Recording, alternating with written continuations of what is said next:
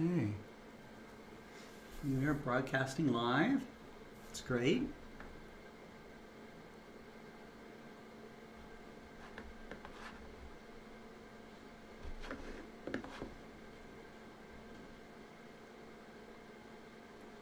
I love these visualizations from NASA. This is just incredible. It's getting a little bit of Favorite that government agency. Yeah.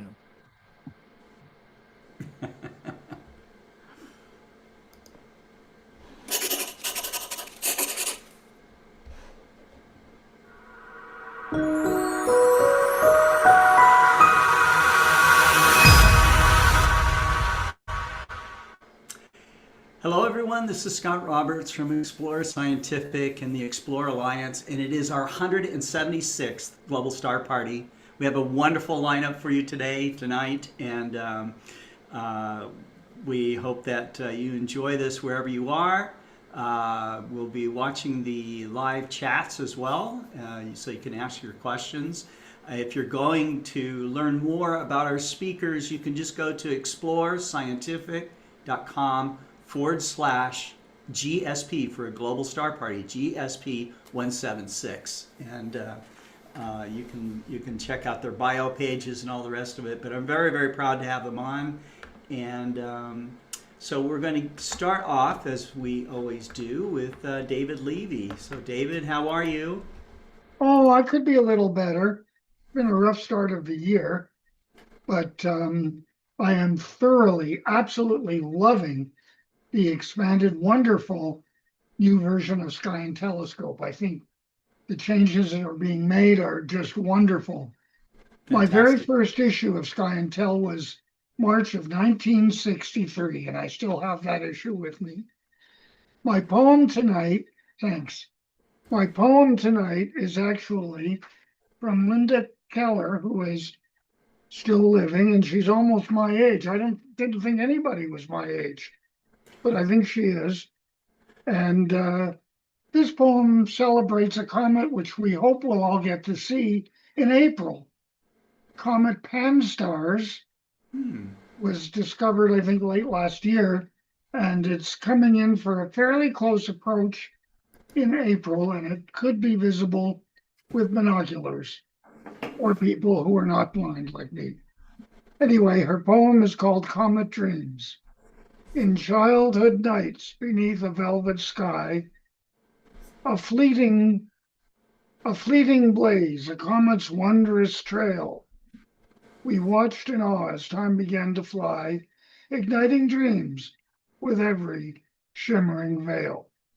The whispers of the stars would softly call as we would trace the patterns in the dark. With eyes alike, we dared to dream them all, our hearts aflame. In cosmic light, we'd bark. Oh. Enclosed in beams of worlds not yet explored, for in that spark we reached beyond the star, and in our souls a universe was stored. So when a comet graces night's embrace, we find our childhood dreams in that brief trace. Thank you very much. Scotty, back to Wow. you. That was beautiful. That was a beautiful Thank you. poem. So we're gonna have to hear from her some more. So does she have other poems that are celestial like this? Oh, she has a number of them, but that was my favorite. Yeah. Very good. Very good. I just bumped into it yesterday, I think, and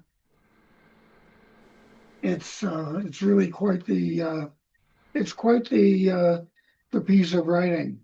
I Yes. wanted also to announce that long after this Comet Pan-STARRS has come and gone, I hope to have a book out.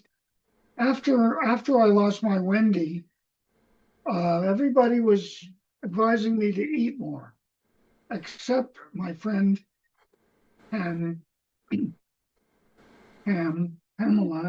Rossiter. And it was right the last day of the Shiva, and she and David were there. And Pam said, I want to give you some advice. And I said, so long as you're not going to tell me to eat more, you can do it. He said, I'm not going to tell you to eat more. But when we leave, I want you to start writing a new book. And I said, I can't write a new book. I'm too old for that. And she said, you are definitely too old to win the swimming competition in the Olympics. You are way too old to run the 40 kilometer long run in the Olympics. But you ain't ever too old to write a book.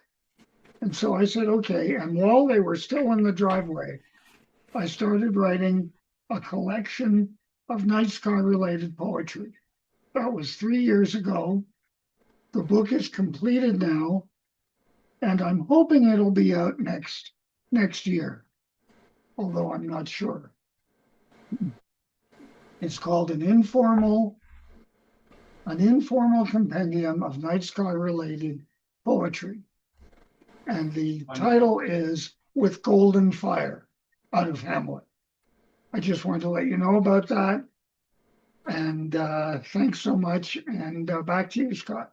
Thank you so much, David. We'll all make sure to buy a book for sure. Maybe we can get you to autograph it for us. That would be nice. Be honored to. You know, a couple of things I want to mention is today is Buzz Aldrin's 96th birthday. And I'm holding this globe up right here because I was fortunate enough to get to know him and did several of his moon gaze events that he would do on anniversaries of the moon landing. And I have a photo somewhere. I should probably put it up post it someplace, but it's a picture of him holding this very globe. And so, you know, it's special to have that. I wish I had the mindset to say, hey, Buzz, would you sign this? You know, but anyways, it was special memories, and we wish Buzz many more happy birthdays as well. So Yeah. I also wanted to kind of dedicate this program to Kathy Harrison. Kathy Harrison and Jack Newton. They were special friends. David Levy and David Eicher and I and some other people were out at his home recently just to kind of visit it and check it out. This was the home in Portal, Arizona, where he did many of his discoveries of supernova and you know, his deep sky astrophotography, and where he from time to time would teach people how to do astrophotography. So so it's you know, it was great to have known them, and in some ways I can still feel them, and you know, so it's sad to see them pass, but it's an honor to have met and known people like this. So okay, so we will move along, and our next speaker is Nicolina Samayo, and Nicolina was recognized, I think, at age 8 as being the world's youngest research astronomer. She loves asteroids. She was doing asteroid research. When I got to know her better, you know, I saw her like in magazines. I saw her being published in various places. What caught my eye is that she had an Explore Scientific telescope, and I was like, wow, okay, this world's youngest astronomer is using an Explore Scientific telescope as well. She does her research online, finding asteroid candidates, and I don't know if she can tell us, but I think she has lots of candidates right now, and maybe some confirmations. So, Nicolina, I'm going to have you come on. So, Hi. Nicolina, she is. I want to say a couple of things about Nicolina. She's broadcasting from her home in Brazil, and I hope to meet her this year. You know, so if I get down to with Marcello Souza and his group, it would be wonderful to meet Nicolina face to face with her family. And so, you know, she does outreach. She has her own programs that she does. She does live streams as well, and she is just a wonderful individual. And she learned English. When I first met her, she could only speak Portuguese, but she learned English, she says, so that she could give talks on the Global Star Party. So, which, I'm really honored about. So thank you so much, Nicolina. And I'm going to turn this over to. By the way, I've forgotten your age. How old are you now? I'm 13. 13. Wow. Yeah. Okay. So we've known each other for a few years now. That's great. Okay. So I'm going to give the whole thing to you. Thanks for coming on to our Global Star Party. Thank you. I'm gonna share my screen here. Is everybody seeing? Yes. Okay. So, good evening, guys. My name is Nicole Simeo. I'm 13 years old, and today I'm going to talk about my project, Telescope in the Squares. It's a project to give people, children, astronomy for everyone. So, how I said before, my name is Nicole Simeo, also called gently as Nicolinha. I was honored to have an asteroid with my name, the asteroid 292352 Nicolina. I'm the world's youngest astronomer, according to the international press, 2 times World Astronomy Child Project from GCP Awards 2022 and 2025, and all these items here described. The present that become a dream. Like, when I was 4 years old, I asked for my parents for a telescope as a birthday present, but I just wanted when I turned 7 years old. And this is me when I want a telescope. And you can see that I was really happy. And by the way, it's an Explorer Scientific telescope. The same day that I received the telescope, I decided that I was going to take my telescope to public squares so that more children and also people from all ages can have access to observational astronomy. And here are some pictures of the event that I did on my grandpa's house and a lot of places, also in my house. And this picture here is when I did my first observation. Astronomy.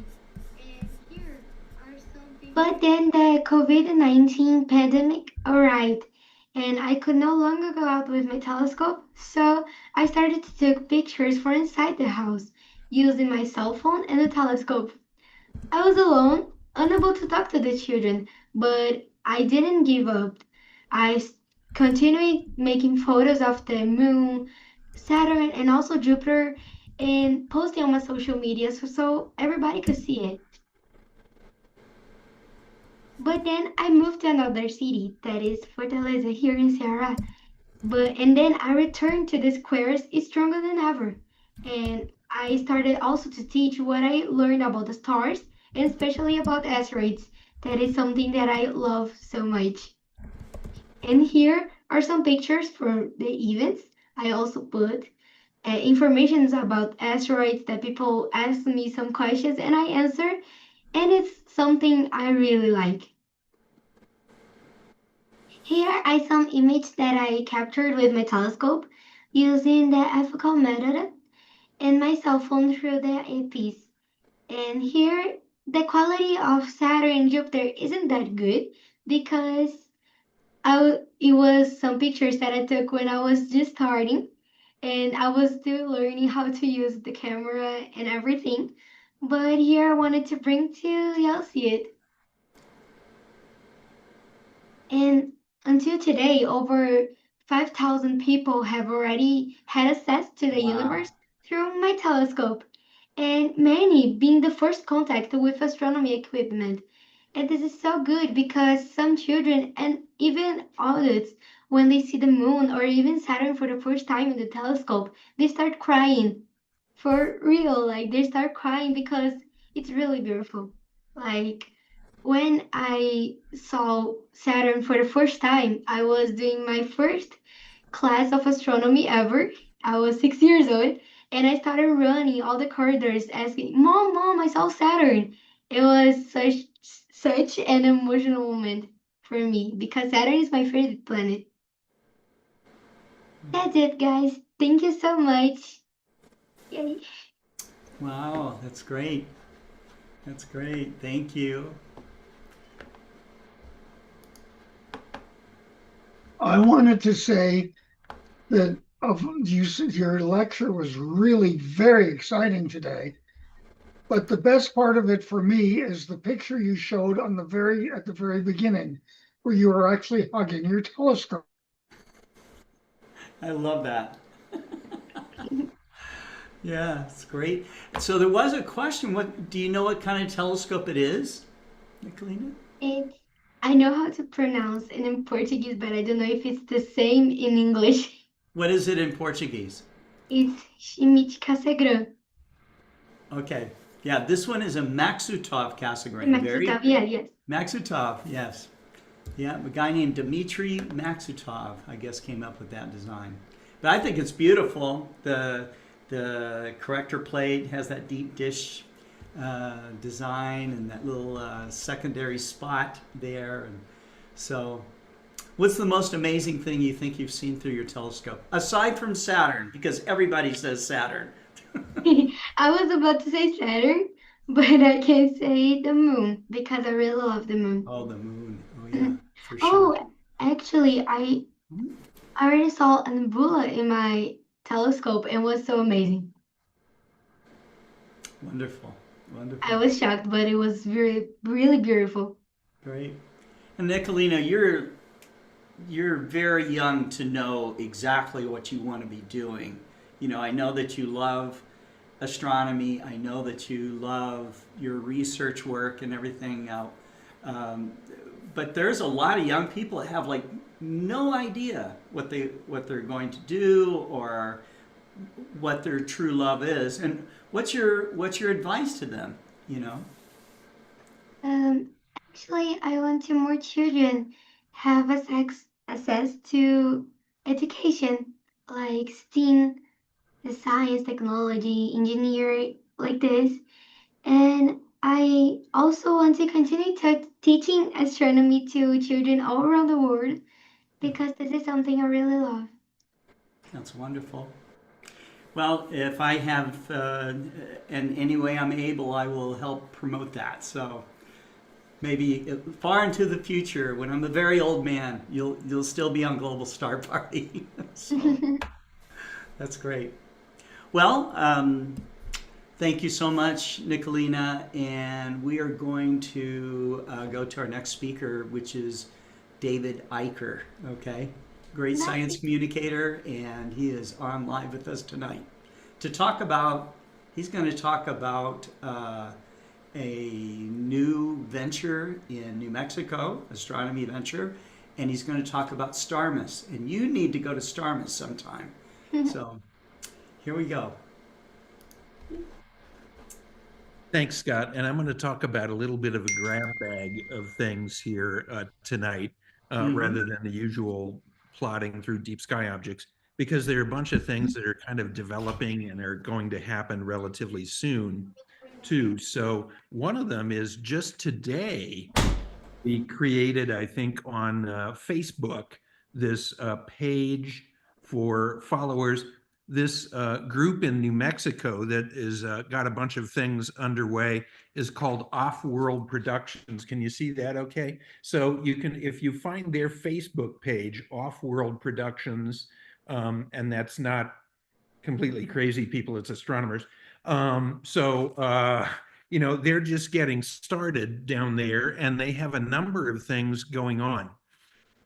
They have two of Clyde Tombaugh's mirrors, which they have 16 and 18-inch mirror, which they've rebuilt into new tubes for observing. They also have a 30-inch reflector. I was just down there on the weekend, and thankfully Saturday night was an incredibly, really transparent night. So we had a phenomenal night observing with this 30-inch scope on Saturday, looking at all kinds of crazy things in a really dark sky. But this group has aims to do a bunch of different things. They want to hold some star parties down there where they are, which is near Animas, New Mexico, just across the Arizona border in New Mexico, there where they have facilities and places to stay. That again is a really dark sky by anyone's standards. It may be that, Mauna Kea and the Atacama Desert are better. No offense, New Mexico, but this is really good down there. So it's a great place to be.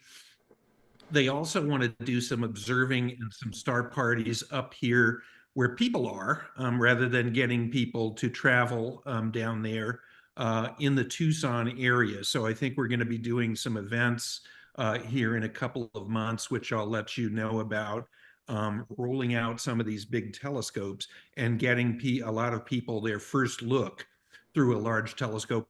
Tucson and Flagstaff, as you know, probably already have pretty stringent lighting ordinances. So for a city the size of Tucson, the sky is reasonably dark close to the city. So there'll be a lot of activities with that. They also want to encourage education in a lot of ways, this off-world production. And so they're creating, and these are not done yet, but they're going to make sort of simulated Martian and lunar surfaces down there in New Mexico. And they have some rovers that they're going to run over these surfaces with artificial craters, if you will. And school kids are going to be able to control these rovers remotely from wherever they are. So that's something that really hasn't been done yet either, which is pretty exciting. The driving engine behind all of this, I'm involved with this group doing a bunch of things, but Pam Price is sort of a driving engine behind this activity there with this group. She's the engineer, designer, artist, and builder of, among other things, the Wizarding World of Harry Potter at Universal Studios in Florida. So she is a remarkably talented artist, designer, and engineer, and very excited about astronomy. So we're going to be doing a lot of things in the future, other things that we'll be developing by the spring and summer of this year that we'll talk about. So I think people may want to plug into off-world productions on Facebook for the moment and kind of keep an eye on what's going on with this group, because they're going to be doing some very exciting things that no one has done yet at all, somewhat remarkably. So that's one thing that is really important in developing to know about, and I'll talk more about it in the future here. Another thing is coming up that we do every year at Lowell Observatory in Flagstaff, and that is, it's a several-day event, and it's called, of all things, can you imagine the people at Lowell Observatory have an activity called the I Heart Pluto Festival? Well, they do. You may be surprised. But, on February 18th, 1930, our old pal Clyde Tombaugh, who some of us had the privilege of knowing, David was, of course, his biographer, he discovered Pluto, at Lowell Observatory with the blink comparator there and what's known as the Pluto camera now, informally. And then he went down that night after the discovery was confirmed and saw a favorite kind of movie of his, a Western, at the Orpheum Theater in Flagstaff. He saw Gary Cooper in The Virginian. So we're going to hold the Pluto Festival, the main event, if you will, of the Pluto Festival, which I'm going to host in the Orpheum Theater, where Clyde saw that picture after he discovered Pluto way back then. That was 96 years ago, wasn't it? Something like that. So we'll be here, and we have an array of speakers to talk about Pluto and the solar system and all sorts of interesting things. Alan Stern will be there, who I think many of you know, project scientist of the New Horizons mission. Andy Bacon, great space writer and columnist and so on, will be there. He's written many books, important books about the Apollo program and others. Alice Bowman will be there from the New Horizons team. And a lot of other speakers there. So we'll have an event on Saturday, February 14th at the Orpheum Theater. there in Flagstaff. But there'll be a number of other events during the Pluto Festival that will go on for several days. There'll be a party at Lowell Observatory up on Mars Hill where the Pluto camera is now. You know, for a while it was at Anderson Mesa there. Now it's back on Mars Hill where it was when Clyde used it to discover Pluto. We'll also have some special activities at Lowell, other talks, science talks of various kinds, a party at Lowell, and a festival, and a special beer tasting and an event at a local microbrewery that will be naming a beer for Lowell and for Pluto, as they do each year, a new kind of beer. So it'll be a great party to celebrate Pluto, and you can see more about this at iHeartPluto.org, that has the program and lots of other stuff about the iHeart Pluto Festival. Something that is really new and unique and different this year at the festival, our New Mexico friends, they're going to bring up one of Clyde's telescopes and have it there on the sidewalk at the Orpheum Theater, so we can look at not Pluto, but downtown in Flagstaff, we'll probably look at Jupiter and let people see an image of the bright planet, the king of planets, whatever you want to call it, before they go into the theater using one of Clyde's mirrors. So that's the first time that will happen. That'll be kind of a special event. And then just to kind of finish the triple play here, there's a lot cooking these days. We've now announced the Starmus Festival that will happen later this year. That'll be October 17th through the 22nd in Tenerife and La Palma in the Canary Islands, which if you've never been to the Canary Islands, you could be there, close your eyes, open them again, and swear you're in Hawaii. You know, it's a set of volcanic islands, but rather than in the middle of the Pacific, this is off the northwestern coast of Africa. It's a great, you know, destination for a lot of Europeans to go and party there, of course. And until things go into higher gear, mostly in Chile, still the largest telescope in the world is there in La Palma, the Gran Telescopio Canarias, which edges out the twin Keck. It's 10.3 meters in diameter. So we'll see the largest telescope in the world. We'll have the Starmus talks by many Nobel Prize winners, other people involved in the Starmus thing. I'll be hosting it again. Scotty, I know you'll be involved hanging out and helping us host it. Sure. Too. We love having you in the Starmus family now.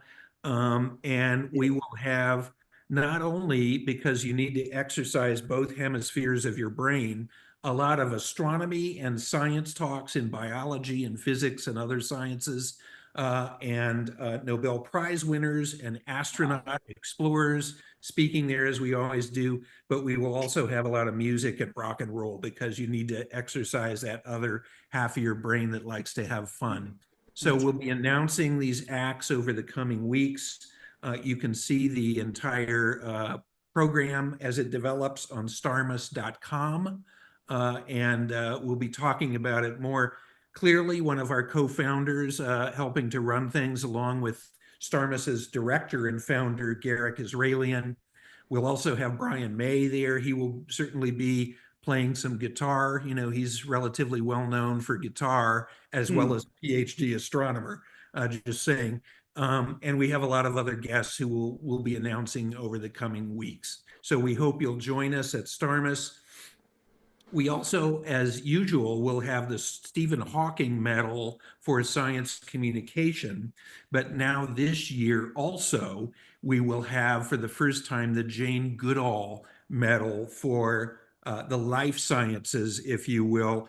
Our dear friend Jane Goodall, Scott, you knew her very well too, passed away this past year. She was on our Starmus board along with us, and we miss her already. So there will be a Jane Goodall Medal as well in the future going forward. So we hope that you'll check out Starmus, starmus.com.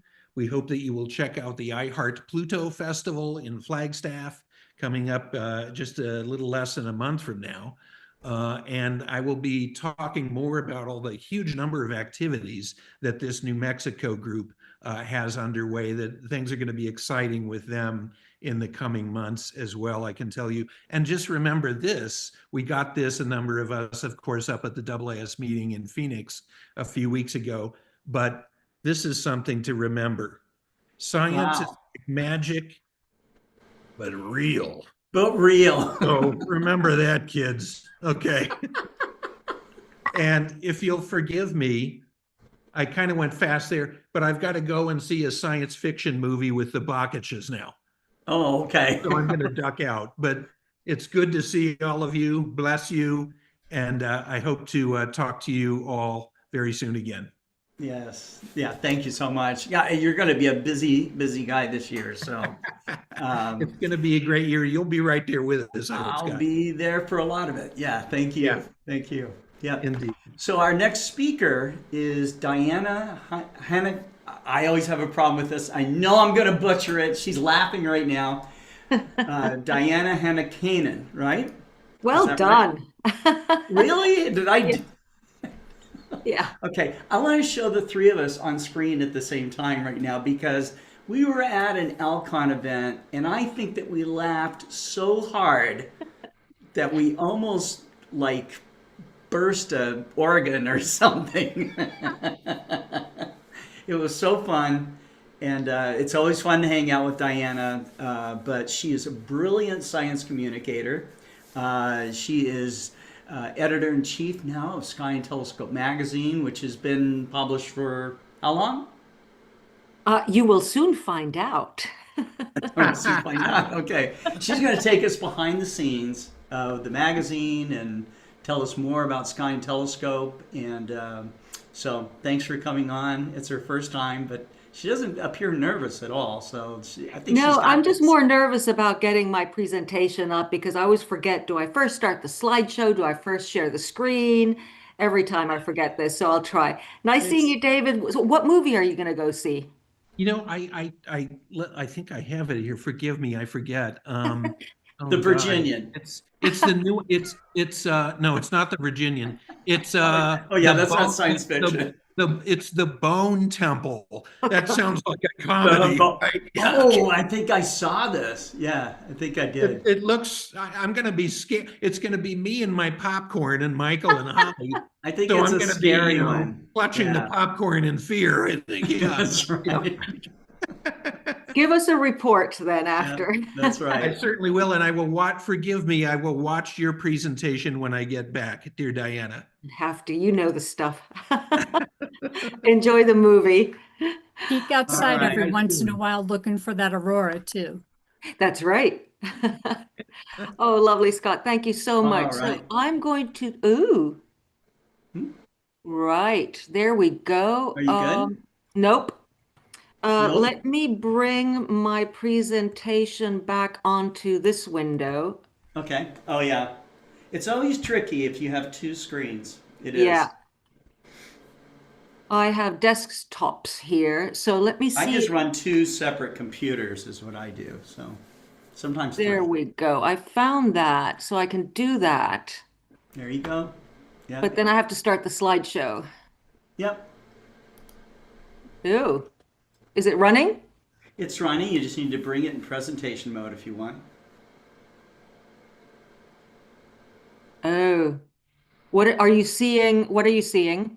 I'm seeing slides off the left. The There we first go. slide big, and then there. Now you're in presentation. Okay, terrific. Perfect. So Perfect. thank you so much, Scott, for this invitation. I'm absolutely thrilled to be here in person for a change instead of just watching. It's absolutely lovely. And I love sharing the screen with all of you. And I know that several of you out there are either longtime subscribers or readers of Sky and Telescope. And I thought it'd be fun just to bring you a little flavor of who we are and what we do, or not so much what we do, but who we are and a little bit about the history of Sky and Telescope. So to answer your question, Scott, well, the answer is going to come up very soon. Sky and Telescope was actually formed from the merger of two magazines. One that was founded in the early 1930s at Perkins Observatory, And it was dedicated to popular articles on research by professional astronomers, and it was called The Telescope. And no prizes for guessing what the other magazine was called. It was called The Sky. And The Sky was a magazine that was instead founded in the mid-1930s that brought more observing and amateur experience to readers. It brought more the hobby of astronomy to readers, whereas The Telescope brought I must have, is that a pointer? Yes. Whereas the telescope brought more science to readers in a popularized format. And in November 1941, this is when Charles and his wife, Helen Federer, they combined these two, and Sky and Telescope was born. So that would be November 1941. And the very second issue was completed in December. In those days, they worked more closer to the month of publication than we do today. But the second issue was completed when Pearl Harbor was attacked. And I have to say that since November 1941, we have published monthly and have not missed a single issue. Sky Telescope has been in Cambridge, Massachusetts, ever since its founding. It was first, Charles ran the magazine from the basement of Harvard College Observatory, which is here. This is the building where my local club holds its monthly meetings. It's the Amateur Telescope Makers of Boston. We meet there once a month. But it was here at Harvard College Observatory that the magazine was first published. Then after a couple of decades, the whole outfit moved to Bay State Road, always in Cambridge still. And when I joined, we were on Sherman Street. And then during the pandemic, we moved out to a building in Alewife, and we're currently right smack bang in the middle of Cambridge, in Harvard Square. We're here in the bank building. We're on this floor here. It's the fourth floor by elevator buttons, but it looks like the third floor here. And that's my office right there. So we've got Harvard Square right below us, Harvard Yard right in front of us. And it's a very lively place to be, I must say. But I just want to highlight that we have always been in Cambridge.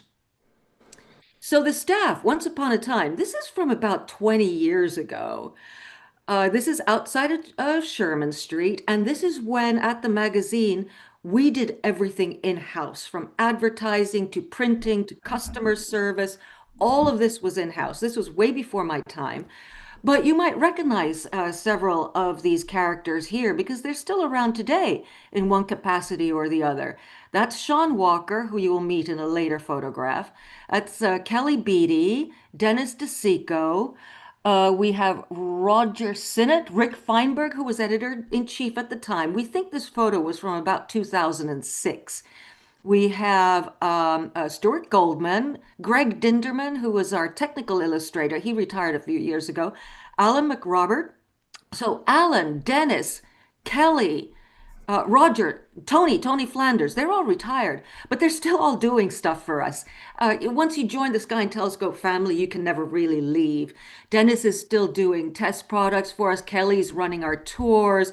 Alan writes the online weekly Sky at a Glance. So if you check out our website, you will have seen his name attached to that.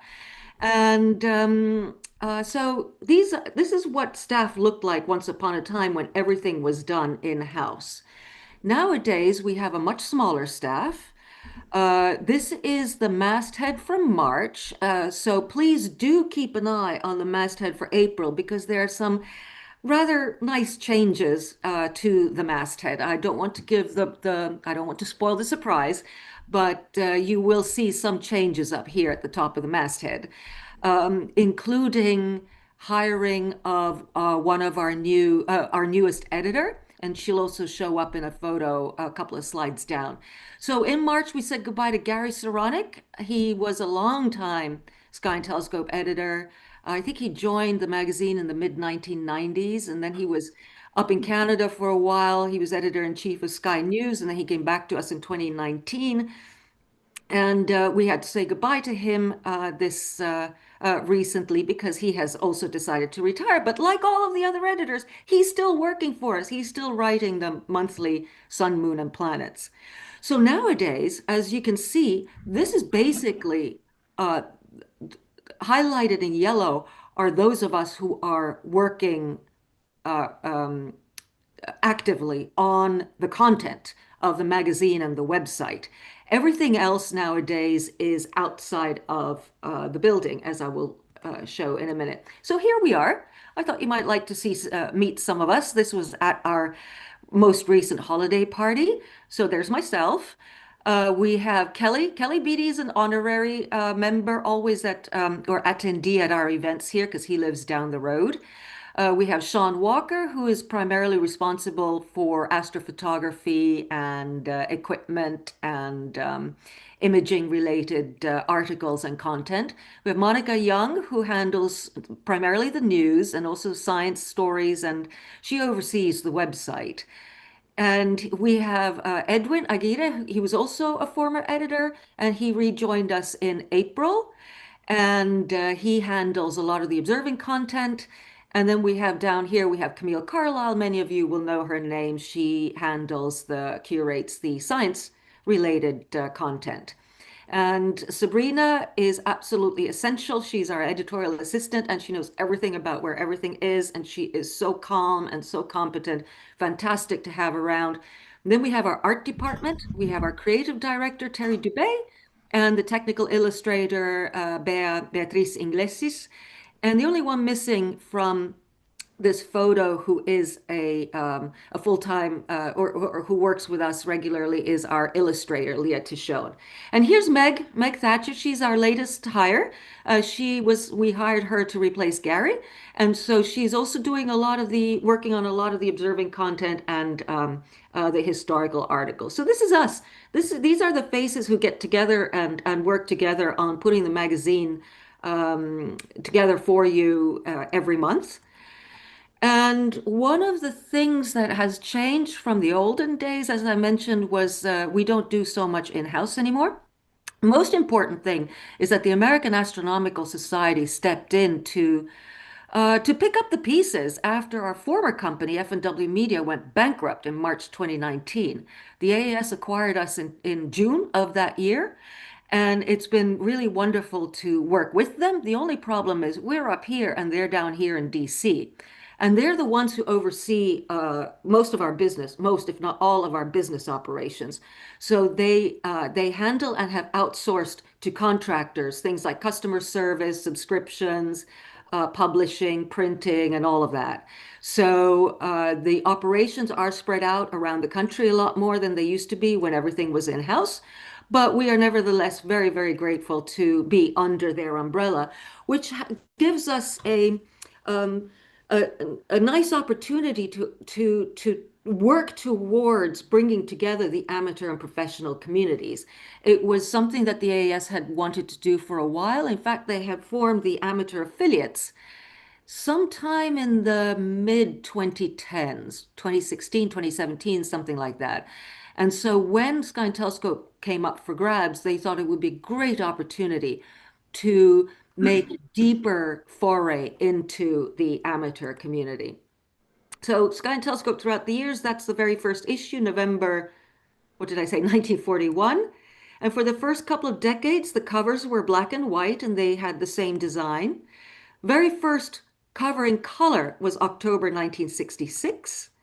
And then we stayed in color for a while, but same design. And then the design started to change a little bit until we get to pretty much the sort of covers that we are working with today. So our 80th issue, our 80 years, we celebrated our 80 years of continuous publishing in November, it would have been 2021. And so that was the cover of the November 21 issue. And we celebrated another milestone in February 2025, which was the 1000th issue of the magazine. So those of you who are readers and subscribers to the magazine know that we cover most branches of astronomy. We always feature science articles. We feature a couple of science articles. We feature a lot of observing, primarily in the columns and departments, but we also feature an observing related article per month. We cover news in news notes. Of course, we work 4 months ahead. I'm not sure how many people realize this, but we work 4 months ahead.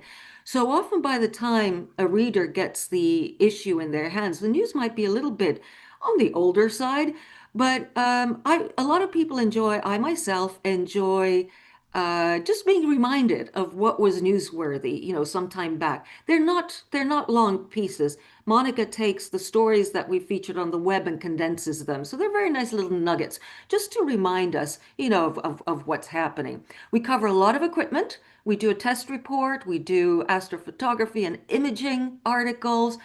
And we also cover history, more often than not, different aspects of different stories on historical aspects of astronomical discoveries and other developments in instrumentation and so on. And so this is pretty much the way the content is divided. And this past year, these are all our covers. And we reflect in our cover choices, we reflect the different topics that we feature within the pages. We have science in the sense that of articles on like black holes or let's see. We also bring stories on the instruments that we use to try to understand the universe better. We have comets are very, very popular. People love comet stories. So we love to feature comets on our covers. We do observing articles dedicated to specific targets, like this one here in May of last year was all about starburst galaxy. We do the moon, of course, lots on the moon. We all love the moon very much. And then something we have explored this last year is making in-house covers. So this cover was illustrated by our illustrator, and this cover was illustrated by our technical illustrator. And this was an issue that I enjoyed very much because it was mostly dedicated to outreach, and we had some very inspiring stories in there. And that is one of the avenues I'd like to go explore a little bit more going forward is outreach and education. And how can we bring this passion, just like Nicolina was doing, bringing astronomy to, what did she say, more than 5,000 people? That is the sort of thing we'd like to aspire to as well, bringing the community together in sharing this passion that we all have. We also have a website, skyandtelescope.org. And that's where we feature Alan McRoberts' Sky at a Glance every Friday. It comes out every Friday. We have Bob King's, where is he? He's not on here right now. We have Bob King. He's our observing blogger. He writes really fun stories, and they come out once every 2 weeks. And then, of course, we cover breaking news and the like. So I just want to thank you all so much. I hope that I could come back some other time and maybe talk a little bit more about how a magazine is put together, because some of you might know I came from research. I was in academia before I joined Sky and Telescope in August 2017. And for me, I had to learn like by yesterday what the world of publishing and editing is all about. And it's been a great ride. I've enjoyed it so much, but there's so much that I've learned that one just one can't, unless you are in the world yourself, it's difficult for people to really fathom how a magazine is put together. But it's absolutely thrilling. It's a lot of fun. We have a lot of fun at work, and I hope that we can bring you some of the joy that we all feel when we are doing our own work. So thank you. Thank you, Diana. Yay! We need like the big, audience clapping track or something. I would like to say that your lecture just now was fabulous, with a capital F, as my grandfather would say, and a capital S. I'm not the only one that loved it. The sun itself enjoyed your lecture. I was watching it a few hours ago. 8 groups, 87 sunspots, and 13 prominences. And they all were saying, Diana, great work. Oh, thank you. Yep. Some Yeah, I know, people- David, you've been a long time columnist and contributor. I often come across your material as I leaf through old issues when I'm looking for something as, oh, there's another one of your fabulous columns. Well, thank you. Thank you so much. And as a stargazer, I have to say that I need sky and telescope because I know nothing about astronomy. If you ask me about dark matter, I know zip about that. You ask me about comets, I know a little about comets. Yes, you But do. basically, I'm just a stargazer for Oh. Bhutan. Well, Diana, thank you so much for being on the program. We're already getting people commenting they want to see you back, and so it's That's nice. Thank you. it's nice, huh? It's Yeah. nice. I think Jane Goodall said it's always nice to be liked instead of being hated. So that's what she said. So Oh. anyhow, with her timing that she had, which was always pretty good. Oh, she's fabulous. Such Yeah. a loss. Yeah. Well, her vision continues on, Yes. and she will be remembered at Starmus with the medal that they're creating for her. Her right arm was Mary Lewis, and she created the Jane Goodall Institute and stuff. She will be there, and so Excellent. so there's a lot of exciting things going on. And Jane Goodall loves stargazing too. She told me about hanging back with the chimps and Gombe, and how dark it was during those nights when she was doing all that research. So Wow. we hope to somehow create a program where her Roots and Shoots program for youth. They're now in 130 countries, okay, and they're trying to inspire youth to focus on what's there is to be hopeful about it. And I believe that not only is astronomy a gateway to science, but I think astronomy is a gateway to hope. And so, yeah.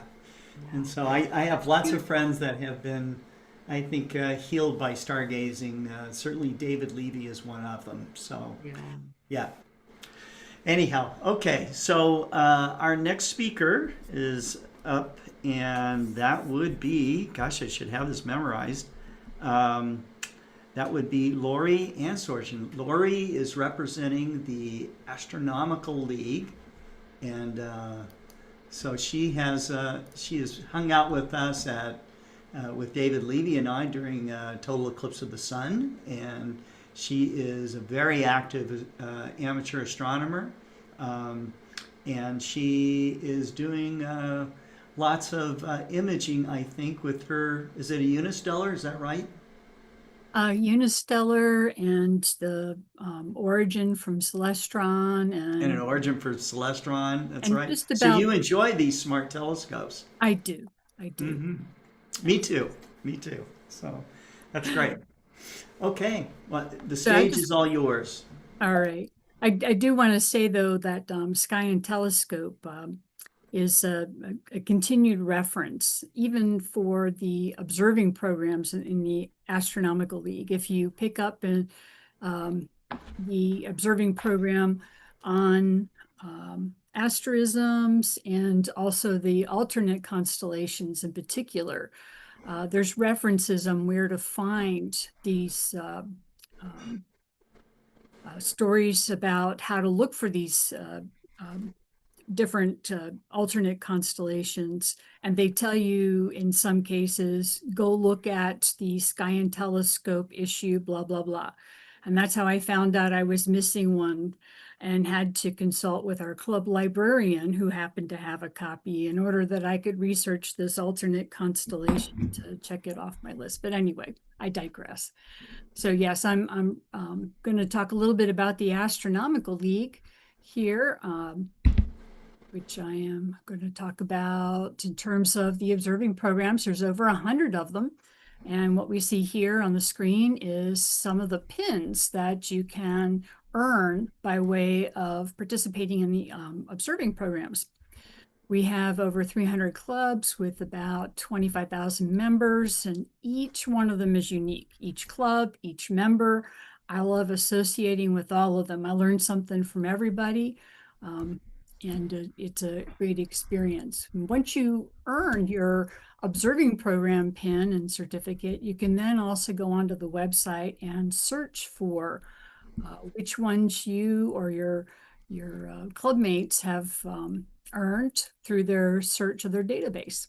And now on the astroleague.org website, our main observing coordinator, Dr. Clevenson, has put up some slides that can help people guide their way through which observing programs may have, be of greatest interest to them. This is a chart that's a little bit older. If you're only into the eyes-only observation, there's programs for you. Just went through a bunch of those myself. There's some for imagers, there's some for using telescopes, and then some for those really big, what they used to call, or maybe they still do, light buckets, those huge telescopes that are really the attention getters. And then there's also something called observing challenges. And those I equate to being like an observational appetizer. So say you don't want to do a whole program, but you want to try something, like there was the Titan moon of Saturn transit that occurred this past summer. And so there was a challenge, actually a NASA challenge for that. And that was a lot of fun to try it on several nights and fight the clouds and meet up with people in odd hours of the night at your local observatory. There's also lots of really cool sky tools, night sky tools that are on the Astronomical League website. You don't have to be a member to access these. I use these routinely. They encourage the replication of these in order to further the education and the science out in the general public. These are primarily illustrated by John Goss, who's a former president, and they're very handy in outreach, but also for one's own personal reference material. But I want to talk a little bit about Imprints of Light. Every global star party, there's a theme, and I love to try and give a little vignette, something that is associated with the theme for the star party. And this particular vignette is on the Epiphany Star of Wonder. I just did a star party for Epiphany at a local church. And so I matched it up to the astronomical observations of what this Star of Wonder was. So Epiphany is a Christian feast day commemorating the Magi, or the wise men, who were following the star to Jesus' birthplace. And the Magi translates as a magician or astronomer, which back in the day was a skilled observer, or astrologer, which is somebody who's trying to read meaning into these observations. And then the word star in Greek is aster, but 2,000 years ago was commonly translated as something like a meteor or a comet or a planet or a star. And I can tell you that in terms of New Testament, that it's gone through many different language translations, and things get added, subtracted, but it was a good 4 centuries before the first books were written. So oral tradition has a way of twisting some things over time. You know that your best log entries are the ones you do that night. Same thing goes with any observations. So in order to try and look up what was that Star of Wonder, you have to first of all figure out, when was this birth of this Jesus? Well, we know that King Herod died after a lunar eclipse, which we're able to date back to 4 BC in Israel. We know there was a Roman tax collection in 8 BC. Therefore, we know we're looking at the time zone between 8 and 4 BC. And we're also looking at springtime, because Luke 2 mentions shepherds that were watching their flocks by night. They were watching them because that's when lambs were born. That was the birthing time. So what are our possibilities given the translation of star? Could be meteors, but really they're too brief and too insignificant for star watchers who are routinely looking at the night sky. Could be a comet, perhaps, except in ancient cultures, comets were really seen as omens of evil, and so therefore wouldn't necessarily be associated with something that was going to be heralded as a good thing in a religious tradition. Couldn't really be a supernova because the only recorded supernovas that we're aware of were in 134 BC and 176 BC. So it's really outside of our target time period. Could it be a nova? Well, a nova is that periodic explosion, like some of us are waiting for TCRB to finally explode in Corona Borealis, where your white dwarf is sucking off material off your red giant until it belches and then lets out an outburst. But there's nothing recorded during that time period. The closest thing we could find was a conjunction. And that's when you have some objects, bright objects, coming in close proximity to each other. And in this case, we're looking at the alignment of wandering stars, which is what planets means, and Jupiter and Saturn, which are very bright. Guess what? That happened 3 times in 7 BC, and it happened in the constellation Pisces, the fish, which was very important to the people at the time in that region. Those 3 times were May 29th, September 27th, and December 10th. The Magi did mention seeing something again when leaving Jerusalem. So there is a repetition of something that happened. These things were separated by about a degree, and that's about the width of 2 full moons. So that's not really a bright star. But keep in mind, this is before glasses were invented. So even though none of the literature search I did mentioned anything about poor eyesight, these magi were people who were doing, men who were doing routine observations of the sky, like amateur astronomers today or astronomers today. And so you got to give them the benefit of the doubt. But it was a rare occurrence that they noticed, and that was what they took note of. So if it was this conjunction, what's still unreconciled is it was they were going from Jerusalem to Bethlehem, which means they were traveling north-south versus east. Maybe that got lost in translation. The object stopped when they got there. Well, I would posit that perhaps they had clouds. We've all experienced clouds. And of course, the text doesn't mention weather. It also says that the object was not visible to everyone, including Herod's astrologers or astronomers or magi. But were they looking up? Was it cloudy? Don't know. And of course, back to the accuracy of oral history over the 4 centuries or so before things started to get written down.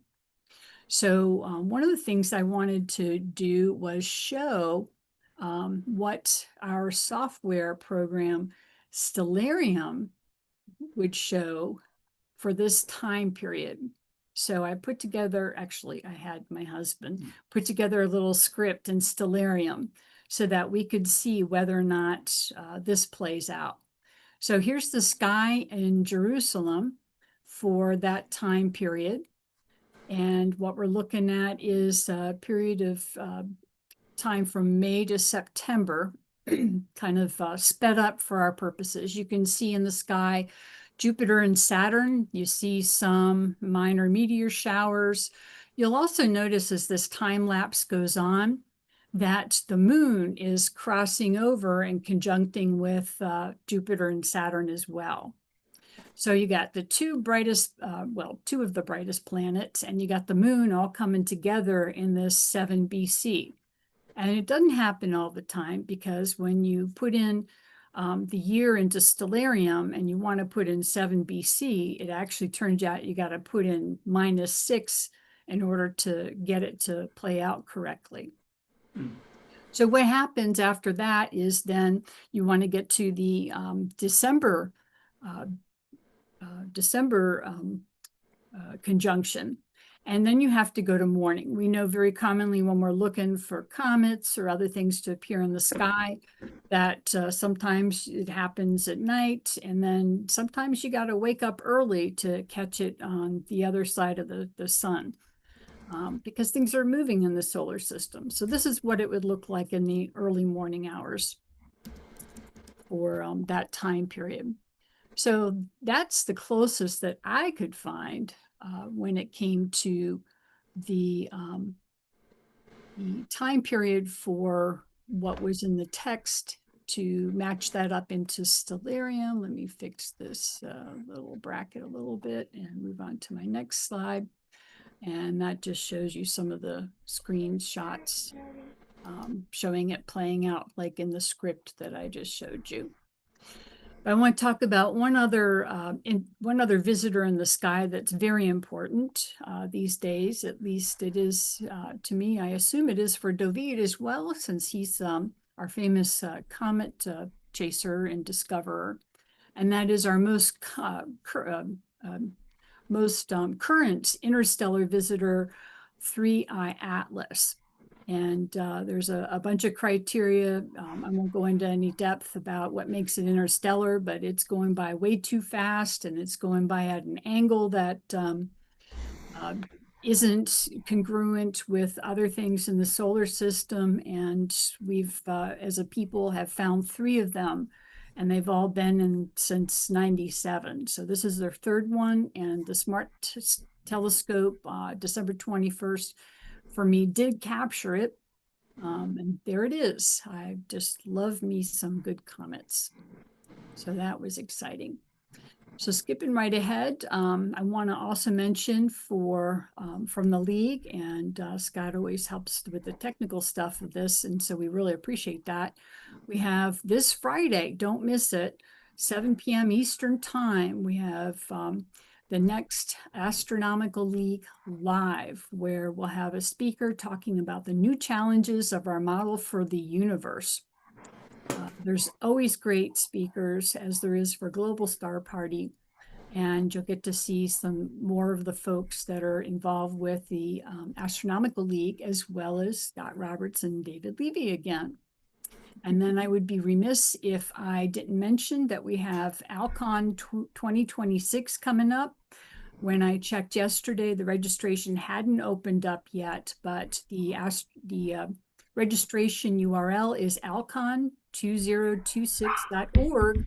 You can go to that website and you can sign up for getting a notice for when registration opens up. If you've never been to one, I highly recommend it, because you get to meet some really cool people, like some of the people who are on this call, and you make lifelong friends out of it. It's really, really quite nice. There is quite a bit of source material, by the way, that I gathered to give you the Star of Wonder, and I'm going to pause it there and just ask if there are any questions. Let's look. Wow. So, you know, it was really interesting to see the conjunctions of, you know, the moon and Saturn and Jupiter back at that time. And I know a lot of people have spent actually quite a bit of effort in trying to determine what this Star of Bethlehem was all about. It's actually been published in articles about it, I think, in Sky and Telescope and Astronomy magazine as well. It is a fascinating connection to the sky, and you know, frankly, during the holiday season, I should get out my telescope out on the sidewalk a little bit more often to have people look and see if they can identify certain stars in the sky during that time. So, but I appreciate. Let's see if we have any questions from our audience. I have one. Okay. Yeah, go ahead. I have one. I just wanted to say that I was able to get a good visual observation of Comet Atlas last November. I did not see the spaceship that was accompanying it, but I did see the comet, and I made friends with the entire comet itself. And as at the age of approximately 14 billion years, it's the oldest friend I've got. Wow. I think you have lots of old friends like that, David. Well, that's great. Yeah, I Well, do. go ahead. Can I just chime in here? Yeah, I would absolutely. Thanks, Lori. That was fantastic. I would absolutely recommend to anybody who's listening right now to attend the event that you advertised for January 23rd. You said, was it Jan? Astronomical League Live. Exactly. Because William Gadamuller, he's a third year student, I think, here at Harvard. And this is a young man who's, I think, is going to go real far, right, Lori? He won the Youth Award the a couple of years ago. And he came up to me at the Nebraska Star Party because he lives in Wisconsin, I think he grew up in. And the Nebraska Star Party's location is like it's the closest really, really, really dark sky place for a lot of people in Illinois, Wisconsin, and so on. So there are quite a few people who come over for that. You know, they have to drive 11, 12 hours, whatever it is, but they'll come to that. And William attended that 2, 3 years ago, and he was just about to start at Harvard, and it's going to be a really interesting talk, I'm sure. So I just want to tell anybody who's listening, please do try and attend that and all the other Astronomical League events because they are so inspiring. Yes, they are. Amen to that one. Well, very Thanks, good. Great, Lori. Well, our next speaker is Gael Gomez, and he's coming in live from Washington, D.C. I think that's where he's at right now. And let's bring him on. Gael has been interested in astronomy since a very young age. He is from Venezuela, and he is associated also with a museum, a gallery called Lost Origins Gallery. And I had the pleasure of meeting Gael in person in Washington, D.C. We spent an evening kind of checking things out. I was looking at some of his astrophotographs with his partner in crime that started the Mount Pleasant Sidewalk Astronomers. And they took me, we walked down this, out of the gallery, walked down the street, and then they turned into this alley. And on both sides, you know, these old brick buildings, was these fabulous giant prints, okay, not behind glass, but these giant prints of the stars and, you know, all kinds of celestial treasures.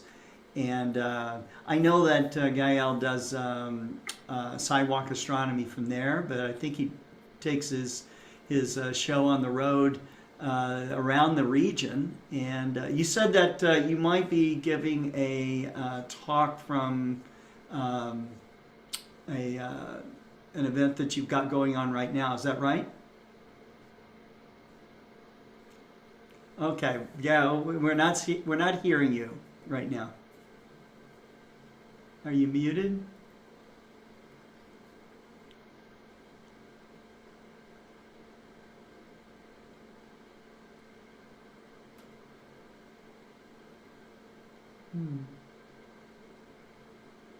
Okay.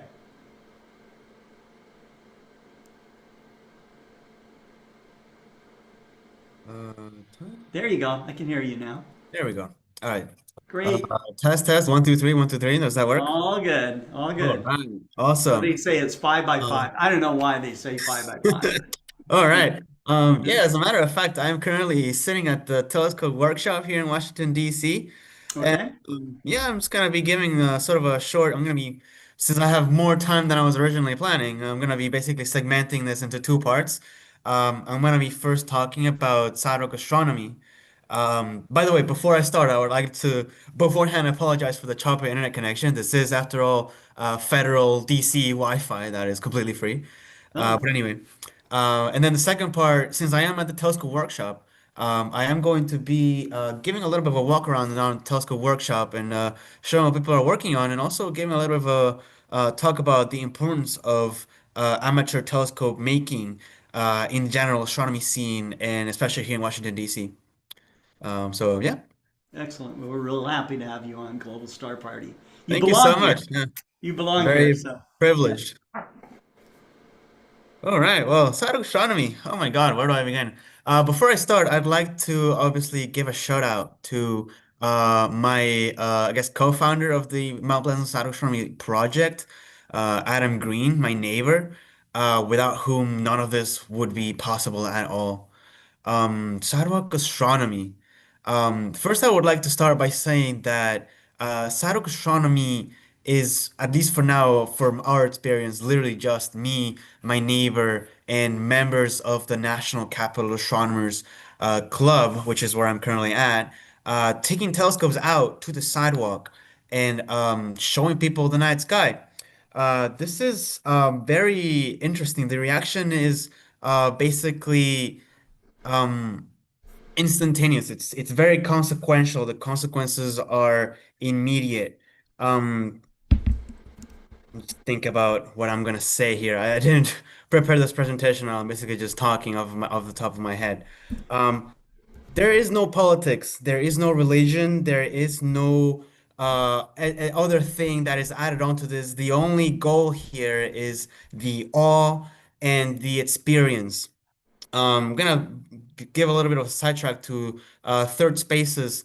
Third spaces are something that has been kind of disappearing in a modern age. We live in a world where most people, especially after the pandemic, have become very isolated. The way we add into this through cytogastronomy, generally when you want to meet people and socialize, you have to go to a specific place for it. Cytogastronomy kind of flips that into its head.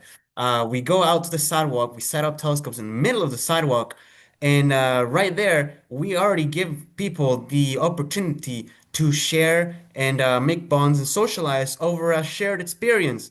The experience of awe and just sheer awesomeness that, honestly, in my opinion, I would say is life-changing. Of just looking through a telescope and seeing the rings of Saturn, the bands of Jupiter, the craters of the moon. It's something that inspires people and can make people really think about their place. It grounds you down to earth. It really makes you look on the inside and see, wow, look at this incredible planet that we live on, the Earth. I mean, just so amazing. The fact that when you look outside, even though it is all incredibly beautiful, every single other exoplanet we've discovered so far is some way or another some kind of definition of a hell. You really don't want to go there. Um, it really brings you down, shows you just how beautiful things are down here. And I would like to also talk a little bit about John Dobson. Obviously, the idol, the man who started basically all of this, or at least popularized the side of astronomy, and also amateur telescope making. Um, when you're doing cytoastronomy, I'd like to go back to his words originally. You're showing people something that is outside of their biological programming. You look at anything, a dog, your brain looks at that and see, okay, that's a dog. You look at the sky, okay, the sky's blue, that's the sky. But what does your mind have to say when you look at the craters of the moon? It doesn't have anything to say. It shuts up. You show people that on the street. I mean, just think about it. You're coming back home from being at work, doing something that generally most people don't want to do too much. Tired, it's the middle of the night. You're coming back home, and suddenly you find these people out on the street, and they show you something truly extraordinarily, life-changingly incredible. Something that most people didn't even thought you could see from the middle of the sidewalk. Um, it also adds to the neighborhood and it adds to the community, sort of creates an entire community, in fact, and participates in the culture and the community of at least the neighborhood that I'm in, Mount Pleasant, here in Washington, D.C. Um, and yeah, that's basically for in terms of cytogastronomy. Now, with the time that I would have, I would also like to talk about amateur telescope making and how this ties into this. And I would like to start by talking about how it's all begun.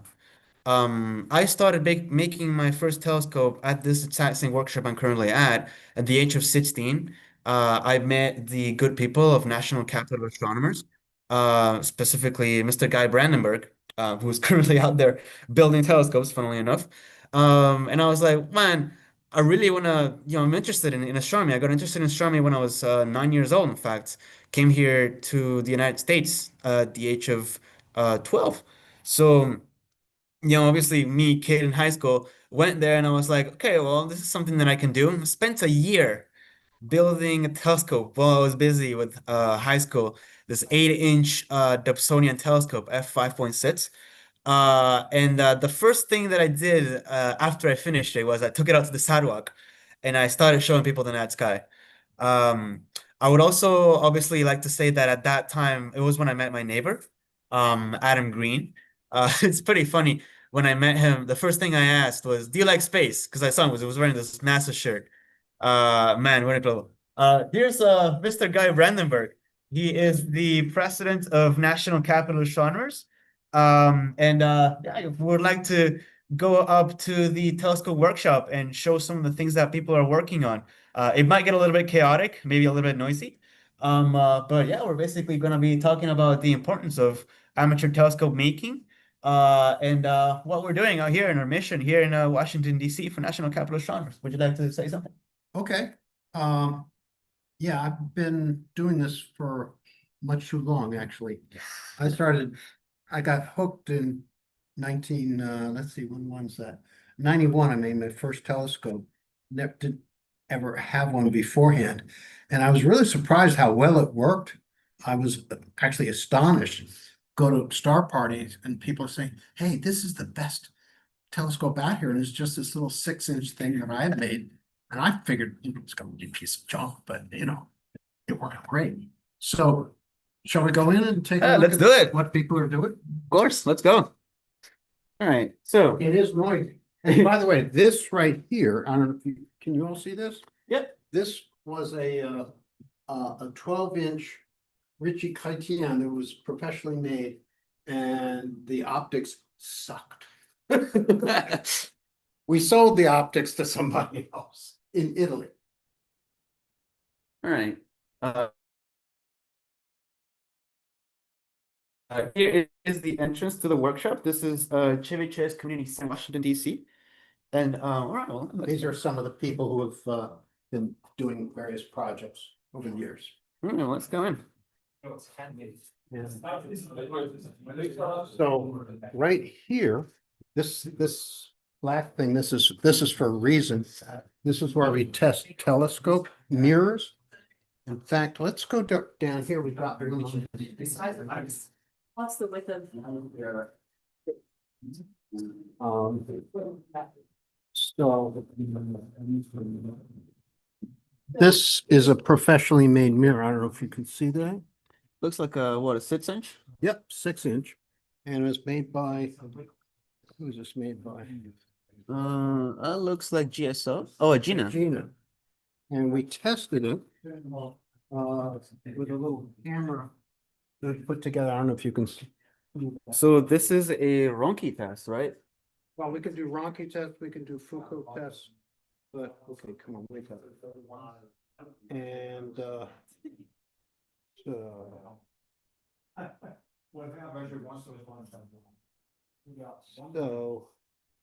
the mirror, that's one, looks like this, and these lines are supposed to be more curved than that, and we've determined that it is undercorrected. And these are some of the perfect rocketograms over here. I don't know if you can see them on. This is for an F4. And as you can see, this has a lot more curvature than the one over there. All right. Zach, would you like to talk about what you're making? Sure. How y'all doing? Currently making the upper truss for a 12.5-inch press tube dot, pretty much. So we have the mirror cell pretty much all ready to go. I can pull that out if you want. If you'd like. Yeah, let me get the mirror cell real quick, and then I'll show you how it works. But yeah. And then over here we have some of the other telescopes that we have worked on. Right behind me is the little tent where we actually grind the mirrors. polish the mirrors, polish and figure. Out here we do the grinding.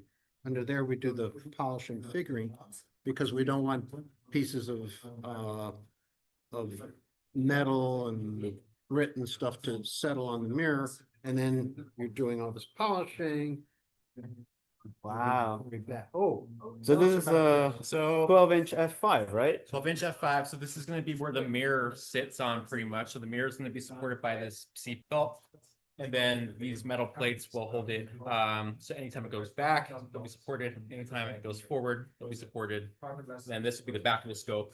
This is going to be the front of the scope. The upper cage assembly, right? Yep. Awesome. What else all that's interesting to show? Oh, right. Rocker box. so this, Was the same. Now it's the space. Jim, do you want to tell him anything about your rocker box? And how many diamonds do you have in there? So it's a 3 of diamond telescope, Mel, I count seven. but there are 7. It's 3 per side and then 1 on the. Well, that's the ace of diamonds, right? Sure. And it was done to reduce weight. So downside may be there's a little bit of flexure. So we're working on putting, I don't have it with me, put it away, a little bracket in here. Awesome. Yeah. And then out over here, that giant water tank looking thing right over there. This is a 20-inch Dahl Kirkham design telescope that we are currently working on. We still need to figure out the corrective optics for it, and it should hopefully be sitting on a Dobsonian mount. So it's going to be a Nasmyth design Dahl Kirkham. It's going to be quite unique, quite strange. This thing came from the military, actually, came from the Harry Diamond Fuse Laboratories. Do you want to open it? Yeah. Sure, why not? Down there is the mirror itself. Look at that. Oh, that's cool. Can you see it? Yeah, You got a good view. It's big and it's got a hole in the middle. it's incredible. F2. F2. F2. The whole thing is gonna be we said also like F5.6-ish, so F5 point Mhm. something. Mm-hmm. F5 point something, yeah. Oh, that's okay. We'll clean that up later. So yeah, this is the telescope workshop here in Washington, DC. One of the few remaining telescope workshops left, as far as I know, here in Washington, DC, or like in general in the country. In the United States. In the United States in Maybe general. in the world even. Here's an illuminizer, by the way. Wow. Look at that. Your own I illuminizing think chamber. also one of the few ones that are around, I think. But and yeah, I would like to also just talk briefly about how important this is, telescope making. You know, the students of John Dobson, at least some of them were the ones who actually worked on the Hubble and actually made that happen. The same people who are currently making the Nancy Grace Roman Space Telescope. Really fascinating people who got their starts building telescopes, getting hands-on with the equipment and with the telescope making. So I think it's very important to continue the mission, to continue amateur telescope making, to get people interested, get people hands-on, and get people inspired. And one of the main ways through which we are doing that is, of course, sidewalk astronomy. I would say it's probably one of the most punk rock things that you can possibly do. Handmade DIY telescopes out in the sidewalk, showing the wonders of the night sky to people. I think that's pretty amazing. It's pretty remarkable, especially to be seeing it now in this day and age where most things are digital and what most people know about in space is mostly like these beautiful images of Hubble or astrophotography in general. Most people don't really know much about visual astronomy, and I think this really hammers down the importance and honestly the spiritual aspect, the magic of looking at something with your own eyes. This galaxy millions of light years away, little dim, little white dot, blemish in the sky. The importance of it and just how significant it is. And again, this is all just us taking our telescopes out to the sidewalk. And I mean, just look at how incredible it has been, all the things that it's done. So, yeah, I think that's about it for everything that I have to say. I kind of ended a little bit early, but I don't know if there's anything else you'd like me to add. I think that I saw a lot of reaction in the chats here, and people wanting to see. They love the idea of making a telescope. They wish that they had a facility like yours, the Capitol Astronomers Facility for making telescopes. You talking about John Dobson. I got to meet John Dobson a couple of times, and he was definitely someone that was visual first. He even he even said, why would you want to do astrophotography? He says, you have, at the time we had Hubble Space Telescope.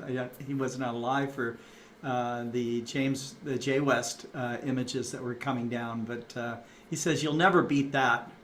But for everyone that is out there, doing astronomy in whatever way that they want to, I think that the feeling, that spiritual feeling that you have, your connection with the universe is there, and so. And the visual aspect is hard to deny. That because those are the original photons hitting your eye, and it's a sacred moment to me as well, because I think about the distance, I think about all the processes that it took to make all that stuff happen, and I kind of also think about the harmony that the universe has to be in for us to be here to even have this conversation. It is, I mean, everything just has to be pretty much just right, so we couldn't, our solar system could not exist in a highly radioactive region of the universe. There is, it is, I'm not going to say magic, but it feels miraculous. It does. For sure. It is Yeah, feels- amazing how feels lucky miraculous. we are. Yeah, We're so That's right. lucky to be alive.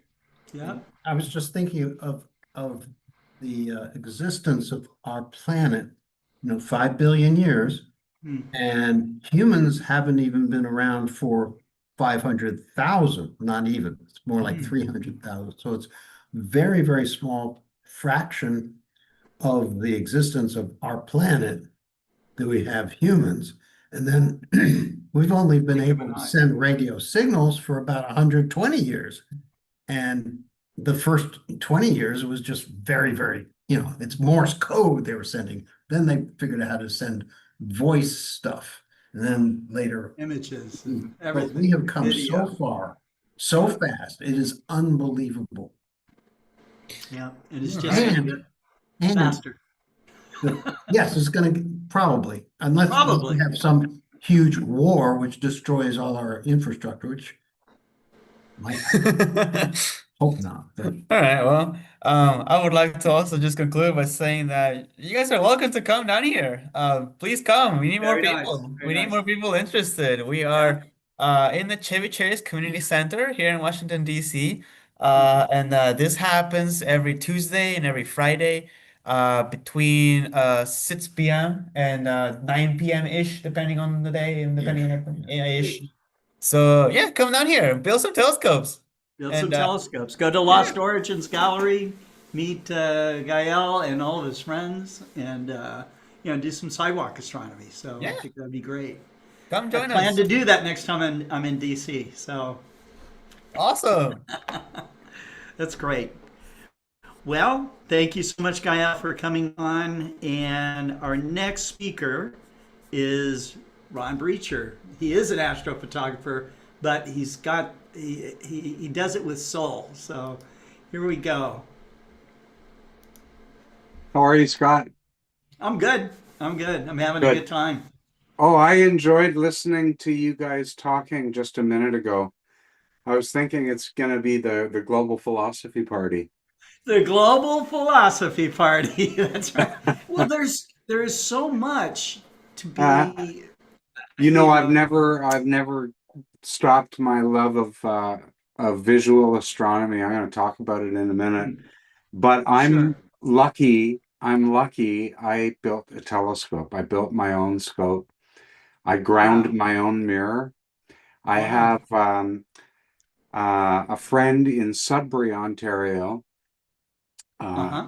who is the company name is Moonward Optics, and I basically had lessons all the way through grinding the mirror, and I and five friends made six identical 10-inch f6 reflectors, and that's now my most used visual scope. It's assembled all the time in the garage.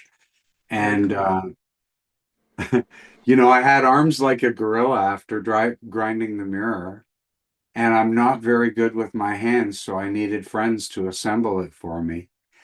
But at the end of the day, when you look through a telescope where you've made it yourself, and you look at something, you know, that takes your breath away, like Saturn or Jupiter, boy, there's nothing quite like that. That's a step up That's because true. you made it yourself. That's true. It's Very great. cool. Anyway, let me share my screen with you and have a little presentation for you. And you know, I like to always go with the theme that you put together. And tonight the theme is imprints in light.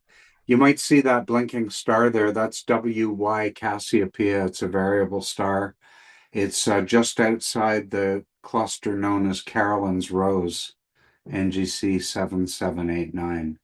And I happened to be lucky. I took a picture of this cluster about 3 years apart, and I got the star at maxima and minima. So when you don't see the star so bright, it is actually still there. It's just a lot dimmer. So how cool is that? Boom. Very. Yeah. So I want to talk tonight a little bit about the theme imprints in light, and specifically then how I connect with the universe, because a lot of this is very personal, how we experience this stuff. So I want to just talk a little bit about that. And then, you know, Scott, I haven't seen you on a global star party since June. I checked my Oh, records. okay. So I want to catch you up on what I've been doing since then. It's Sure. some pretty cool stuff. Okay. So the theme tonight, Imprints in Light, was about exploration, curiosity, and the relationship that we have with the sky, and the idea about sharing, celebrating, and connecting our personal stories to that larger picture. So here's my personal story. This is how I connect with the universe. My current imaging scope is on the right, but that's really just part of how I connect with the universe. The main way I connect with the universe is to look with my unaided eye every time I go outside after dark. If it's clear, I'm looking to see what stars are up. If I get up in the middle of the night, I look out my window, my bedroom window to the east, and maybe I see this time of the year, early in the morning, I see my summer stars are coming. And I know there's going to be an end to winter. But I also do visual observing with binoculars and a telescope. You know, I image a lot with all different kinds of equipment. And I'm involved in outreach and education like the Global Star Party and conferences. I write for Sky and Telescope. One of the biggest honors of my astronomy career so far is writing for Sky and Telescope. And I saw Diana's presentation, and she showed a slide with all the covers on it. And one of those covers, the one with the Veil Nebula, that was my photo. So how cool is that? That's cool. That's the editor-in-chief showing my picture in a slide presentation. Very cool. And teaching. I teach with Masters of PixInsight, and I also teach one-on-one. So love to do it. Now, before I go on to astrophotography, this is where I started imprinting on the night sky. I don't sketch. I haven't sketched in a long time. I shouldn't say I don't sketch anymore, but I think it's been about 10 years since I've really done a decent sketch. But sketching is a way without fancy equipment that you can kind of it doesn't imprint permanently and nobody else can see what you see exactly, but it allows you to capture your impressions of what you saw. So it's not an imprint, it's an impression. And Jupiter, by the way, if you're ever thinking of sketching this Jupiter apparition, Jupiter's the easiest planet to sketch. You can sketch the oval before you go outside, and you can actually put in the kind of shadows of the main belts, and then go outside and fill in the details at the telescope of what you actually see. Very, very easy to do. Similar with the sun. If you start with the disk of the sun and put some sort of general shading on it, and then go outside and fill in the filaments and the prominence and so on, you'll end up with a really nice solar sketch. Sorry, I think I went backwards. This is one where it was May, but it was really cold and it had been miserable, and I was in a grumpy mood. But it was like my only chance to get this comet meet. And I went outside with binoculars. I had a flashlight in my mouth, binoculars in my left hand, my sketch pad on my lap. And I did this in about 15 or 20 minutes. So you don't need expensive equipment to really get a nice imprint, make an impression. Now, these days, I do a lot of imaging. I still do visual, but I do a lot of imaging. And so let me catch you up on some stuff that I've done recently. And the first thing that I was pretty excited about is I never caught a supernova before. Now, I didn't discover this supernova, obviously, but it was discovered in early July, and I captured this picture in late July. And I'll just zoom in on it. The supernova, you can see there's a star right at the tip of the arrow. And it's incredibly bright considering that it's against a backdrop of millions of stars. The core of the galaxy. So another thing that happened, this was in August, I got my first APOD from NASA. And that I've submitted. Maybe it's just a 1,000 monkeys situation, because I've submitted every picture I've ever published since 2014. But I finally got a NASA APOD, which was kind of fun. This is the double cluster in Perseus. One of my favorite visual objects with any instrument. Binoculars, fantastic. Small telescope, great. Big telescope where you can zoom in on the core of the clusters, fantastic. Another thing I did since I last saw you is I shot the smallest thing I've ever shot. Wow. So this is the Turtle Nebula, NGC 6210, and the whole thing, including the outer shell that you see, is 20 arc seconds by 35 arc seconds. And there's the core, and I've got pretty decent detail in the core of that nebula. I think that's probably maybe 5 or 7 arc seconds across the pink structures. Mm-hmm. So that was kind of fun. Another thing that I've been doing, one of the companies that sponsors Masters of PixInsight and that I've been working with since 2014, They're called Optolong, and they came out with a new filter for color cameras. So in the past, I've had a filter that passes hydrogen and oxygen, so I could make HOO pictures, but I never had a filter where I could get sulfur to make Hubble palette.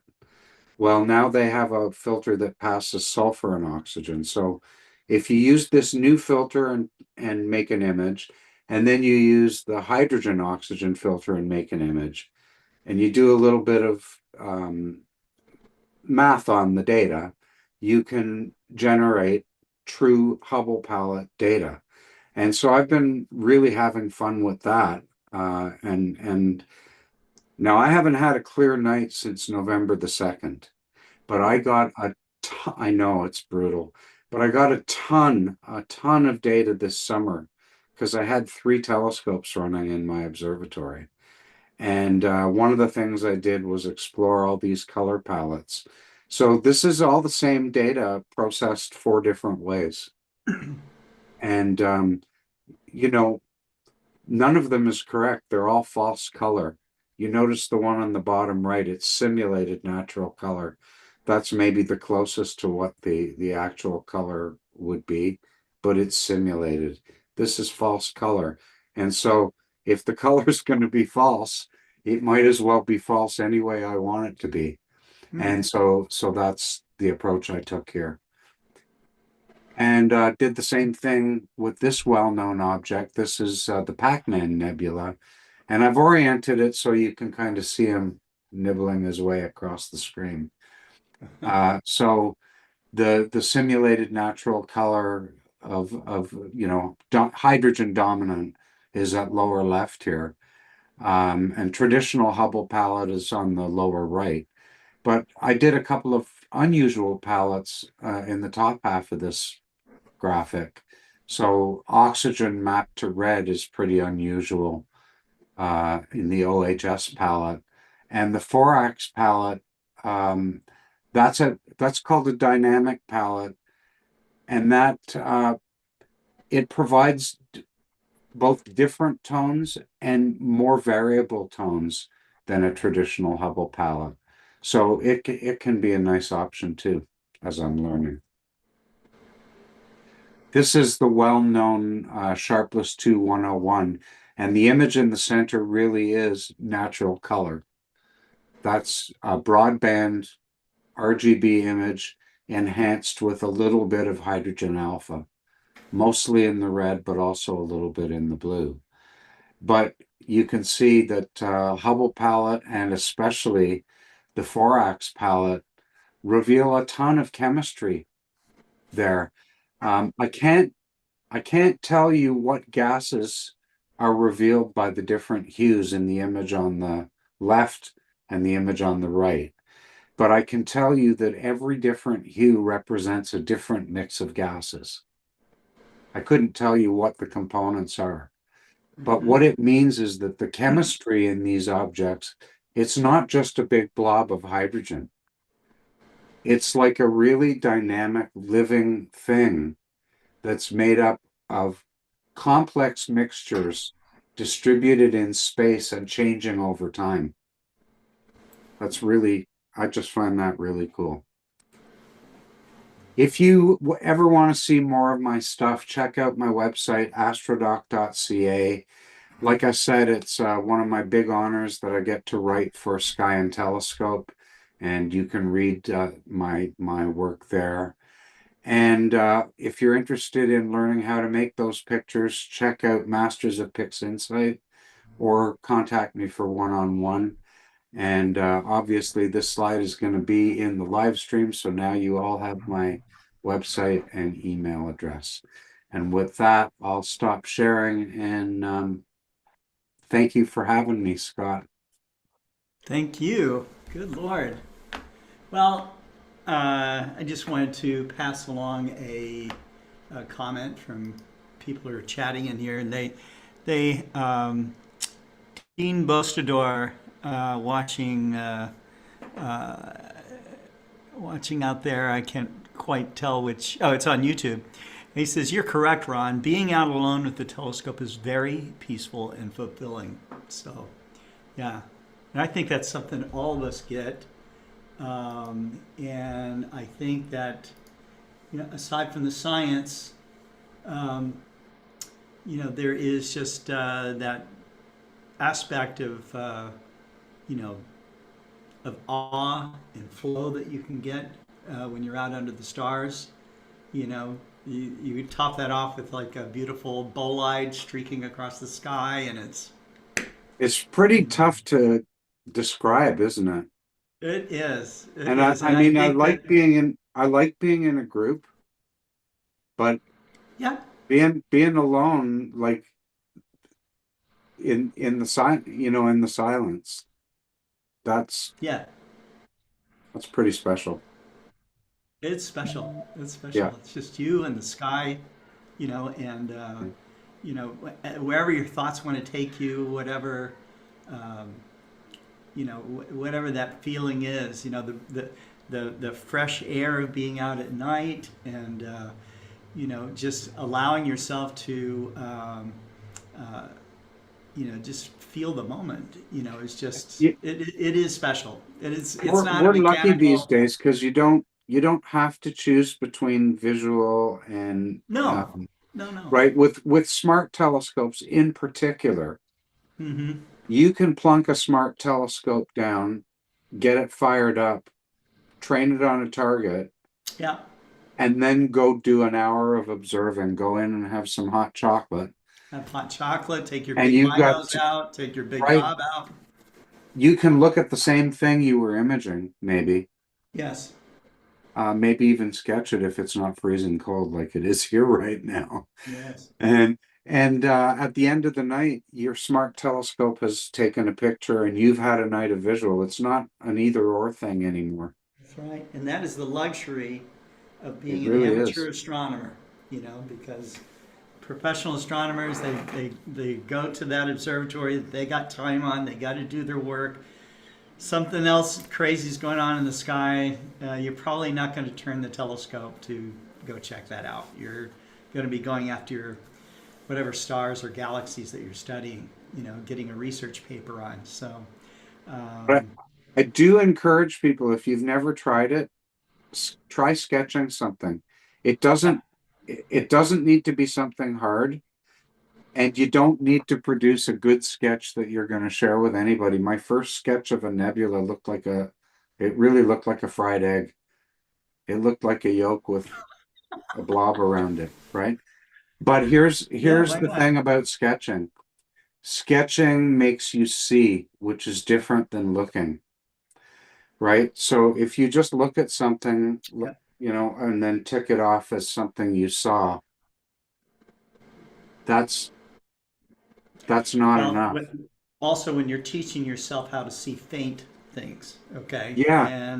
And you is it can round or see is it whether you're oval? seeing it or not, because you can kind of test yourself, and you make the drawing of, maybe you're doing Stevens Quintet or some somewhat challenging, group of faint galaxies or something faint, and just if you think you see it, draw it, and then go and compare later. More often than not, you have collected, enough information from that experience to see. But that thing. it's also that people are in a hurry, and if you sketch, if you take a minute to sketch, you just have to stay on that object for 10 minutes, maybe 15 minutes, and you're really going to get to know it. You're going to get to know it beyond ticking it off your box. Right? It becomes more intimate, right? Can I add to this, because I'm absolutely taken with sketching, and I'd like to just note that once upon a time, before photography, before CCDs, before CMOS, etc., it was the only way that astronomers were able to record what they were looking at. And record that for others to analyze for posterity, etc. So when you are yourself at the eyepiece sketching, you're kind of connecting with the astronomers of historic times and their their first forays into trying to understand the universe. And I think that's a very visceral connection also to the birth of recorded astronomy. Yes, that's right. You know, and it's fabulous to also look at the drawings of, like Lloyd Ross or Herschel or some of these people, and to compare that against maybe photography, but also the visual of what you see, So I think that take out some of the masterworks of astronomical drawing with you sometime and compare, what you're seeing up in the sky. It becomes it goes beyond technical things that you might do as an amateur astronomer, and so I've touched on I started to touch on that kind of sacred feeling, that sacred moment, but there was once upon a time where, as you say, Diana, all astronomy was recorded through drawings, or maybe just writing describing what they saw, and one of the things I found also interesting was kind of the reluctance of some astronomers to embrace new technology. So, Galileo's telescope was not immediately loved. Okay, there were naked eye astronomers that felt that if you didn't see it by naked eye and in reason, through the analytical reasoning, about what was going on, that wasn't real astronomy.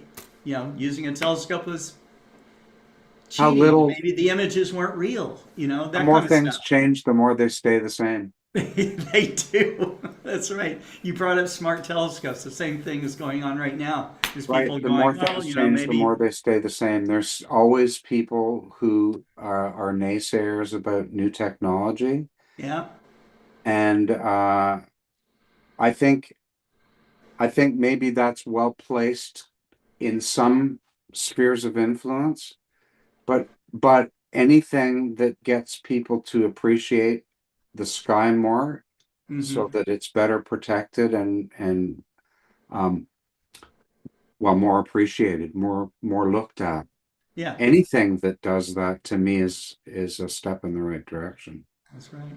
Well, So you're if also you a have to make musician, Ron. So you have this love for the arts as well. So yeah, I have a love for this stack of guitars. Somebody asked me the other day whether I have more guitars or more telescopes, and I'm not sure. that's right. That's right. Okay. Well, that was a wonderful segment there. Thank you so much. Good to see you. Good to see you all of too. you. Yep. I'll be Thanks. watching from upstairs. Yep. There's people chatting about you now. So, Okay. all right. See ya. Okay. Thanks. Okay. So our next speaker is a professor of astronomy, probably of physics as well. His name is Rick Nothin. I hope, Rick, I don't ruin your last name, but Nolthenius, is that right? Yeah, Nolthenius. Nolthenius. Okay. Can you hear me there we are. okay? Yeah, yeah. Your audio's good, and so Okay, great. yeah. And Yeah, your it's talk, Latinized German. your talk is going to be about discovering a new moon around Quaoar. That's another. That's one of the other, maybe dwarf planets or whatever that Mike Brown and his crew had discovered, and I think named as well. So, which stirred the pot a bit, But he's a guy who likes to stir the pot. But you did this discovery with affordable video and a lot of luck. Okay, so Yeah. I love it when astronomy is done on the cheap, and you get great results. I don't know how cheap that was, but I'll let you take it from here. And it's a real honor to have you on the show. So thank you very much. Okay, well, it's an honor for me to be able to present because, yeah, this was a lot of fun, very exciting. Got to meet some new people and some other astronomers along the way, and so I did put together a 32 slide visual so that we can Okay. accompany. And besides, we want to get these lights off of this 73-year-old face, which Oh, I'm come looking at on. now and saying, oh my God. Yeah. I see We you need bladder lighting. cycling and doing a lot of physical exercise. So that's inspiring. Yeah, Most I'm of us pretty will need healthy, but that. I'm starting to look my age a little bit, so that's kind of a bummer. But anyway, It's okay. It's okay. let's see if I can share my screen here. Yep. So that looks better. Okay, and let's make it a slideshow. Okay, good. Yeah, looks And good. let me compress that a little bit. Stick me up in the corner. Yeah, so Quawar, there's actually some slight disagreements on how to pronounce it, but the Tongvar people have this spirit god named Quawar, the light, the skylight god, and Mike Brown actually was gracious enough to really let them name this object. And so there it is, Quawar. So sometimes people pronounce it Quawar, Quawar. It's a little awkward, but I guess all the easy to pronounce gods have already been taken by the big planets, and so you got to work with what you got. Anyway, the Tongvar people live in they date back to earlier times in the Los Angeles area, which is, of course, where JPL and Mike Brown were headquartered. Okay, so there is this object, and it's right now in the middle of the Scutum star cloud. And therefore, it's doing something that well, it's going to be doing this better than at any other time in its orbit for the next 250 years. And that is passing in front of stars. So we call those occultations. And the cool thing about occultations is that, well, first of all, just as an observer, you get to actually watch something change in the sky over a short period.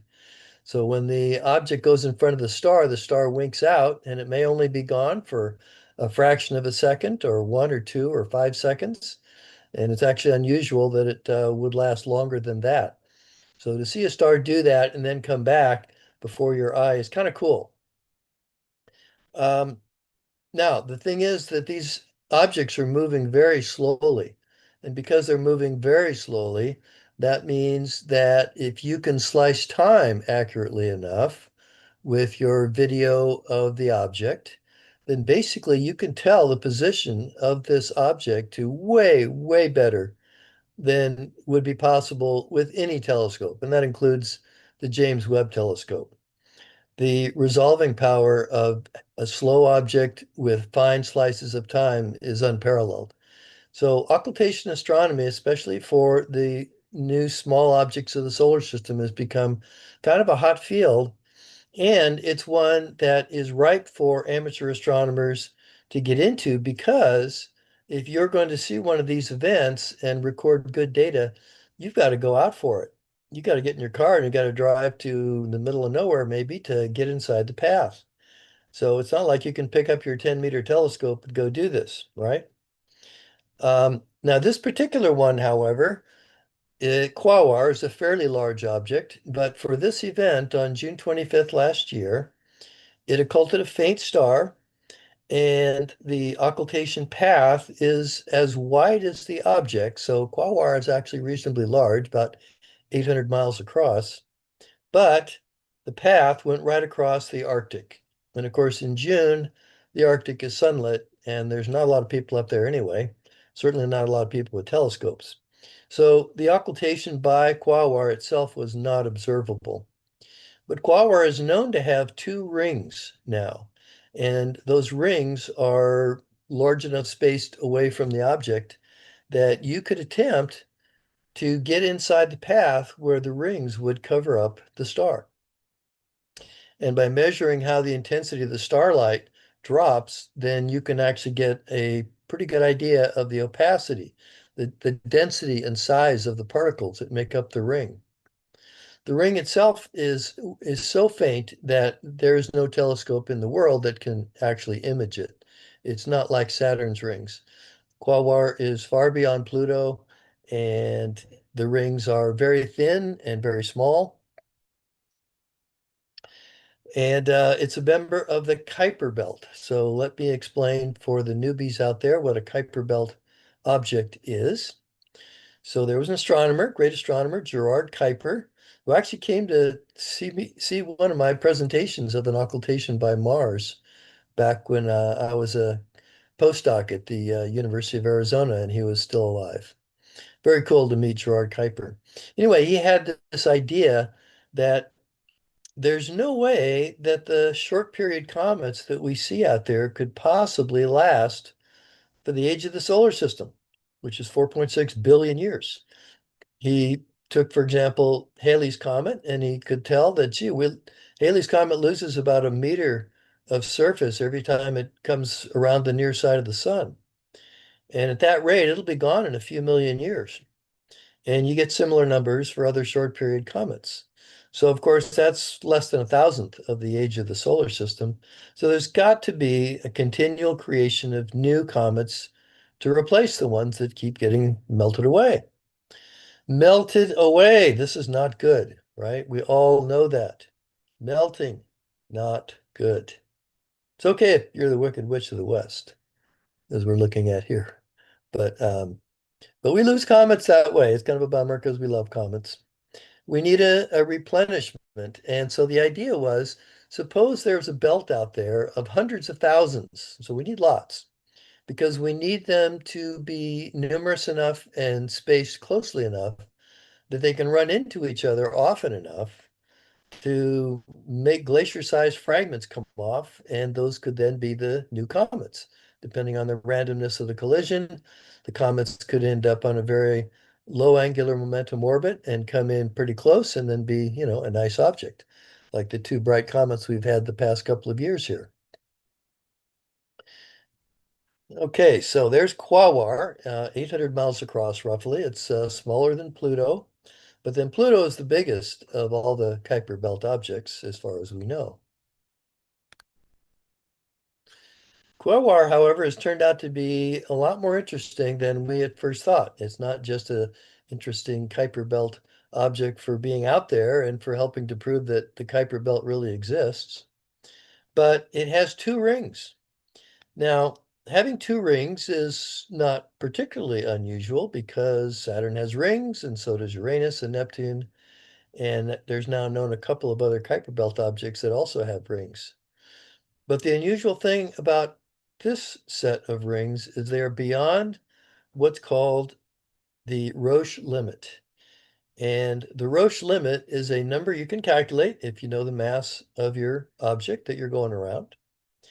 And the Roche limit is that place where gravity is pulling you together at the same force as tidal forces are trying to pull you back apart. So if you're a collection of rocks or ice chunks or whatever, then you're going to tend to collapse together if you are beyond the Roche limit. Okay, so small clumps will grow into bigger clumps, and the bigger clumps will find each other and grow clumpier still. And so over a time scale that's surprisingly short, of order a few hundred years, then a ring should congeal into a moon. So why are these two rings out there? That's the big question. They're either phenomenally young or there is some process that is forbidding gravity from pulling them together to make new moons. So that's what we're trying to figure out, we as astronomers right now, trying to figure out why are there rings around Quaoar that are so far beyond the Roche limit.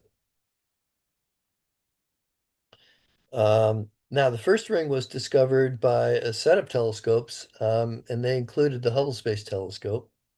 The second ring was discovered by the telescopes in Hawaii. The first ring is the denser ring, or at least it has areas around it which are dense. But it also has areas that are very low density. The second ring, which is closer in, so far we've only seen bare detections of it. Again, these rings are too faint for us to actually look at. So instead, what we have to do is hope that we can predict and then go out and observe an occultation of a distant, brighter star, and then monitor the brightness and record the brightness changes as it goes behind the rings. So here was this opportunity last June 25th. It turns out I'd already established a good relationship with the Monterey Institute for Research in Astronomy. They've been interested in trying to expand their research. Their donors, of course, are always happy to see new science being done with this telescope. This telescope is not funded publicly. It's not part of NASA. It's and has always been an entirely private affair by dedicated astronomers who just want to put in the effort and the money to build this independent institute. And they've been very successful. And now they're interested, after I talked with Dan Cotton there, in getting into doing occultations because, again, if you're in the right path, you may be the only institute, the only big telescope that can get this. This did turn out to be the largest telescope that got this particular occultation. I'm showing now a diagram down here showing what you can get with an occultation. In this case, Felicia plot turns out to have a moon, one of the very few asteroids discovered by occultation to have a moon going around it. And I should pause for a minute and say, why is it so cool?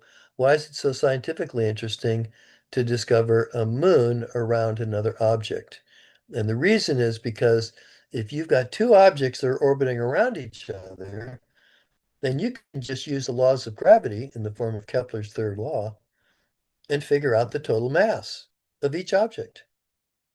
Now, if you're also doing this by occultation, and now you have the duration that the occultations are lasting, and so now you know the sizes of the objects as well, well, you can divide the size and the mass and figure out the density.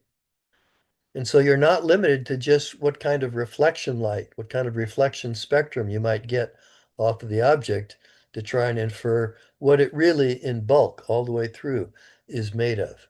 Because once you've got the total density, now you can begin to piece together a good model for the structure. Maybe it's a rock with an icy outcovering. Maybe it's large enough to have been differentiated into higher density interior and lower density outer parts, for example, water ice or other kinds of ice. These are things you can all now constrain by your modeling if you've got the data. But to get the data, you've got to discover these moons. And one of the best ways to do that is with occultations. So this is the light curve from the Canada, France, Hawaii telescope on Mauna Kea, which was one of the co-discovering telescopes to discover the second ring of Quaoar. And I don't know, hope you can see my mouse cursor here. This is the denser ring, Q1R is the name we've given to it. And there's the brightness drop. Not very much, only about 5%. But look, it's even less for ring Q1R. Excuse me, Q2R. So that one drops, well, in this case, about 5%. But look at Q1R on the other side. It drops, wow, 20% in brightness. So that's getting much denser and easier to see. Now, for this occultation of June 25th, it turns out that we were on a grazing path, or we hoped. We're kind of on the ragged edge, frankly, of being able to graze through that outermost ring, that Q1R ring, and thereby get extended time and a better opportunity to trace out the opacity of that ring. Okay, yeah, so here's my slide on the Roche limit, which we already explained. Saturn's rings, of course, are all inside the Roche limit. No confusion there. We understand that pretty well. Same for Uranus and same for Neptune and same for Jupiter. Those rings are all inside the Roche limit. Quaoars are not. So this diagram is showing the predicted tracks. This is a diagram first made by John Irwin, and then I fleshed in the tracks. Yeah, sorry. It's allergy season for me. Anyway, these are the tracks for possible sites I had scouted to try and get this occultation. As it turned out, the best telescope that we could get available to us was at the Chews Ridge, that's down in the Big Sur Mountains, the Monterey Institute for Research in Astronomy. Mira, of course, means wonderful in Latin. Got a great variable star named after that. So Mira, that's what we call it. So we call this the Mira occultation because this is what happened. But look, we're kind of on the ragged edge here. And even this ring is not well mapped out enough to know exactly how thick it is. So it was a chance and, it was an opportunity is what it really was. As it turned out, we've got a great relationship with Mira and we hope to go down there again sometime later this year with other plans for big occultations. They've got a 36-inch reflector and we can mount our gear on the back end of that. I put together a little team here in Santa Cruz, California. And Dan Cotton, of course, has been a great host, and he's the resident astronomer, and I would say the chief. Um, well, he kind of runs the observatory. So even when we were there, the operations of the observatory were all under his control. Anyway, they got a 36-inch reflector, and they've also got a 14-inch plane wave Dahl-Kirkham reflector, and we use both of those. The nice thing about being able to use both is that if you see something bizarre in one instrument, you're always going to wonder at first, okay, what was that? Was that a power glitch? Was that a bird? What the heck was that? Did we really see something, or is that just more noise from, randomness of nature and entropy going after you? But if you've got it on two instruments, well, now you've got confirmation. So that was our goal. Okay, there's me in the purple coat. That's the moon in the background. And there's the 36-inch telescope. And I got to tell you, I have never seen a telescope with more instruments, more data lines, more power lines coming off the back end by a factor of 10. I don't know. It's hard to almost to work back there because you feel like you're caught in a spider's web of cords. But they're all It's a skilled great there. They know how to photograph, work though. it. I like it. You like it, yeah. It I like it. definitely looks sciency. Okay, Yeah, it does. we like that sciency. And oh, the skies up there are awesome. Oh, I love going to Mira. It is such a beautiful place. It is just an incredible place. It's got a roll-off roof, so you're not just looking through a narrow slit. You Yeah. got the whole sky. Yeah. And this is a great shot because we were also up there for another Kuiper Belt object occultation a year earlier. And there's Comet Neowise, if you can see it right in the middle. And that's me. And then there's the 36-inch telescope, open tube setup. Okay, so back to our occultation. So I figured that after all the hours of prep and travel to get there, it's actually a bit of a chore to get up to Chews Ridge at 5,000 feet. A very rocky, twisty, either dusty or muddy or something in between road to get up there from Carmel. And once you get up there, it's like, well, why not just spend a few more gigabytes and we'll record longer? So we had planned, the main goal was to try and get this occultation by the ring, as you can see right here in the diagram. But who knows what's out there? Maybe there's a third ring.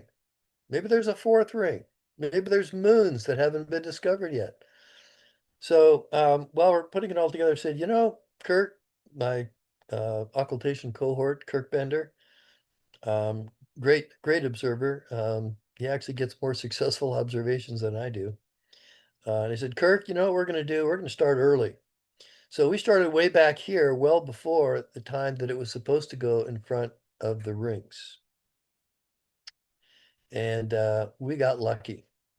So while I'm monitoring the image mirrored on my laptop, which is showing what the low light level video camera is seeing, I'm watching the target star, and all of a sudden it went blip, and blip. It went out and came back. And in the 36-inch telescope, even a 14.9 magnitude star looks, decently bright. So there's no doubt about it. It disappeared. And immediately I exclaimed, "Oh my God, did you see that? The star just winked out for about a second." Kirk Bender had been monitoring his gear at the time, and he had not seen it, which of course added a little more mystery and drama. Okay, the first thing we decided was, you know what? We're going to keep going long after the ring contact here. So we actually kept observing for quite a long time. Gigabytes of AVI video to then have to go through, but that's okay. That's okay. And then we eagerly went back into the warm room, as we astronomers call it, the place where you get out of the cold, and played back our videos. And not only did my recording show, yes, indeed, the star disappeared, but Kirk Bender's recording also showed the star disappeared. And when we ran it through the software, the timings for that agreed precisely. Now, there's the target star, and I just wanted to get across how dense the star field is, which is good. I mean, it's a little awkward when you're trying to find the target because you can't see Quaoar itself. It's way too faint. But what you can see is the target star, but you got to find the right target star. It actually took me a few hours to put together enough charts and draw enough star patterns that I felt confident that I could find this darn thing. Because this is actually a pretty highly magnified view. It's only 5 arc minutes across, about as big as a large crater on the moon. And yet, I don't know, there's got to be hundreds and hundreds, maybe 1,000 stars on this one image. Anyway, so what do we got on the right? What we got on the right is my video recording. And now the top star is a reference star, a star that we know for sure is not supposed to be occulted by anything. Nevertheless, because of variable opacity and variable seeing, and also the variability of the ability of the aperture that you've got set in your software to grab all of the starlight and correct for surrounding skylight, there's point-to-point scatter, okay? And so you always need a good reference star. So as great as conditions were up there, still there's a little bit of variance point to point. You can't really count on a reference star to be dead flat. The actual target star is down below in orange.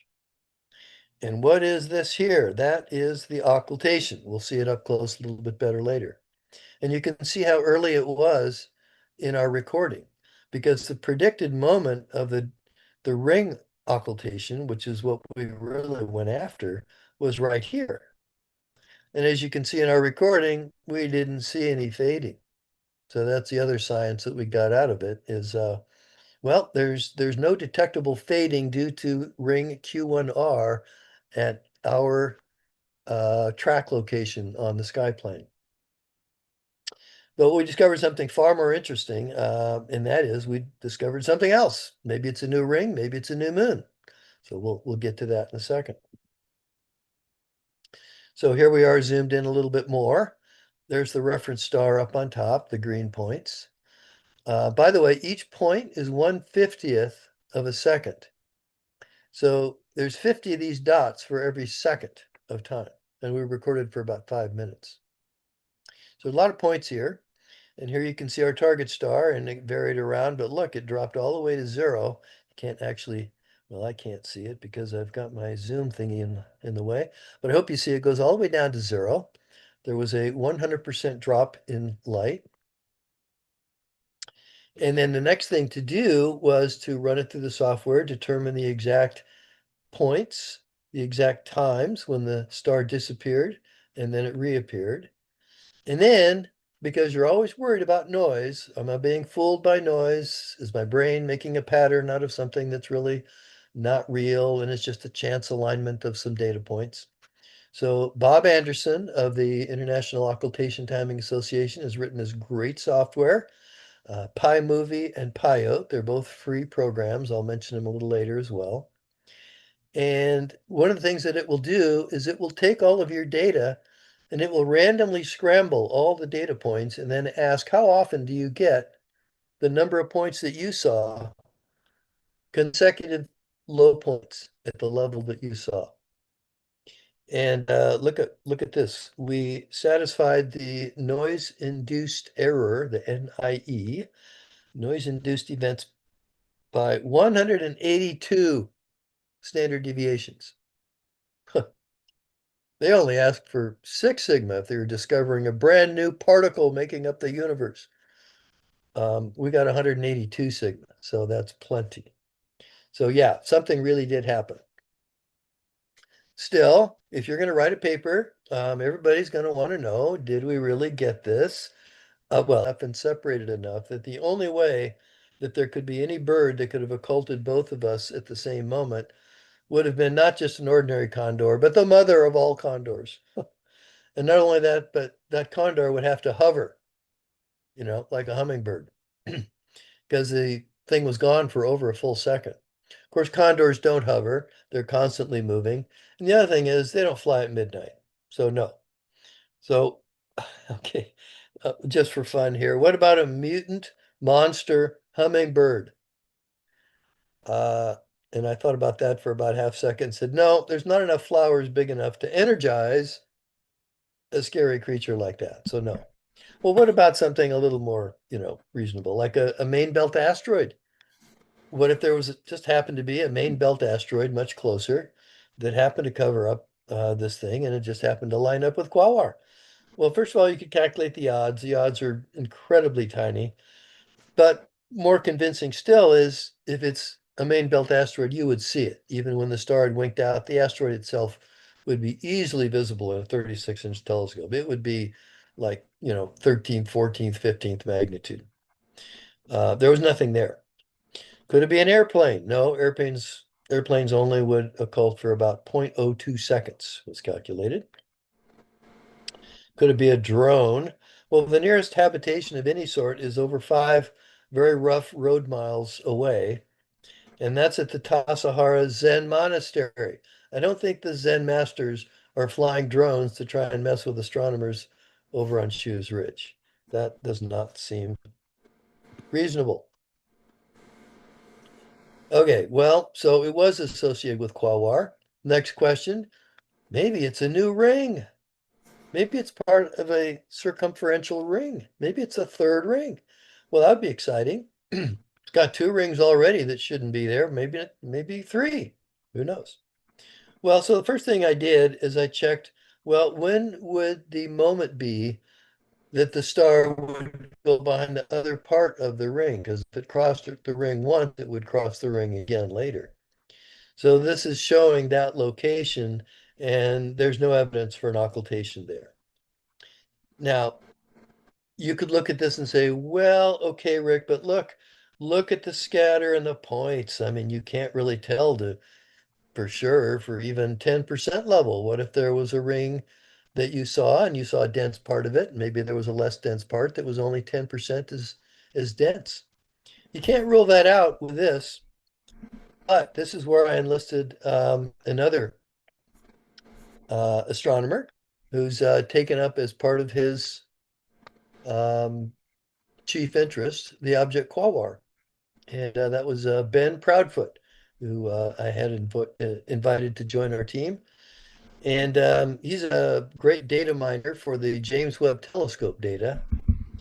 And he says, no, we've already got an occultation, not this one, but a different one, by the James Webb Telescope from last year.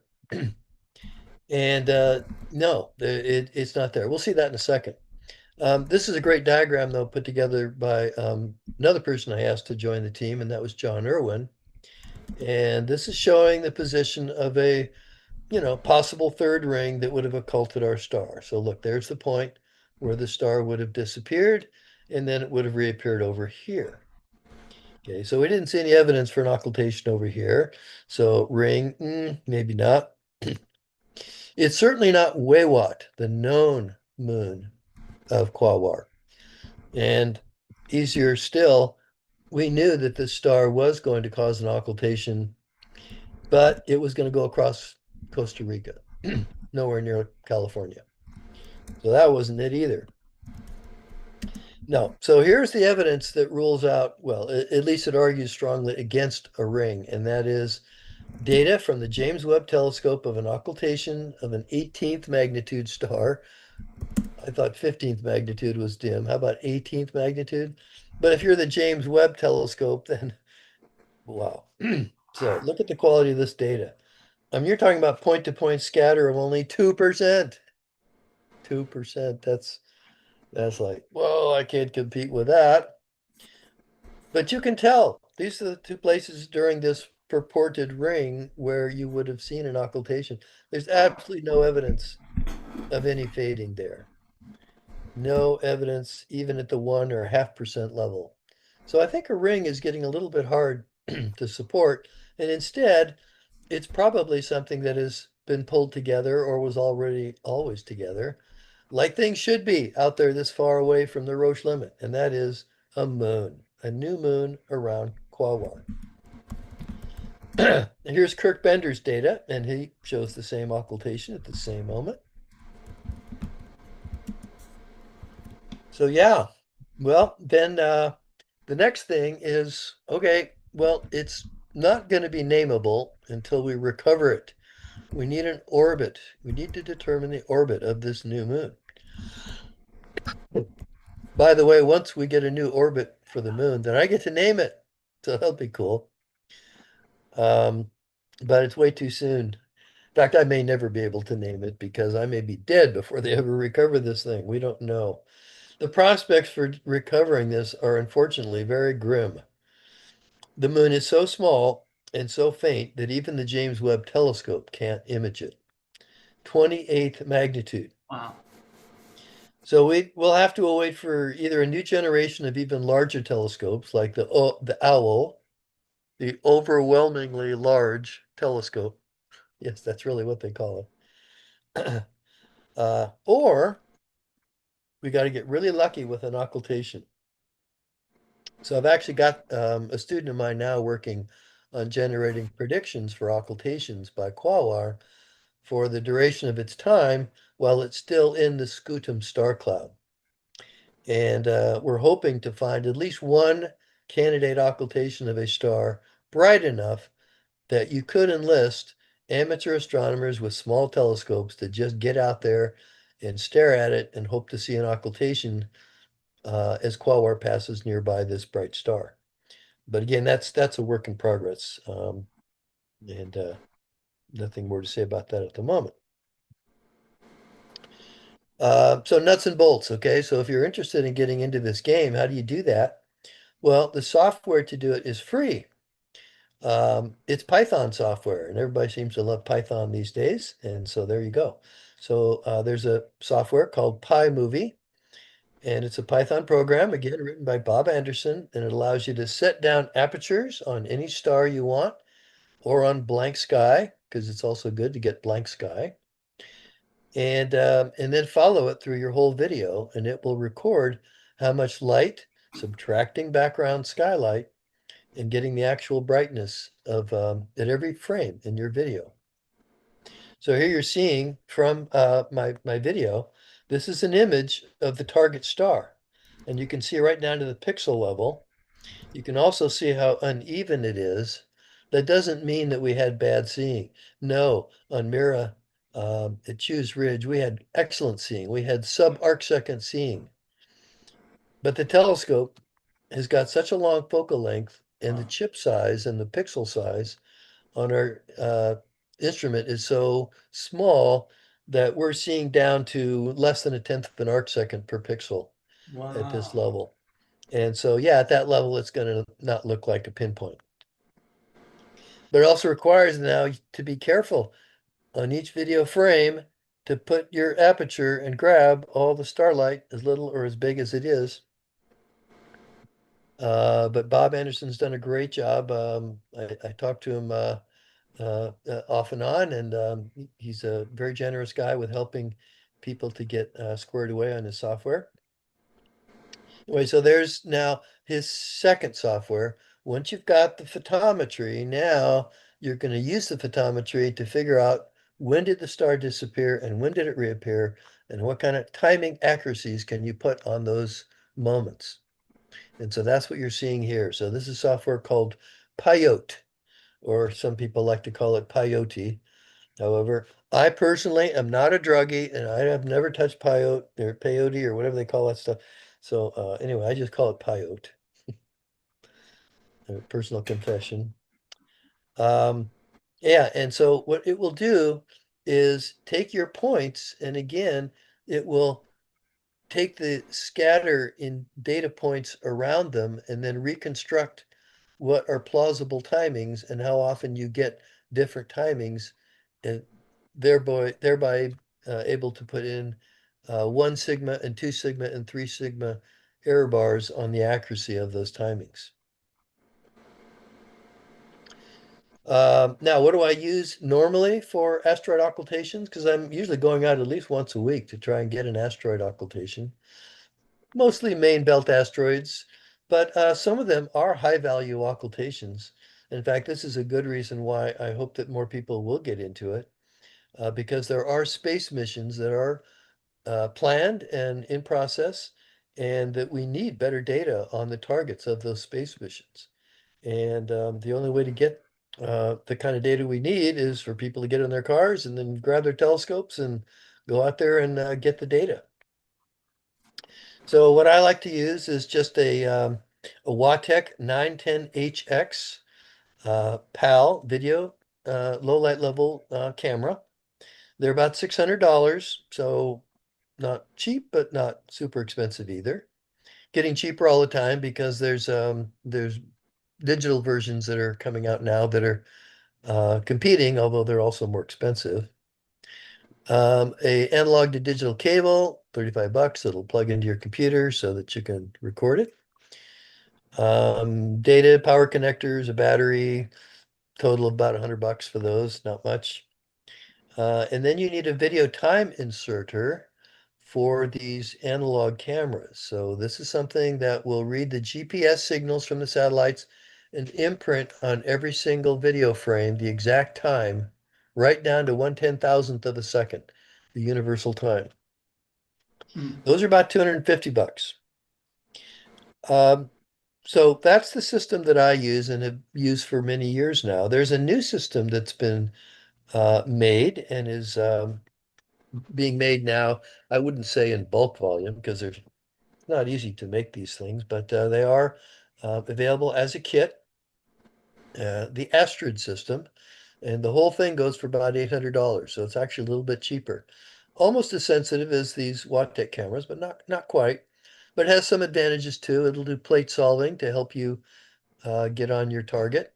For me, I have to aim the thing, hope that the Celestron telescope went to exactly enough the right place that I can look at the star patterns and use my analog brain to try and notice, oh yeah, that little triangle of stars, I think that's that one over there. Oh, that little rhombus of stars, I think that's those guys over there. Okay, I think I know what I'm looking at. Sometimes you don't succeed. I've had times, I have to say, when I've not been able to identify the star patterns and the event has come and gone without me. Just about everybody has had that experience once in a while. Yes. Anyway, a Windows 11 laptop, it doesn't have to be a fancy one.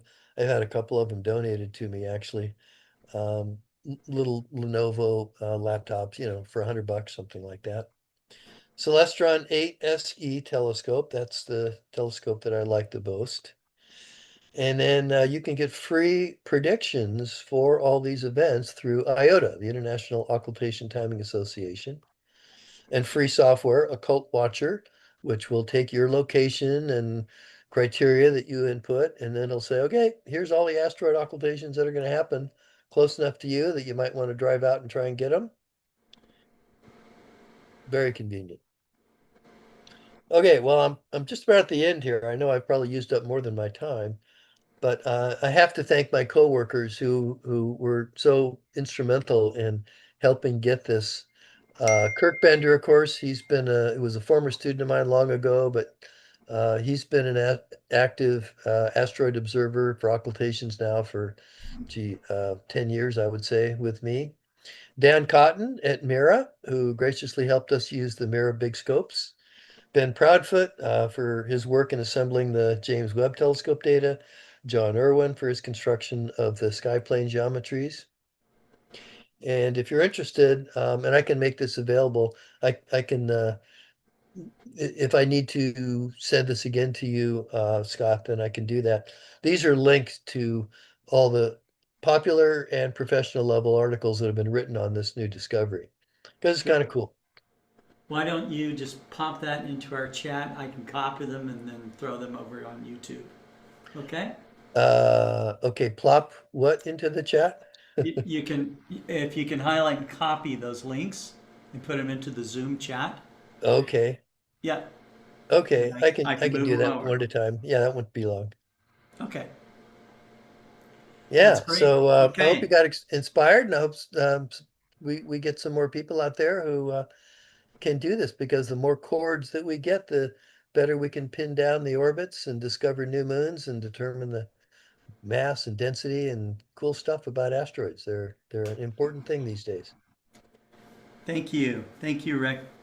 And we look forward to having you on next time. Very good. Thank you, Scott. All right. There we go.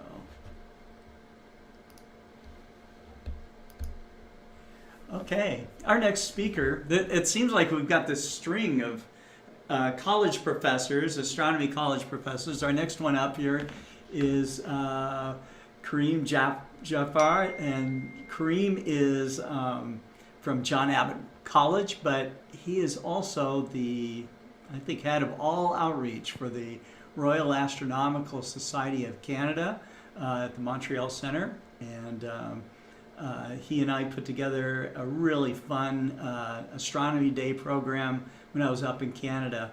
So, Kareem, thank you for coming on, and you've got one of these talks about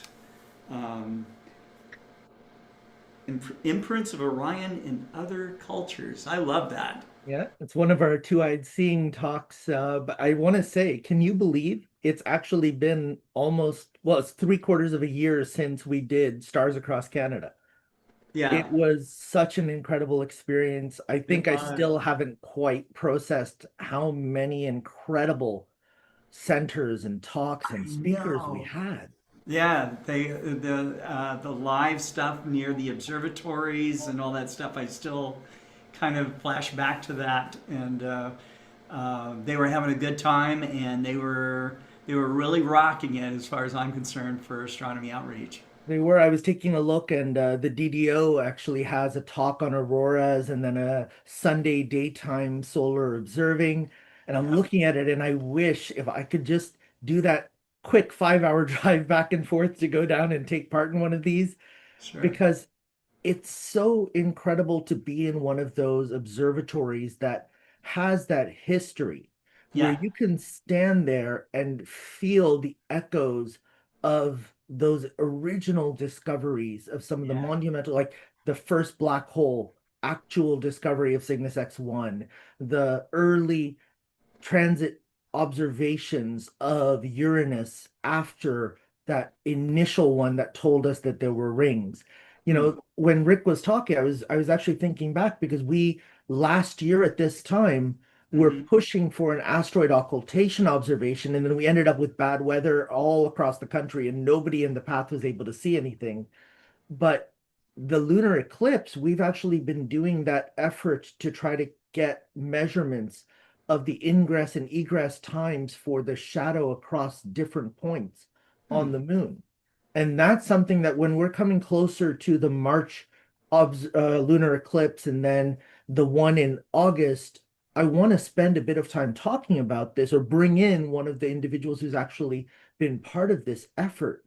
Because as Rick was saying, like, the more observations that you can actually get with precision and see not just the moments of specific astronomical phenomena, but the measurements of the transits, of the width of a gap, that's when you can see if there's something there that you're missing, a characteristic, a morphology, something that gives you a new discovery or a contribution to a better understanding of an existing one. Right.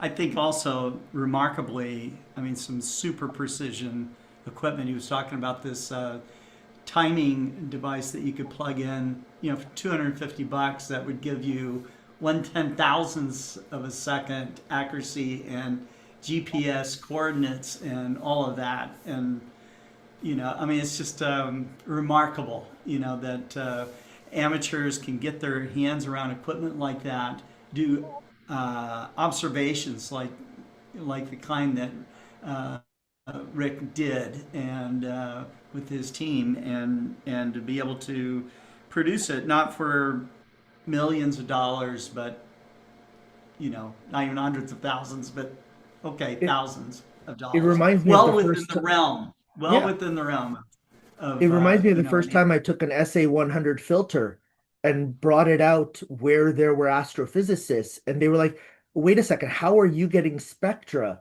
in this tiny little next star telescope? We've Yeah. never gotten to see the colors. We've only ever seen numbers and like bar graphs, and you're getting to actually see the alberio colors and blue and yellow showing different. And they were stunned that we have access to that as amateur astronomers or as educators, and that Yeah. it's not only affordable, it's easy to use. Right. And the code that he was talking about, like the Python code, there's so many. Oh yeah, and then the software programmers. I mean, Yeah. I know from working with software programmers how hard it is for them to do this work. Yeah. And they do all this work, and then they throw it out there for free. It's so benevolent. It is so amazing, that. Look at the packages for Affinity, right? That are available for astrophotographers, and it's all now free and available for us to like play around with our center members. Right. It really stuns me the direction that things are going, that it actually is welcoming rather than prohibitive in some way. That's right. That's right. Nice to see. Doesn't happen everywhere. It happens in astronomy. It does. That's right. Yeah, you're not going to find this as a rock hound or as so many other hobbies. Yeah. Although I would say that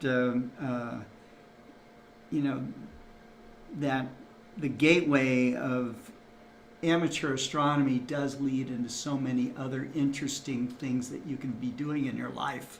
And the people that you meet, many of them are, they're showing up here. We got a nice spectrum of them here on Global Star Party, but they're willing to share their information. They're willing to interpret it in layman's terms, and that's not easy.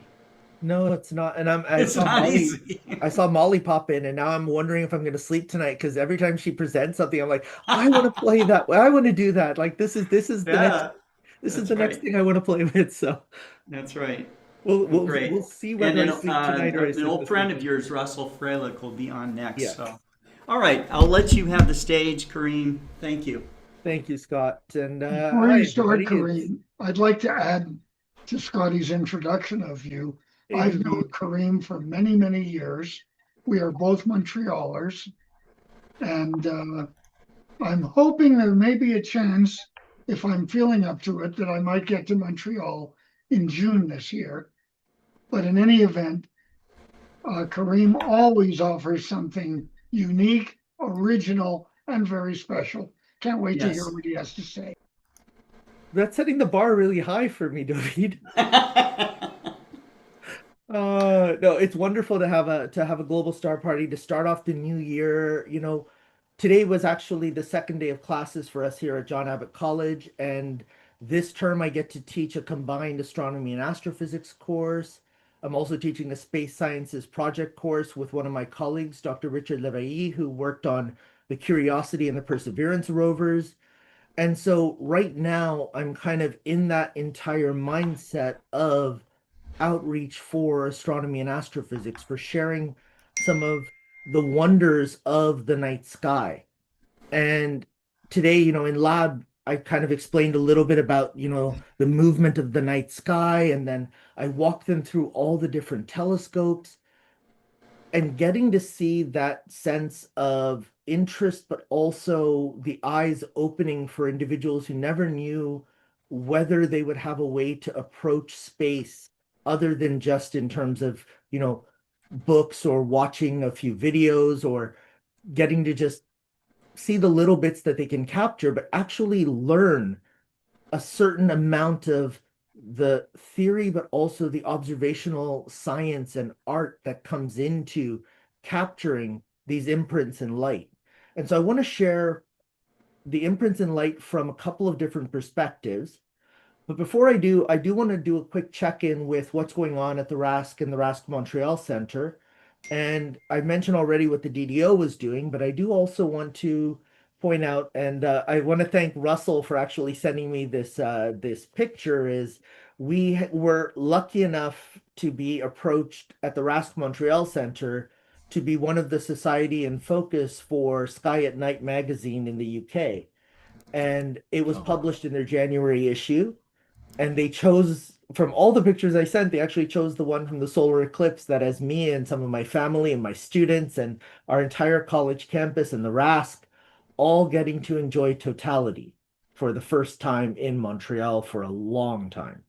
And we were talking earlier this week with some students about the solar eclipses and going to see totality. And I told them about David Eicher going down to Antarctica, and I talked about the fact that there are these total solar eclipses coming up that you would have to travel for. And that as much as I do want to do that, I also have this urge to stay here and show the partial view that we will get in Montreal on August 12th. It's not a large view of the solar eclipse, but it gets people looking, it gets people talking, it gets people trying to understand a little bit of what's happening in the movement of these bodies in our solar system. And I try to impart a little bit of this in mentorship relationships as well. So this coming weekend, I'm one of the speakers at the Canadian Space Conference, which is actually at the University of Ottawa this weekend, which is where both of my kids are now enrolled in programs. So they're going to be attending the conference that I get to present at, which is just, it's this sort of culmination of this journey that we've been making through our interest in space. And it's kind of neat to be in that position now where I can mentor the kids that also will be related or working with or being around my kids. And so that's kind of a neat little aspect that I just wanted to share with everyone. Because I mean, for the last, 5 years, Scott, we've had this relationship with the audience of the Global Star Parties. Yes. And I been watch nice. their posts on Facebook, and I see, you'll post a question and Harold will post an answer right away. And then I'll put a like, and then Norm will put a like, and then Tom, like everybody around it's as if we've kind of gone through this entire build of bringing outreach online together. It's lovely. That to we see. have. That we have. Yeah. The So people I always that start are with the land and sky acknowledgement. So even if I'm doing a two-eyed seeing talk, I still want to make sure to recognize that we are on, in Montreal, unceded indigenous lands of the Kanakahage and the Anishinaabe, but also that we share the sky with the indigenous individuals here in Canada, First Nations from across North America, and First Nations and ancient cultures from across the world. And I often talk about the moon when we actually have this, and we will label the moons, and a lot of the First Nations do, in terms of their connection to nature when the full moon occurs. But we just had the new moon 2 days ago.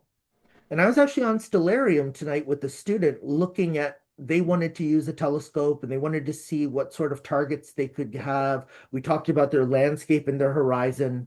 And we realized that with the very thin waxing crescent, they wouldn't have a chance to look at the moon. They would look at Saturn just before it sets, and then they would turn their attention to Jupiter and Orion. And Orion is what we're going to talk about a little bit more tonight.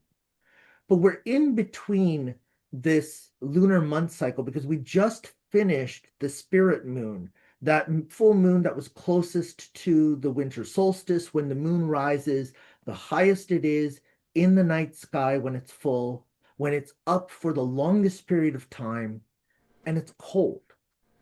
And so the idea of that spiritual connection to the moon is really dominant because you want to stay indoors. You want to just watch the moon through, curtain windows or something along those lines and just enjoy that full moon, but not venture out into the -20, -25 degrees Celsius that we have out here. But we've now moved into the Tom Cod spawning moon according to the Mi'kmaq. And that's because the cod spawning is something that you really have to be careful not to disturb their spawning grounds, because those cod are what are going to then feed your village over the next winter. And so these connections that we have to what's happening in nature, to the way that the moons are named by these different cultures, is part of this approach to two-eyed seeing that we take here at the Montreal Center and at the RASC overall. We talked earlier about the Astronomical League and some of the amazing articles in the Sky and Telescope magazine that refer to some of these constellations from other cultures. And the way we talk about them really has to be respectful to the knowledge that's contained. And that's one of the reasons why I'm going to go through this topic in a few minutes. Before I do want to mention that our RASC Montreal Center is building towards an incredible double feature next Friday, where we will have a mobile planetarium. And in that mobile planetarium, we're going to be having Trevor Keorlian from Plateau Astro share a little bit of what the Artemis 2 mission is going to be about. That's going to be in person. And part of the joy of this is that Trevor just got back from the rocket rollout. He was one of the individuals who was able to get to Florida and watch that incredible Artemis 2 rocket move out of the VAB all the way to the launch pad. And he's gotten a chance to meet Jeremy Hansen in the past. He got to see the spacesuits they'll be wearing. He's got his version of the fantastic mission badge. And Trevor's going to share a little bit of this. And then for the actual launch coming up in a couple of weeks, hopefully, we have our executive director, Jenna Hines, will hopefully be there for the launch with a lot of the other individuals from the Canadian space industry. And then two of our executives, David Schumann and Alexei Wiens, are planning to go down and try to photograph and video that launch from nearby. And so it's kind of amazing how much this return to the moon has started to kind of elicit some of that interest in the moon. But at the same time, I still want to really push this idea of mentoring students to kind of take their space journey onto their own control and their own self-direction. So we have an annual live stream that we do with some of my colleagues at my alma mater at the University of Guelph. And so Guelph Physics and our RASC Montreal Center are going to stream live from our event at the John Abbott College Agora with the mobile planetarium, but our live stream is going to focus on student activities for student clubs. And so we're going to share a set of resources that have been compiled by one of our RASC members. We're going to have a couple of different student clubs talk about activities that they do. And then we have this fantastic high school student. I want to bring him on to a global star party down the road because he created a tactile 3D version of the sky map of the star finders, of the planispheres, but it's with Braille so that individuals with difficulty with sight can still get a chance to appreciate the night sky, either while somebody is describing it to them or while they're seeing what they can with their own limited vision. And so the actual passion that he has in building this device and designing it, and then he has actually started a club of astronomy activities and talks for the Canadian National Institute for the Blind. And so I'm looking forward to bringing him on to a global star party. We're going to have him on the live stream, and the live stream is on our YouTube channel next Friday, 7 p.m. Eastern time, so anybody can join us during that live stream. Yeah, make sure you share it with me, Corinne, because I'll put it on my my social media pages. Fantastic. I'll be setting up the Facebook event. I'll share it with you right away. Okay, great. So I want to talk tonight about another aspect of two-eyed seeing, and this is specific to the winter night sky. And the winter night sky is something that we all in the Northern Hemisphere get a chance to appreciate to a certain degree, but also fear to a certain degree simply because of the severity of the weather that we can have.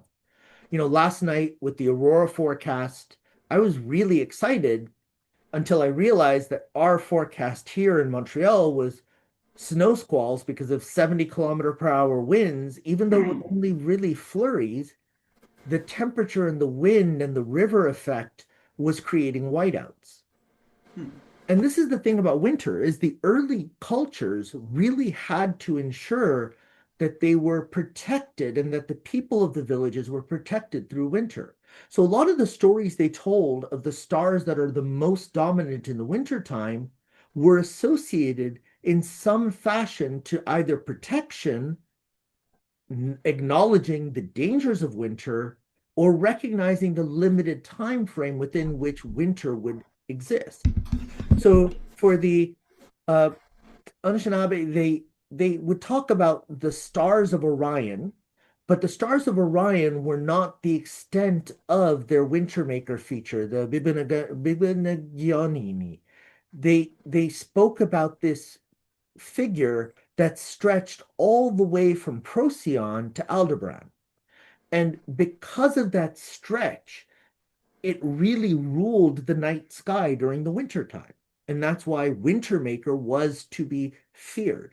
And they would talk about Wintermaker in terms of this domination of the weather, but then come February, March, the youth of the villages would be encouraged to build their bow and arrows and to fire arrows towards Wintermaker to scare him away and bring back spring, bring back the warmer weather.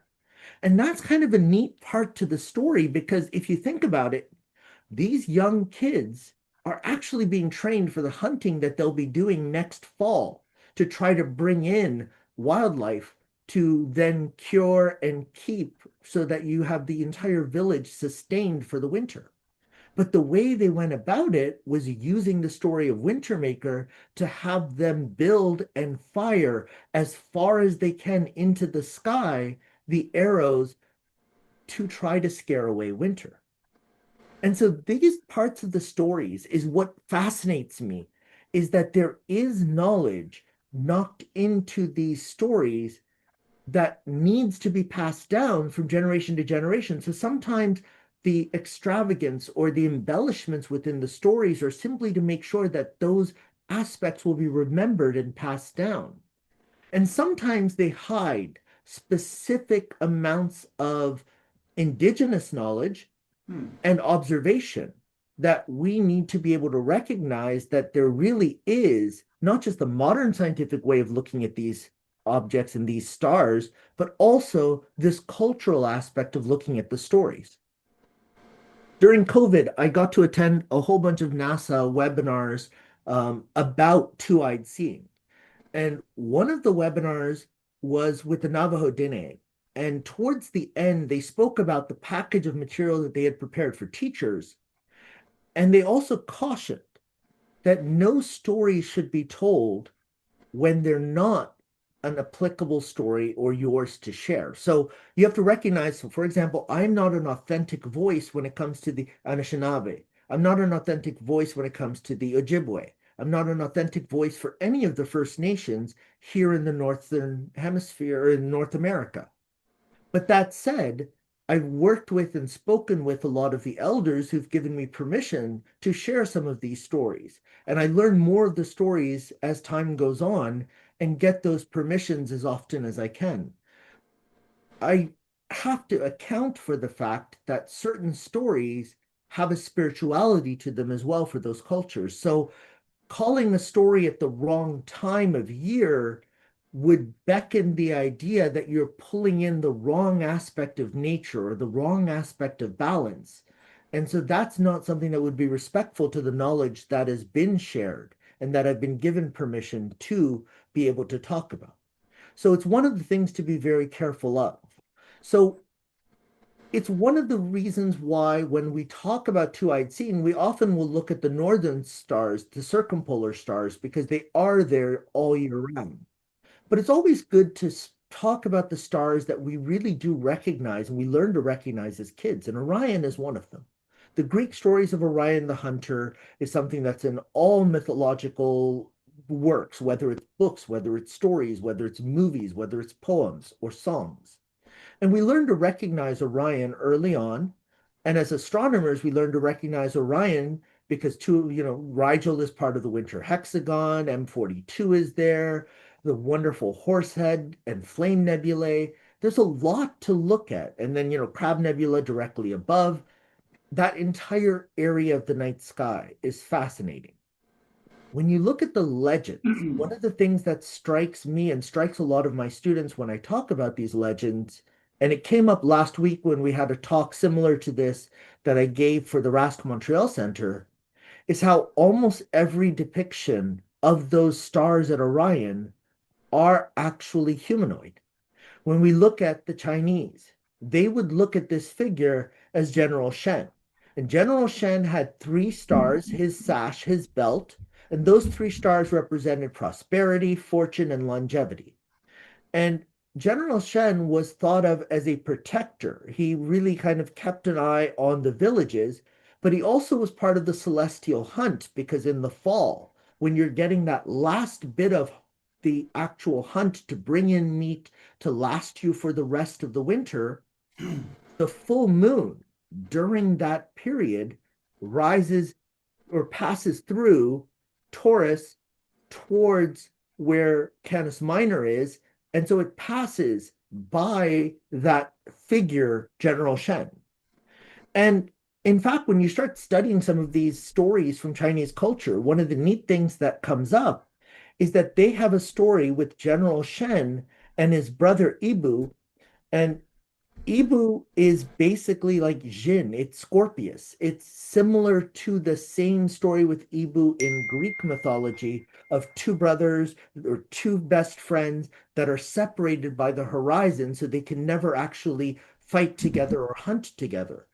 And so Orion and Scorpius always being in opposite sides of the sky was an acknowledgement that in the winter, you can't see those stars. And in the summer, when Scorpius is up, you will not see Shen. So you'll only see him at certain times of the year. The Indian cultures would look towards the stars and also see these types of figures, but they would associate them typically with God. So the Hindus would associate that area of the night sky with Vishnu. And the god Vishnu was always battling demons. And so there was not just bow and arrow, but there was also the axe to be able to behead demons. And when we get to the next solar eclipse, I'll talk a little bit about Vishnu and the sun and the moon gods, but it's kind of neat the way in which the same characterization of the same figures allows you to have a continuous storyline that makes it easier to remember and pass down from generation to generation. But I mentioned the Navajo Dene, and one of my favorite representations of the stars of Orion is actually the first Slender One, or the Slender Man. And the Slender Man has been pulled into pop culture as this horror figure that we have movies and books about. But the first Slender One was actually considered a protector in the winter when he was shown with a bow and arrow.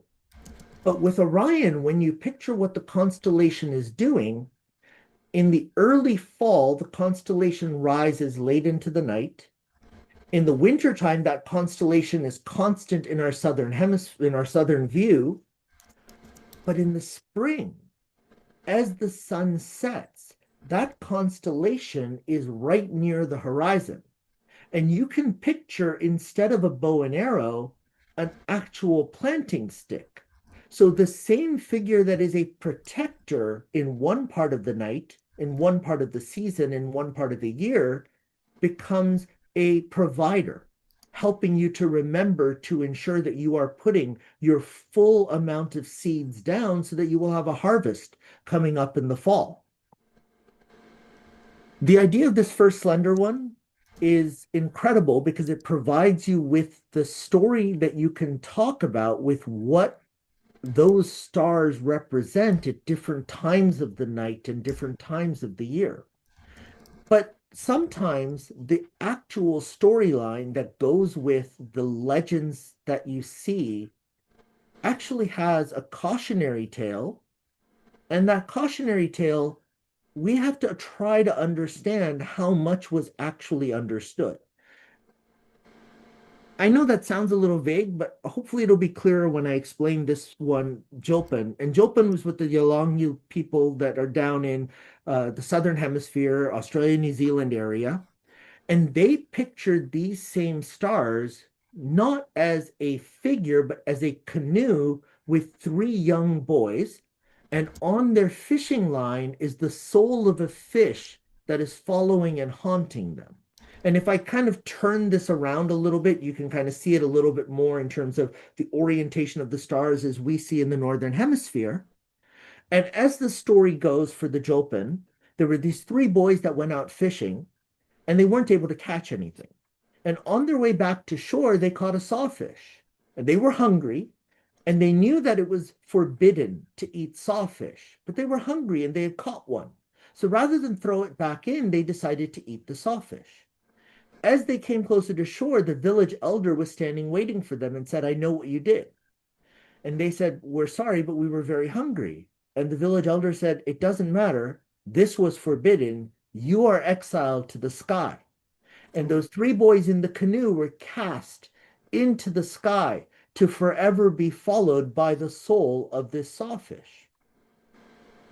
And that's the kind of story that when I first started into astronomy, a lot of the older astronomers would tell me, this is absolute nonsense. Why do you even care about these stories? And with the Jilpin, I started studying a little bit more about what the sawfish actually does. And a sawfish is a bottom feeder that stays very close to shore. And it turns out that the sawfish, as it moves through that bottom loose silt near shore, it actually puts loose these tiny, small fish and other organisms that, as they float up into the water, actually attract in the larger fish. And those larger fish can then be caught from the safety of shore by the fishers of Jilpin, of the Yolngu, and they can actually then sustain the entire village. So by eating or killing sawfish, you actually ruin the food supply of those people, of the Yolngu. Now, whether or not the actual biosphere and this connection between the sawfish and the large fish coming in was well understood by the people or not is not known. But what's understood is the story was important enough for them to pass down generation to generation, that as these youth go out on their first fishing missions, they should never eat a sawfish because it's sacred. Why is it sacred? No explanation in the story. But from our understanding of the biosystem, absolutely, they can't eat the sawfish or it will destroy their entire food system and the actual protein that they count on for survival. And so these stories that sometimes seem light or silly or strange can't be easily dismissed because there's knowledge within them that was needed to be passed down from generation to generation to generation. Another example in the Southern Hemisphere is the Swana. The Swana talk about the actual belt, those three stars being warthogs. And the sword belt, what we see with the Orion Nebula, are actually three dogs chasing the three warthogs. And the story that they tell is that those dogs can never catch the warthogs while Orion is up in the night, while those stars are up in the night sky. Now, why is this? It's because they don't want to hunt warthogs in the winter. Because in the winter is when the warthogs actually grow their litters inside and then give birth to those litters. And those litters will then grow to be the warthogs that they will hunt in the fall to have food, again, for the wintertime. And warthogs typically have litters of 3. So the actual information, the knowledge being passed down was, again, for the survival of the entire village. And that legend, that story, is better to connect with something that everyone can see and everyone can have that memory. Every night they go out in the wintertime, they see those stars, they see the three belts, and they think of the warthogs and the dogs forever chasing them, and they know that the warthog should not be caught during this time of year. And so the stories that we have of these different stars that we see in Orion, they exist in all different cultures. And this is just a small subset of the cultures and connections to one star within the stars of Orion, and that's Betelgeuse. And over many years, one of the assignments that I would give to my astronomy students would be to find stars in other constellations that also have meanings for different cultures.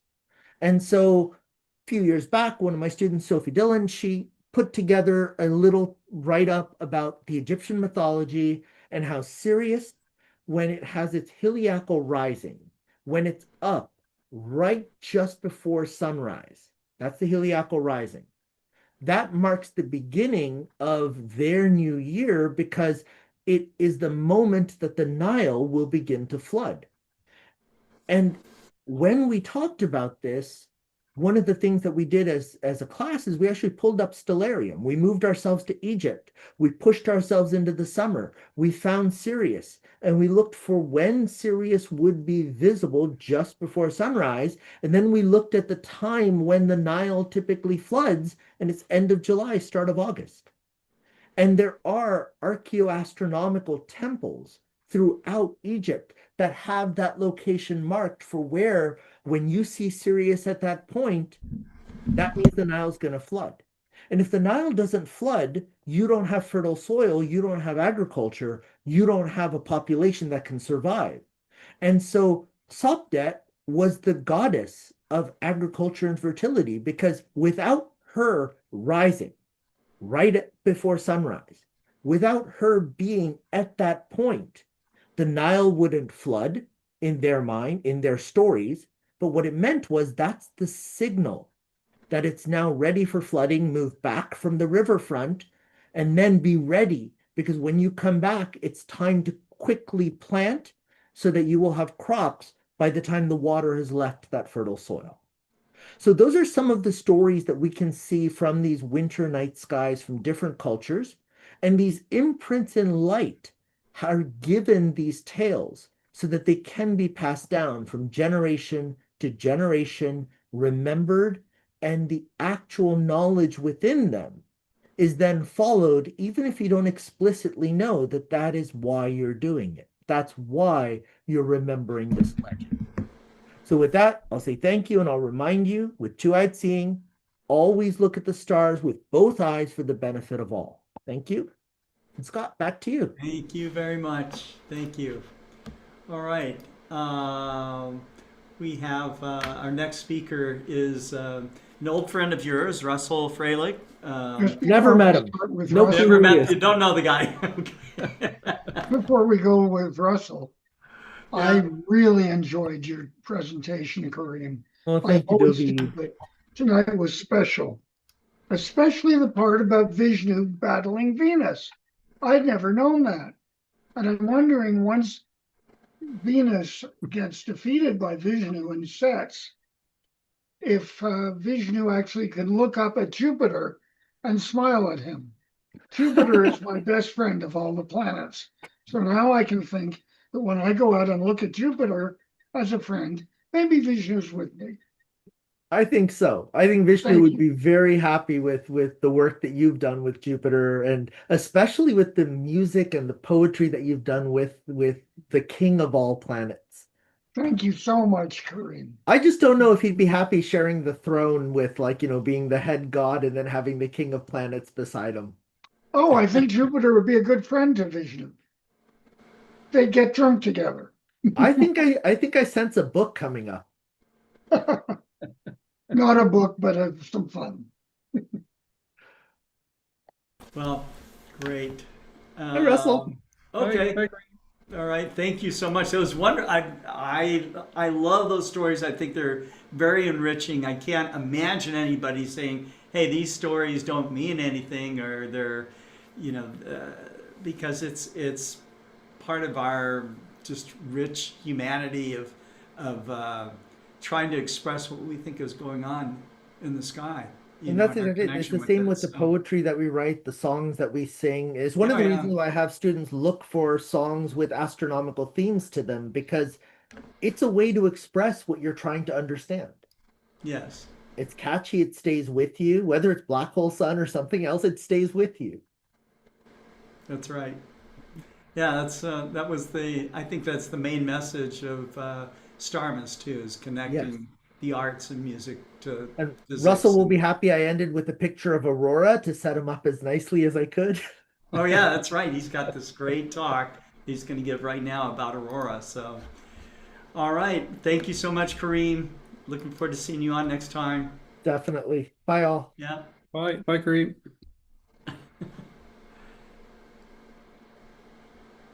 And here we are, Aurora and the Canadian Arctic. Hi, yes. Thanks very much. It's wonderful to see you again, Scott. It's been a long time. I'm really It's been a long glad. time. Yeah. Thanks again for the thanks again for the invite. And I'm telling a story too, but perhaps not so exotic as the ones that Kareem has been talking about. It's a story of my quest for a beach vacation last winter. And it went a little bit astray, but it wound up really, really nice. Very nice. So, yeah, thanks very much. My name's Russell Freilich. I'm a member of the RASC Montreal Center along with Kareem. And I think we have a very strange coincidence here. So Kareem mentioned, he and I are both based in Montreal. He lives probably about 40 kilometers away from where I am right now in the middle of the city. And he went to University of Guelph. I think Ron is based in Guelph, and so is my entire family. And actually, I grew up in the Guelph area. I went to high school there and everything. So I don't know what it is. There's some weird cosmic coincidence here. I don't know. Yes. Well, if you watched the magazine articles just recently, they were saying that Guelph is the best place to live in Canada. So I think we had it right all along. Wow. Well, that's wow. Geez, I can't afford to move back. Yeah, that's what I told my mother. Guys like you. That's right. Thanks again, Scott, for the theme too, imprints. I really think so. This trip started with an attempt last winter about this time. My wife and I were talking about what are we going to do in vacation, and my request was I really want to go on a beach vacation. I'm tired of this is a typical day in Montreal around this time. It's and we have lots of snow, and it takes like about 45 minutes to dig your car out every morning, and that's just the way life is around here. And I was really looking for a nice, relaxing beach vacation. And my wife said, no, I really want to travel a bit more of the country. So we actually compromised. This is where Montreal is in the country, where Kareem and I are right now. And we actually traveled here, a place called Churchill, Manitoba. And this was our mutual agreement for a Canadian, all Canadian February beach vacation. Oh, so what did chilling. we do? Sounds chilling. Oh, it's more than chilly. I will explain. Yes. So we flew actually to the geographical center pretty close of Canada, which is Winnipeg, which is a few hours north of the state of North Dakota. And we took the train 2 days to Churchill, Manitoba, at the top of this map. So it's our train. So it's like our version of Amtrak. Mm-hmm. And here I am in Winnipeg, boarding with a big bag of croissants and meals. So they don't have any meals on the train. You have to bring everything yourself for 2 days. Wow. And it was very interesting. And you meet a lot of, you can imagine the characters, the people you would meet on a train like this. And we met two women who were very quiet. And by the end of the 2 days, they started talking. And one of them was a project scientist for NASA JPL. And her best friend was taking her on a trip to Churchill to see the aurora for her retirement present. Oh, wow. So that was really interesting. We talked a lot about that. And the little picture, that's all the bags that my wife and I took for our 1 week trip. So we packed very high density packing. Yeah, not much. Not much, yep. Here's standing outside the train, and you can see it's getting a bit cold. And here's the interior of the train. So we booked this, and that's what we had, and that's all our bags. And it was very comfortable. And of course, after 2 days, it's not going very fast, and people get on and get off. It's sort of like the local milk run train, and you meet a lot of interesting people, and everybody likes to talk and likes to share their stories. So we really like that, and we told them ours. And at night, I had to take a picture of this. This is the crew on the train would transform your chairs into a bed at night. And I have to say, it was the most comfortable bed I've ever slept in. It's like, wow, it is so nice. And you look out the window, and there's just stars, and there's trees blurring by. Oh, that's cool. So I took a picture from outside, just trying to get an idea, and there was a crescent moon, and it was like, wow, it was so peaceful. I really liked it. The next morning, it's getting colder as we go further north. There's some of the cables in between the cars, and it's just all ice. Man. You were mentioning it was a little bit chilly. Yes, it was a bit chilly. Wow. After 2 days, we arrived in the morning at this place called Churchill, Manitoba, the end of the line and the edge of the Arctic Ocean, or Hudson's Bay, but it's the Arctic Ocean. And you get off, and this is the first sign you see. They are very proud to be the polar bear capital of the world, the beluga whale capital of the world in the summer, and many other things, including at the bottom, Aurora Borealis from late November through late March. And we arrived towards the end of February. And as you can see at the edge of the picture, there's another sign. Oh, what does this sign say? Welcome to polar bear country. And they have a lot of little rules, and I thought they were joking. So one was, you never walk at night after 10 p.m. I thought, geez, is it because, there are bad guys? No, it's because there could be polar bears in the town at any time. And when you walk in the town, there's not too many, there's only 800 people who live here. When you walk in the town, there's like 5 or 6 roads. You never walk anywhere near any buildings. You always walk, never alone, always in 2s or 3s or more. And you always walk in the middle of the road to give you a chance to escape in case a polar bear is around the corner. I thought they were kidding. The first night we're there, we go to the hotel, and at night I've got my camera and my little tripod. I want to take some star pictures. And the owner of the hotel says, "Where are you going, sir?" So I'm going to go outside to around the corner where it's dark to take some pictures. And she said, "Oh, no, you're not." Oh, dear. So here's rush hour. There's the street. And here's a view of our hotel. And it was very nice. Mm-hmm. And inside it was like this. And the place was empty except for my wife and I. And we were really curious. This place is really nice. And she said, "Yeah, you just missed our prior clients. That was BBC Earth. And 2 weeks ago was National Geographic. And then there's you guys. Oh, wow, we feel very honored." We just booked it online. We didn't know. It was very, very nice. Cool. So back to the beach vacation bit and the aurora. So we walk out to the edge of town, and there's the Arctic Ocean. And there's my beach vacation picture. Me sitting on the beach. Man. So my wife says mission accomplished. Yep, I'm wearing, I'll explain later, I'm wearing 2 of everything. Wow. So my wife was saying, well, this is the polar bear capital. Are we going to see any polar bears? And we found out while we were there, we're not really in the main season. We are in the main season for aurora, but not for polar bears. However, we see lots of these little murals that are painted. We also see a life-size polar bear at the local museum, which consists of like 2 rooms. And I went up, I talked to the people at the parks office about all the astronomy stuff, and they said, well, actually, we have a little display. And Churchill, Manitoba was one of the multiple sites around the world for the 1769 transit of Venus. where the Royal Society in England was trying to accurately measure the distance between the Earth and the Sun using a transit of Venus. And this was one of the locations where they'd set up everything. Like, oh, that was pretty interesting.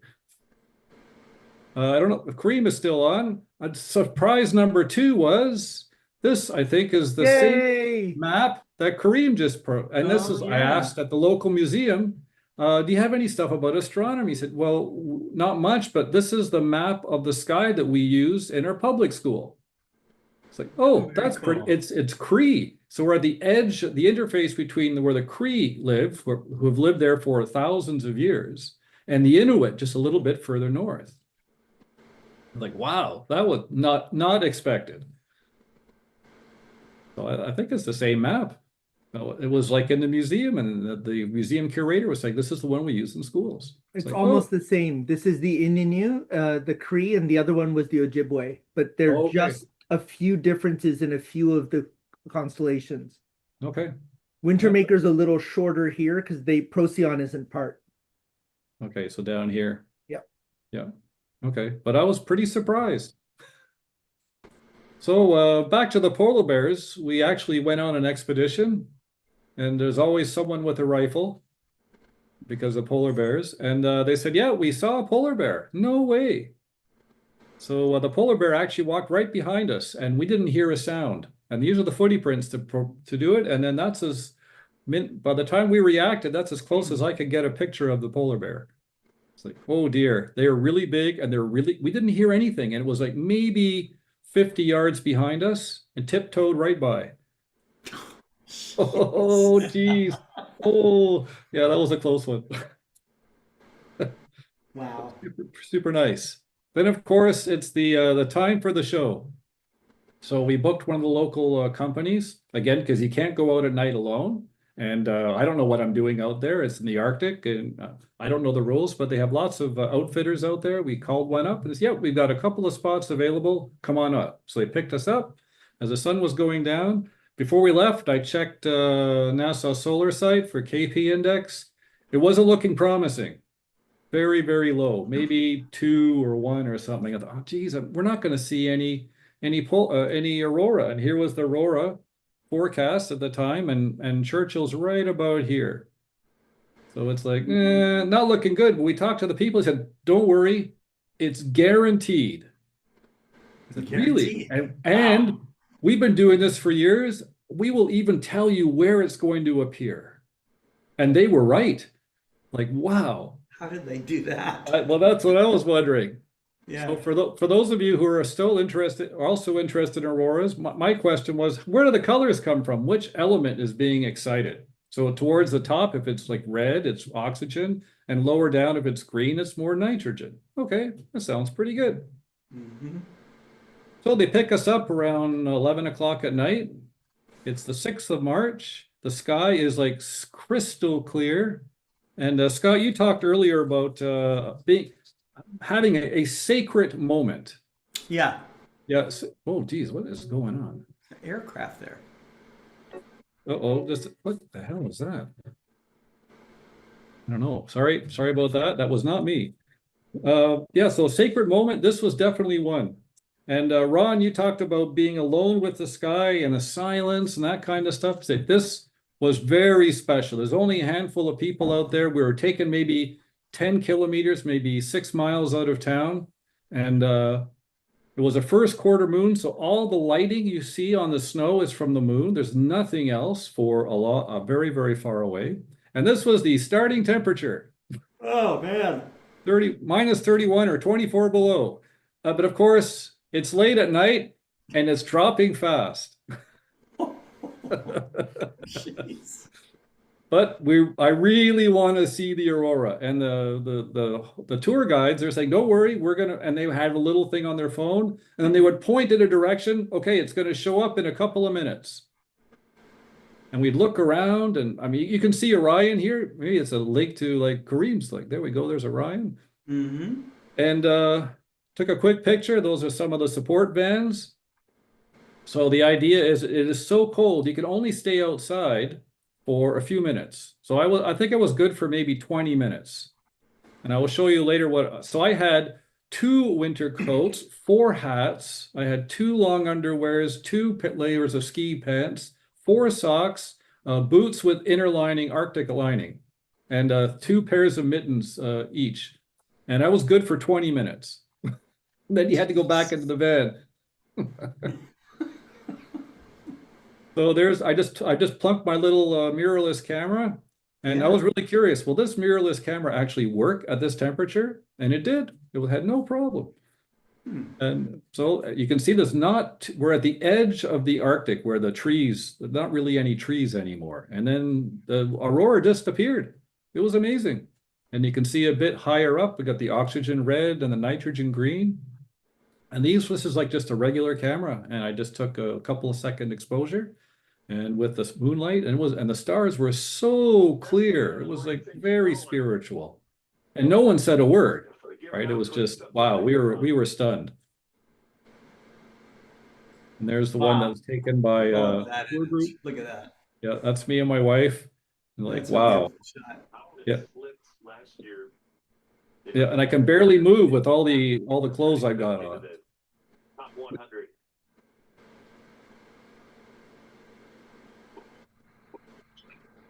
And then here we go. That's our entire group.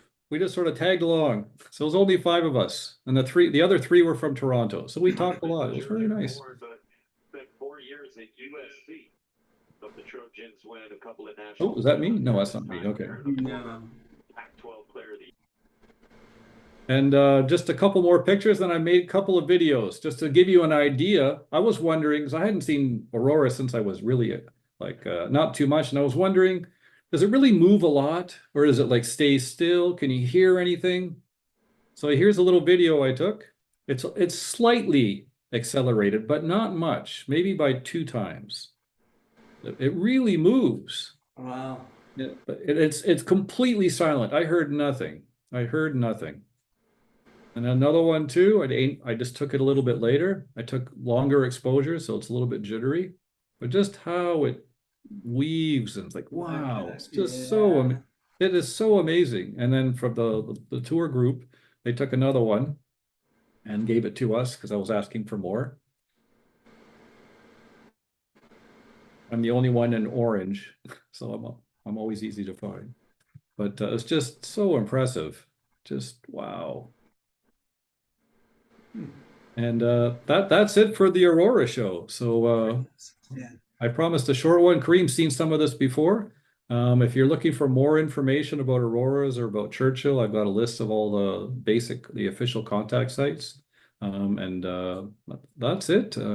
And of course, I'm a proud member of Montreal Center, RASC, and looking forward to do more of these shows as I go. I'm going to be going to do astronomy at 20 degrees north latitude next month when I take my father to Mexico for his vacation.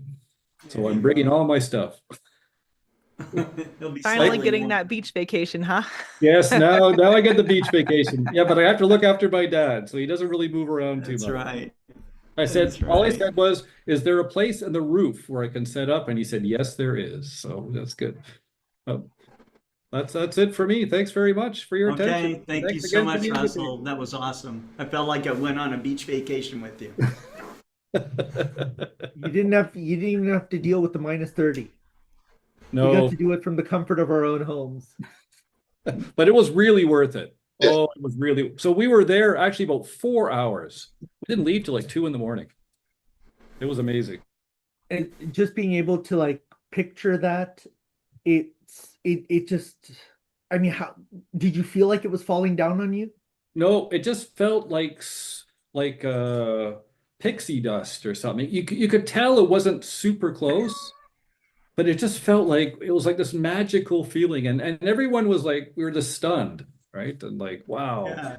And it just kept on going, and it would fade away, and then we'd be concerned. Look, is that it? Is that it for the show? And the tour guides, no, just checking. We're checking.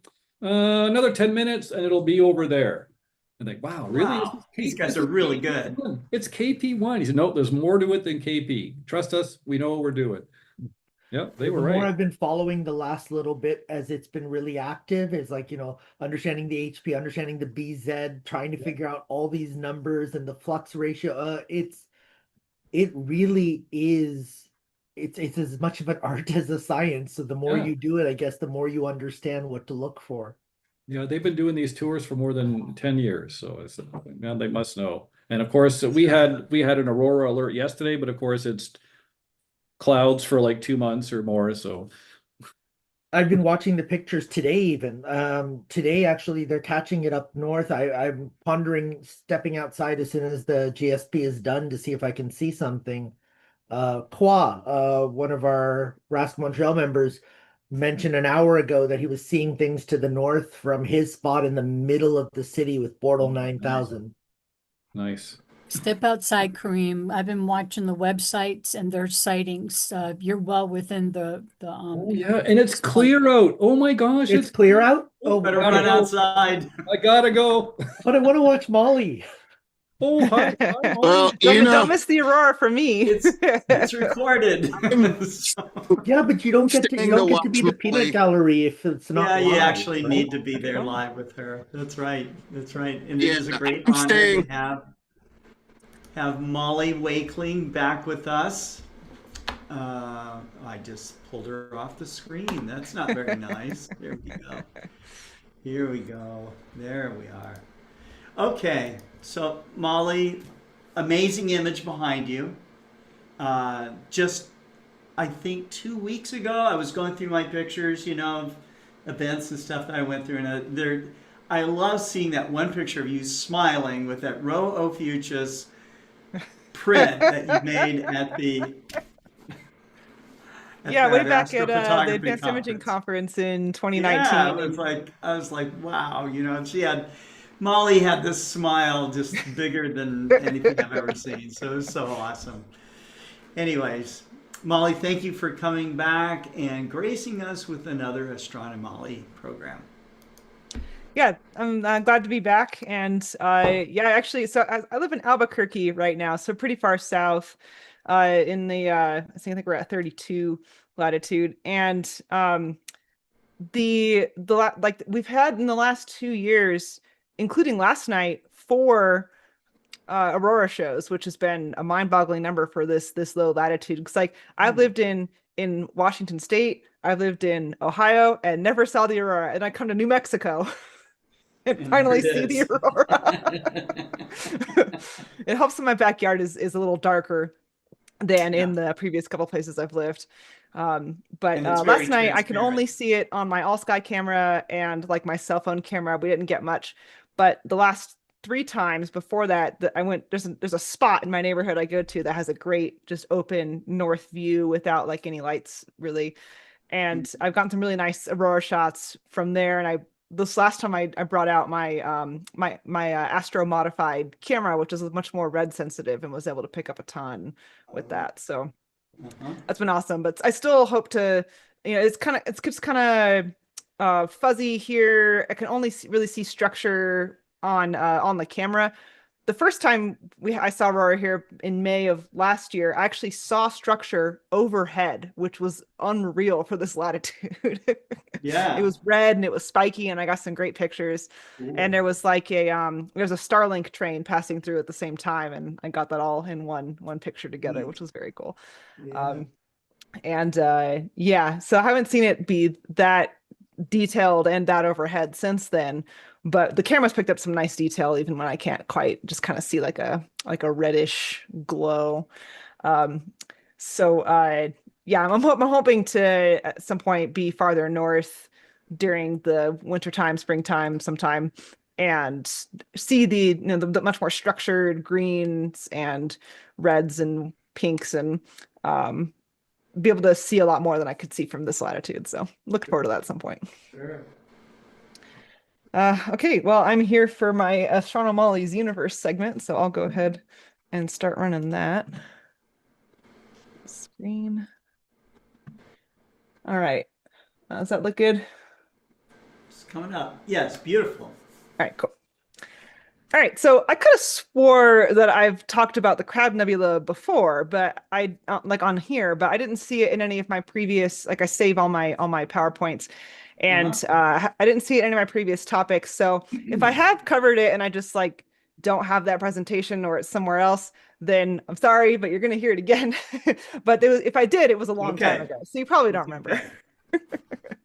The Crab Nebula is like without comparison in the sky. It's one of my favorite astronomical objects. It's not super amazing to look at visually as some of the other ones I like to look at visually, but there's so much cool stuff happening in it and so much cool stuff going on. And then when you image it, particularly if you get an opportunity to image it in narrowband, it's truly mind-blowing how much detail is there. And this is my picture here. This is not the Hubble image. And I made it, I colorized it like the Hubble image, and I'm really pleased with how that came out. But it is exceedingly detailed, especially when you can image it in narrowband. So we'll go ahead and hop in here. There we go. Okay. So a couple of quick notes on what is it. So this is the Hubble image here, this one. It is a supernova remnant. So that's extremely cool just to begin with. It's powered by a pulsar, which is the remnant of that supernova. And I'll talk more about that here in a bit. And it exploded in the year 1054 AD, or at least that's when its light reached us here. And so one of the more recent supernovas that have been visible from people observing them from the Earth. So if you want to go find where this is out in the sky to go look at it through a telescope, and you don't need a whole lot of telescope to be able to see it. It's kind of above Orion, kind of with like a almost an equilateral triangle with Orion's head and Aldebaran. You can also see it's not far from the end of Orion's outstretched arm or his bow, or however that's illustrated. I kind of see it as him with his arm above his head holding an arrow that he's about to nock. Is kind of how I always see this. And yeah, so it's actually relatively easy to find. You can see on this chart that it's just a couple of bright star hops away, and it's pretty bright. You'll stumble across it as sort of a gray fuzzy patch. So some fast facts about it. So it's relatively bright for a deep sky object at a apparent magnitude 8.4, too dim to see naked eye, but under good conditions, I've read that you can see it with binoculars. But it's definitely visible in pretty much any visual scope that you might have. Definitely really any sized Dobsonian. It's about 6,500 light years away, so not too far, but inside of our galaxy, inside the Milky Way. It's 11 light years across, and so on the sky that makes an angle of about 7 by 5, 6 by 4-ish arc minutes, depending on which source you're looking at. And it's expanding. It's still expanding today, and because in astronomical terms 1,000 years isn't that long, and it's expanding at a rate of 1,500 kilometers per second, which for us here in the States is 930 miles per second. So imagine something expanding at 900 miles per second. It's kind of unreal. Yeah. Hang on. There we go. Okay. Energy. There we go. Okay. So a little bit about the supernova. So it was recorded by Chinese, Japanese, Arab societies as a guest star. It was likely brighter than Venus, somewhere between -4.2 and -7 maximum magnitude. So it might have been visible during the day. And even though it was recorded by these societies, it was almost certainly seen by pretty much everybody, because Taurus being kind of near the ecliptic there, it's going to be visible from the northern and southern hemispheres. So I didn't go look and see if there was any places where you wouldn't be able to see it, but like the majority of the populated world would have been able to see that for sure. It is a core collapse supernova of one of a couple types. It could be type 2, could be type 1b or c. And the mass of the original star was somewhere between 9 and 11 solar masses. And this picture on the right here is a Hubble time-lapse image across, looks like, what was it, about 2 months. And you can see shock waves still rippling out from the progenitor star, from the pulsar that's still there, which is extremely cool. And that's just over the course of a couple months. You can still, it can pick up these changes in the detail of the center of the nebula there. And so the what is left of the supernova is the Crab pulsar, and it's a pulsar is a rapidly spinning neutron star. A neutron star being an extremely dense core left from the supernova, and it's so dense a teaspoon weighs something like 1 billion tons. If you can imagine, it's the density of an atomic nucleus, but like 10 to 20 miles across. So they're absolutely like superlative objects, like completely mind-blowing.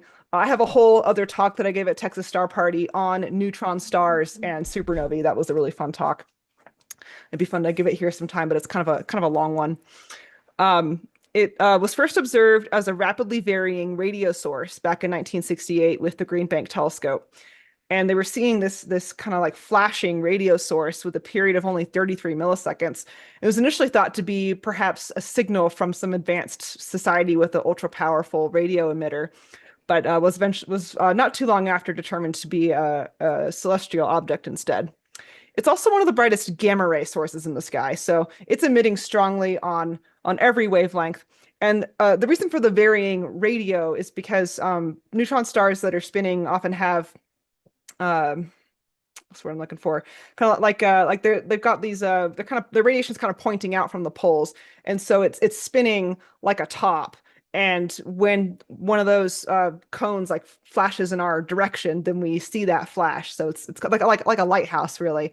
And so we're seeing that radio flash from the radio lighthouse every 33 milliseconds, which is about 30 times per second is how fast this star is spinning. This 18-mile wide star is spinning some 30 times per second, which is really, really hard to imagine something that large spinning that fast. Yeah, I mentioned it's about 17 to 19 miles in diameter, and it's 148,000 times the luminosity of the sun for this like itty bitty object, because there's some really crazy energy dynamics happening in neutron stars, particularly in pulsars. Lots of weird magnetic field stuff that's just emitting gobs and gobs of light. And it is actually slowing down over time. It's losing about 38 nanoseconds per day.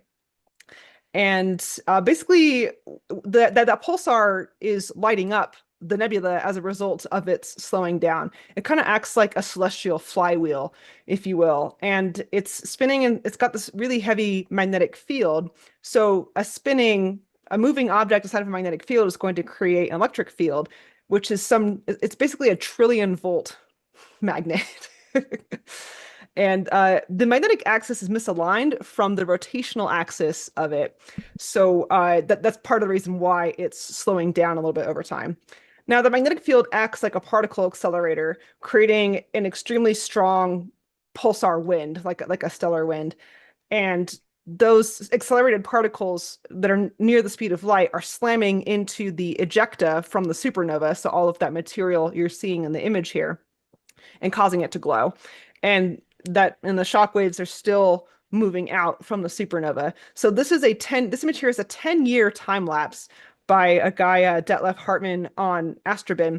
And when I first came across this, I was floored, because you can really see not only the expansion of the nebula on a very human timescale, but also you can see those ripples in it. And this is like an amateur telescope here.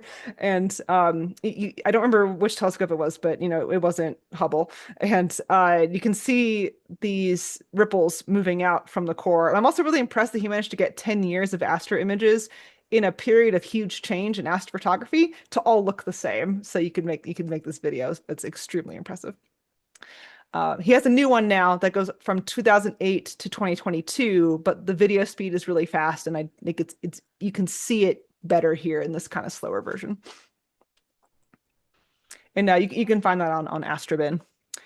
So I really like to, in this segment, show what these objects look like in other wavelengths, because they can look dramatically different from how we're used to seeing them from like optical Hubble images or amateur images. So here, and like I said, it's very bright on every wavelength. It's extremely luminous all across the spectrum. So on the left here, we have the radio image from the National Radio Astronomy Observatory, the Green Bank Observatory. And you can kind of see how it's even got structure in radio, which is incredible because oftentimes with radio images, you don't see a whole lot of structure. Over on the right is the Spitzer infrared image. So you can see some cool structure there. I don't have handy what the wavelengths are for that Spitzer image. But as I was looking up some examples to show here, I came across James Webb has also imaged it in infrared. And obviously with its far superior resolving power, it was able to pick up some pretty incredible detail in the infrared there as well. Looks rather like the optical image, but you can kind of see a little more on the kind of out toward the edges here. So in the ultraviolet image, a little less detail, also potentially a result of the telescope. This is from Swift, spanning 193 to 260 nanometers. On the right is the X-ray image from Chandra, and you can see this really cool like outflow looking thing. I didn't have an opportunity to go look up what that is, but it probably is some kind of outflow from I think that's the pulsar itself. There in the center, very bright X-ray source with a lot of cool structure. And now in gamma rays, much less structure to be seen. Those are really coming from the pulsar itself because of all of its crazy magnetic fields as opposed to the nebula. But it's worth noting that the gamma rays that it's outputting are in excess of 100 mega electron volts. For reference, optical light is 2 to 3 electron volts. And 100 mega electron volts is extremely, like, there's no natural radiation sources like on the planet, or even really ones that we can manufacture, that have gamma rays that high energy. That has to come from some pretty insane physical processes. And I think I was reading, we detected some gamma rays from it that were tera electron volts. So that's so mega, giga, tera, that's trillions of electron volts in energy, which is you need, like, the Large Hadron Collider is TeV energies of accelerating protons. So really crazy physical processes happening out there. And this is from the Fermi Gamma Ray Telescope. So some notes on observing. So visual observing, the best time of year to see the Crab Nebula is between November and April, depending on how late you're willing to stay up for the earlier months of the year. And it's in the constellation Taurus. It's visible in small telescopes, but I haven't tried looking at it yet with an O3 or an H beta or a nebula boost filter to see if I can see any detail. I have a 16-inch Dob out at my dark sky property in Arizona. And next time we're out there in the wintertime, we'll have to try that with one of these narrowband filters to see if we can make out any structure on it. I was doing some reading, and some folks with some larger telescopes were able to see some of the filamentary structure visually with one of these filters. So I'll have to try that. Otherwise, it mainly looks like a gray smudge, but like many things in astronomy, you are looking at this kind of gray smudge in the sky, and you have to appreciate what it is that you're seeing. The fact that you're seeing a supernova remnant that is powered by a tiny star that is extremely dense and is spinning 30 times per second and illuminating this nebula as a result. And that light is being absorbed into your eyes, and you're getting to see some incredible physical processes playing out in this gray smudge in the sky. So it's really helpful to kind of know what you're looking at too, to really appreciate it when you're doing particularly visual astronomy, but really any kind of astronomy. Photographically, it's very, very strong in narrowband, so you don't need a big telescope or a lot of exposure time to get a nice image of it. It's also great in wideband or one-shot color, but because it's pretty evenly, like you can see in the image here in the background that there's a lot of gray because it's like a lot of the red, green, and blue are just sitting all on top of each other, and it's got a really cool like blue halo and really cool red hydrogen structure, but the middle is just kind of a gray, so it can be a little tricky to make look really nice in wideband, but still a pretty cool image and really great in narrowband. It's oops, I didn't update some of my notes here. You don't need much of a field of view to see it. I've imaged it in my Schmidt-Cassegrain. I was updating these slides. I must have missed this part of this one. I've imaged it in my Schmidt-Cassegrain, which is about let's see, I have one that's at 1700-ish millimeters focal length, one that's at 2300 millimeters-ish focal length. You can put a lot of focal length on this. You can also use a shorter focal length scope. You'll get a little bit less detail, but kind of see it in the field. And you can see in this image here a little bit, there's a little blob of dust here. So because it's in Taurus, there's a lot of dust around the area. So you could make a really cool, deep, dusty image. And you don't need a whole lot of light on this image to make on this target to make a nice image. So here's my image again. I'm really excited about it. Crazy amount of detail. Yeah, I'm really, really pleased with how that came out. And that's what I got. Molly, thank you. Molly, we're really pleased with how that image came out too. And I've watched as you've gotten more and more detail to the point you're squeezing a whole lot of it out of your images now. Of course, I think you're imaging a whole lot longer, aren't you? How long are your exposures these days? So for the last couple of years, I've been able to do 30+ hour exposures, but what's really happening now is I have a telescope out at Starfront, which is a remote observatory in Texas. And like you hear when you're growing up in astrophotography that, you know, dark skies are king, right? And then you image from your backyard. I'm like, oh, but I'm getting all these nice images. And like the amount of difference even between like a long exposure time from a fairly light polluted area versus even a medium exposure time from a dark area, not only is it easier to deal with backgrounds and gradients and stuff like that aren't really there, but the images are just better. I have better color, I have better detail. They're easier to process in a lot of ways. And like it's been even more of a game changer than I thought it would be to have a telescope out there. See, how long was this one? I think this one was also at about the 30-ish hour mark. Which includes a little bit of wideband red, green, and blue to get naturally colored stars into it, but mostly hydrogen, oxygen, and sulfur. Super job. No, Super job. They look good. Really and awesome. yeah, all of those hours, that's a long time. In the cold, I tried sitting out for 1 hour and I gave up completely. Oh yeah, like this is all like I've been operating in the backyard since about 2020-ish. And fully automated in the backyard about a year after that. And so between my fully automated backyard and my remote telescope in Texas, I sleep at night and it's great. Yeah, and you're able, one last question, Scott. You're able to combine the data from both your backyard and your telescope out? I haven't. I may do a project on that at some point, but my backyard telescope, that's the same telescope as the one out at Starfront. I have a one-shot color camera on, and the one out at Starfront has a monochrome camera. And while you can combine images from the two, it's a real pain. Down the road maybe, but you're already getting great images no matter which one you pick. So thanks. Fantastic. I want to make one more note on the Crab Nebula image. If you've imaged it in narrowband and you're wondering how I did the colors, because usually in narrowband, the Crab Nebula comes out very psychedelic.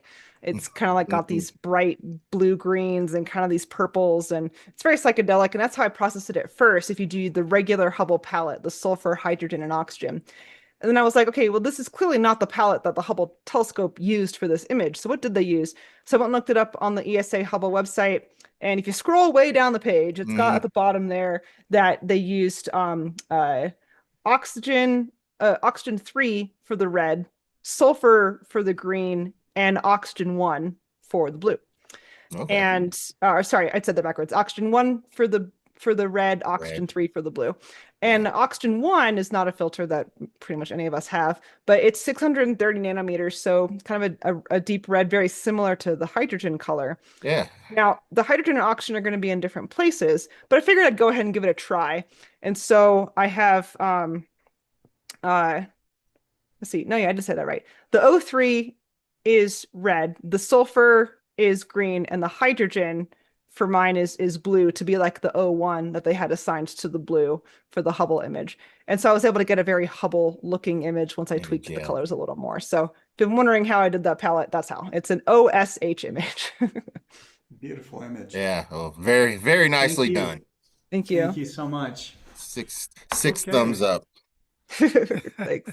All right, our Thank you, next Molly. Excellent presentation. Thank Yes. you. Our next speaker is Robert Reeves. Hi, Robert. Robert Hey, is Molly. going to be happy to know that the 177th Global Star Party, the theme will be about the moon. So I'll be talking to you to kind of dial in that theme for something maybe a little unexpected. So, Alrighty. all right. So thank you for hanging in there with us, and it's great to have you back on Global Star Party. I'm glad to be here. And Molly, I'm very honored that Astronomy Magazine used 2 of my moon images in your column this month. Oh, excellent. Yeah, so yeah, before I hop skip across the moon real fast, I just wanted to make some observations. First off, Diana was on earlier, and current editor of Sky and Telescope magazine, and I was thinking while she was on, my gosh, I've been reading Sky and Telescope magazine longer than Diana's been alive. So kind of makes me reflect how long I've been in this game. But the other thing, of course, many of y'all know that my dear wife, Mary, has been very, very sick with ALS. Well, she finally passed away last month. She's no longer suffering. And on the other hand, I'm no longer tied down being her 24/7 caregiver. I was shattered, of course, when she passed, but so many dear friends, in particular, my longtime dear friend, Ann Adkins, almost literally grabbed me by the collar and flung me into 2026 and turned my year around. And I just want to announce I am back with astronomy. Robert Reeves is back. I'm going to NEAF. I'm going to the Texas Star Party. I'm going to the OzSky Star Party in Australia. So I'm not looking back. I'm looking forward. And I just want to thank everybody for being so supportive. And I'm so happy to be back on the Global Star Party. Thank you. So Thank you. let me see if I remember Your how to condolences. share. Well, thank you. See if I can share here, and bingo, I think it's working. Alrighty. Well, like I said, a hop, skip, and jump across the moon real quick. A little while ago, Celestron sent me a CPC 925 telescope so I could get some hands-on it, experience with it, and rewrite the user manual, which is way out of date. And the day after Christmas, I had it set up and I was looking at the moon, and it was so lovely. I said, I just got to run in and grab my camera and my planetary camera and laptop and throw it on there. And for about half an hour, I captured some really nice images of the moon. So I just wanted to proceed through those and kind of explore the moon a little bit, what I saw that night after Christmas. And nope, we're going to have to do it the old-fashioned way and use, there we go. Now, one thing that really struck me, the very first thing the telescope dropped onto was something that I've heard about, I've written about it. It's something that everybody talks about, the lunar X. But in 20 years of observing the moon, I had never seen it myself. It's always been at the wrong time.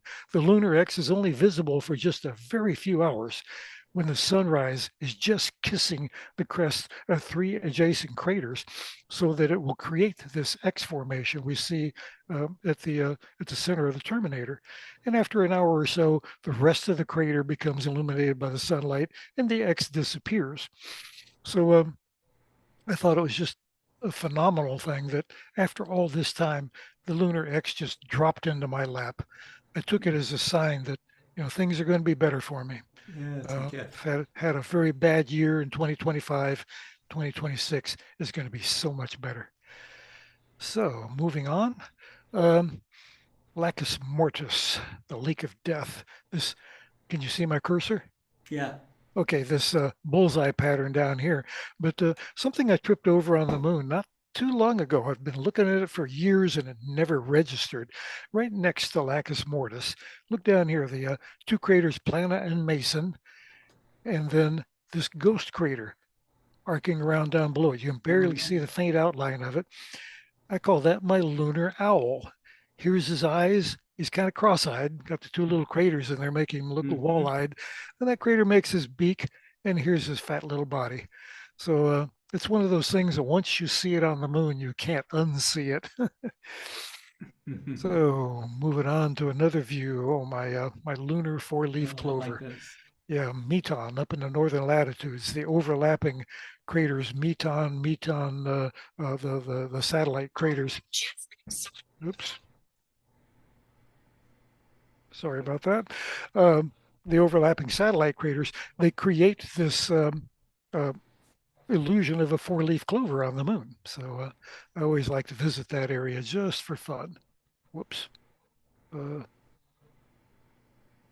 And moving on over toward the terminator, here we see the crater Cassini at sunrise. Yeah, Cassini buried here. Normally, Cassini looks to me like a bird's nest. This rumpled rim of a crater with two satellite craters within it, looking like eggs in the nest. Yet here, we're just barely seeing the sun kissing the edge of it right at sunrise, and the dramatic shadows of the lunar Caucasus Mountains stretching off into the sunset. And the craters Albategnius and Hipparchus, very near the center of the moon's visible disk. Ancient, over 4 billion year old craters, heavily ruined, but fascinating territory. And all of these images just spilled out of this this telescope I was using. It just crashed out all in a matter of a half an hour, and I was so thrilled to be back at the moon. It'd been over a year since I've been able to image the moon.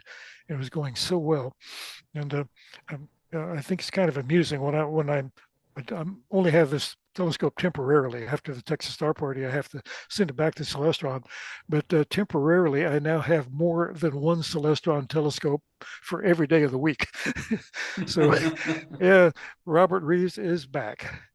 And moving on, oh, right in the center of this, the dark mountainous swirly region, the Apollo 17 landing site where Gene Cernan and Harrison Schmitt touched down in 1972, the last manned mission to the moon.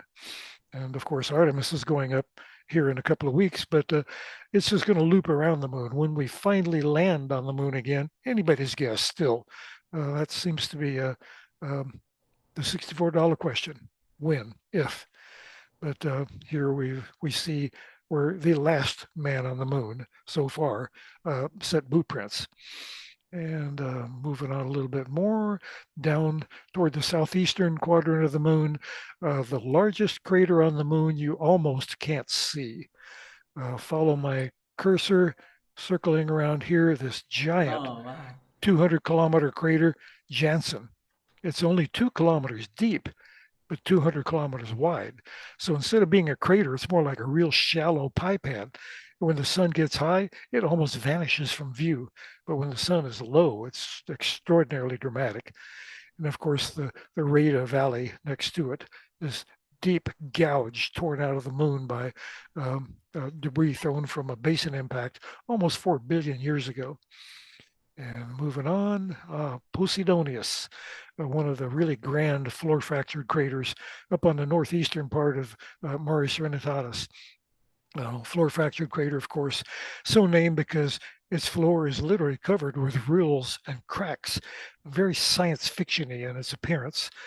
Started off as a traditional crater, very much like Copernicus or Tycho crater today, but volcanic uplift from below flooded the interior of the crater and raised it up and created the network of rills that crisscross it. And speaking of floor fractured craters, Atlas up here, same thing.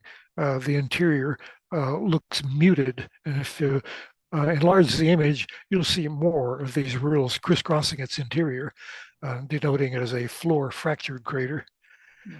And Proclus crater between Mare Tranquillitatis and the Sea of Crisis, Mare Crisium, one of the brighter craters on the moon because it's fairly fresh and has a very unusual ray pattern.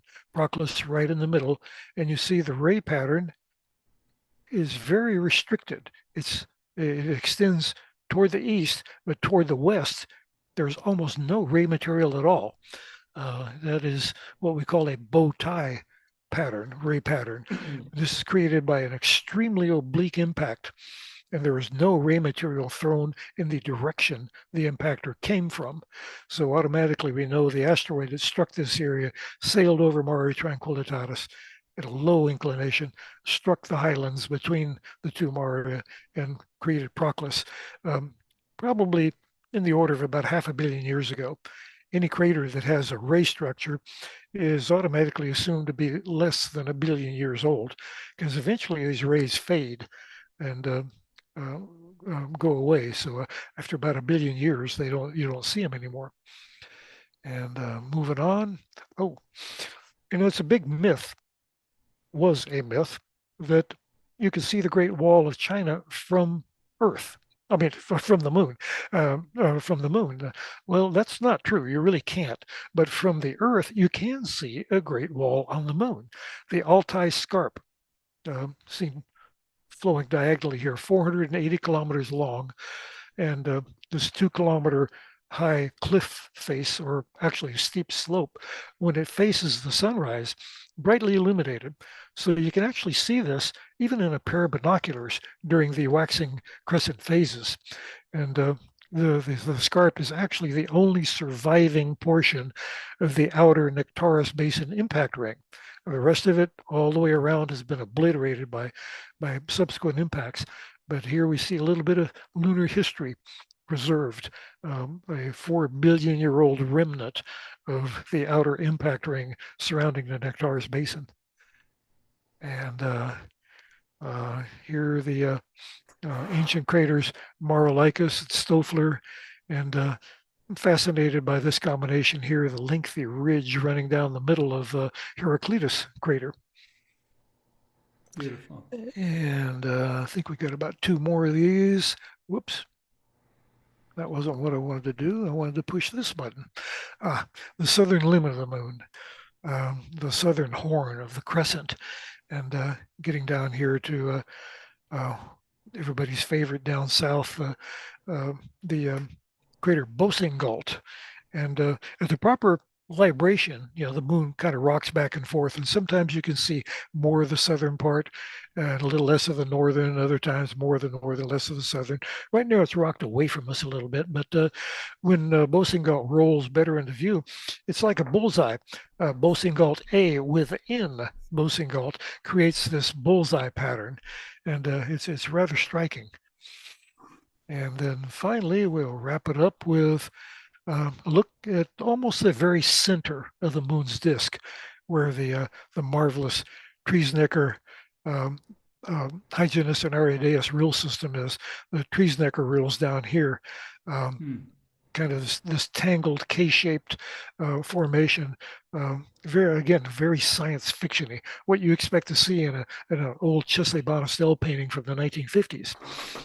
And then Hyginus reel up here, volcanic in origin, and right in the center of it, the Hyginus crater, about 9 kilometers across, the largest non-impact crater on the moon. It's actually a volcanic collapse pit. And then further over, the Aridaeus reel, extending off into Mare Tranquillitatis and submerged under the basalts of Tranquillitatis. Now, all of these are regarded as individual reel systems, but you can clearly see they're joined together. Aridaeus here joined by this faint reel system tagging in with the Hyginus reel, and then in turn other reels linking Hyginus with Triesnecker. So all of these reels created by volcanic forces on the moon. So I just wanted to share with you a little bit of the views I had the day after Christmas through a marvelous Celestron CPC 925. So I hope you've enjoyed it, and you're inspired to go out and take a look at the moon. There's this next lunation. The show is going to repeat over here throughout the next week or so. So wonderful. Yeah. Great. Thank you. Just every time I look at your images, they just look like, they're so sculptured, and they're so you don't see any kind of blurring effect of atmosphere or or optics. You know, it's really stunning. So Yeah, I'm thank always you. in awe. Thank you. Thank you very much, Robert. And let me stop sharing if I can find where that setting I is. can There do it it is. for you. Okay, you There did. you go. Alrighty. Yeah, There you go. Thank you so much. my All pleasure. right. You have a good night, Robert, and we'll see you on the next Global Star Party. You bet. Okay, so our next speaker, we've got Cesar Brolo from Argentina. He's giving us an update of what's going on down there. Thank you, Scott, to having me again in Global Star Party.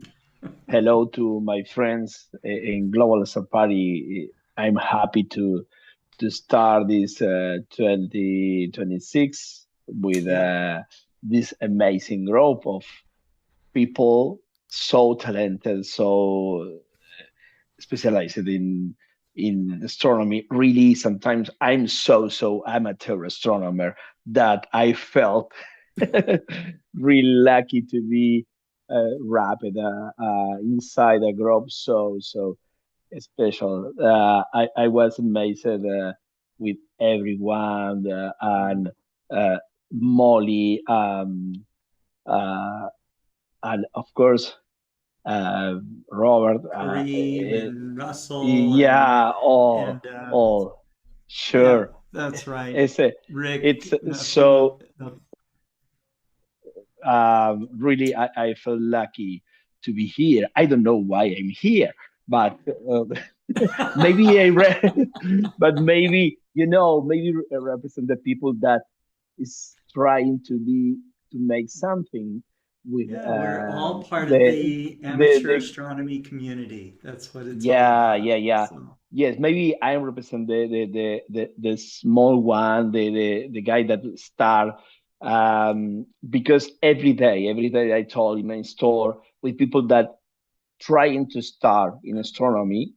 For example, for the last Christmas, we sold more a book and binoculars like a gift. oh, okay. Sometimes they say the people is trying to to get some gift for their kids or a friend, a brother, or whatever, to start to watch the stars. And we are starting with our economy in Argentina going again. So to some point to have again some imported things, imported and good quality gears. I can say to my customers that we are going to have again a lot of explorer scientific telescope in 2026. Okay, And great. yeah, really, and really every day I told to the people that told me I need to start in this hobby. I need to start, or I need a gift for my kid or my. For example, this in the last Christmas, we sold, for example, a binocular 10 by 50, cheap but good quality, and a book of my friend Jaime Garcia with the typical things to start in astronomy. They work very well because people say, okay, it's great. I start to know the sky in 5 degrees of field of view. It's something to arm to start to make something like a Lego in your brain about the position of the stars and nebulas and constellations in the sky. The second step is the telescope, maybe with a how do you say in the condition where you use 1 degree normally of field of view in I your telescope. started with the Big Dipper.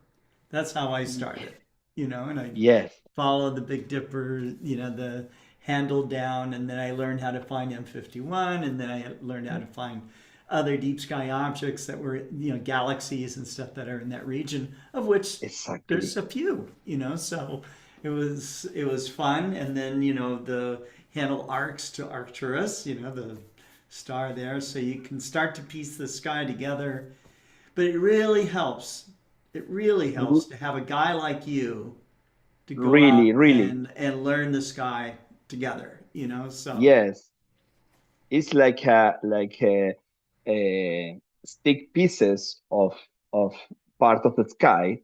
Yes. And in your brain is going to learn more to have a panorama of the sky and start to where the things are. Well, for example, here is a picture of the place where we made the third party Valle Grande, actually in Los Molles in Mendoza. Here is the large Magellanic Cloud, and this small point is the Tarantula Nebula. Oh, wow. One of the biggest and bright nebula that we know, because it's inside of the galaxy. It's a dwarf galaxy, the Large Magellanic Cloud. Well, in the presentation, I'll show you a first portrait of the Magellanic Cloud, Large Magellanic Cloud, because we have two, the big one and the small one. And I'll show you so fast as possible and resume as something that I made from September 2025 at today. I'll share the screen.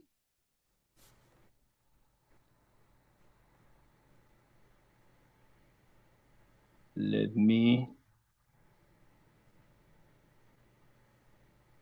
Okay, it's more easy.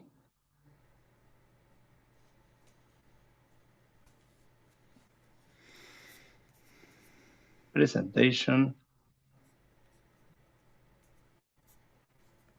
There you go. And well, the more interesting thing, that we told many times with our friend Maxi Falieres about the Alberti Observatory. Fortunately, we win our condition as provider of a big telescope of 16 inches. We are the suppliers designed to install the telescope. It's a GSO Richie-Cretier 16 inches telescope with a Yoptron mount, and really we are happy because we listen many times from Maxi about the work with the Alberti Observatory people. Marcos is actually the director, and they are finishing the building. This is the final steps of the dome. Actually, I work with them to finish the dome and all about the installing, preparing the installing for the telescopes. And this is the building, complete, near to be complete, with the office. Yes.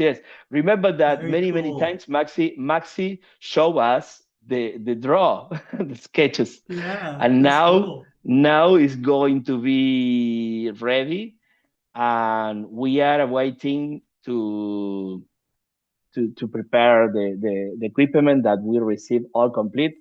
Of course, the eyepieces are all from a brand that maybe Explore Scientific, maybe. Okay.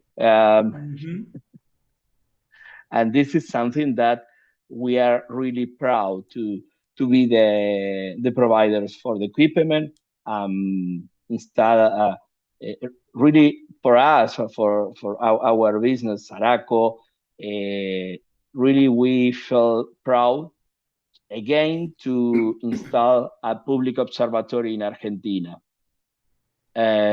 This time we don't make the dome, but we are supporting about the construction and all improvements that they need. Well, we tell every day for the pier, for the dome, all that we talk with the architects sometimes every week.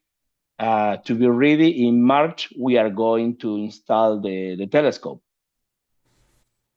Well, this was in September. In October, we returned out to our star party to make a small one, star party with only 75 people, and always about astrophotography. And we are going to have in Los Moches 2 star parties in the year.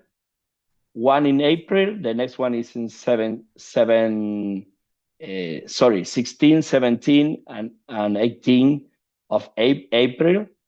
And this one was in October.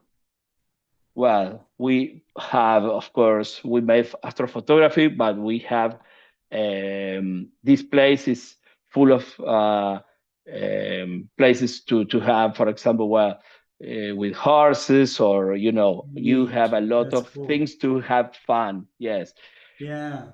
I know that that week, I told with you because you called me. I say, okay, we are in Los Moches again. We made beautiful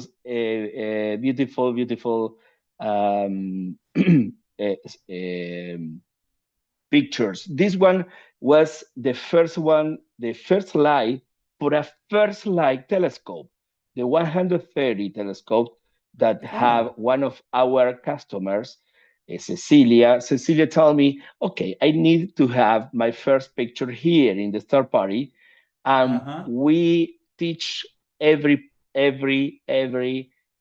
step of this. Take the picture process, and look that it's a beautiful first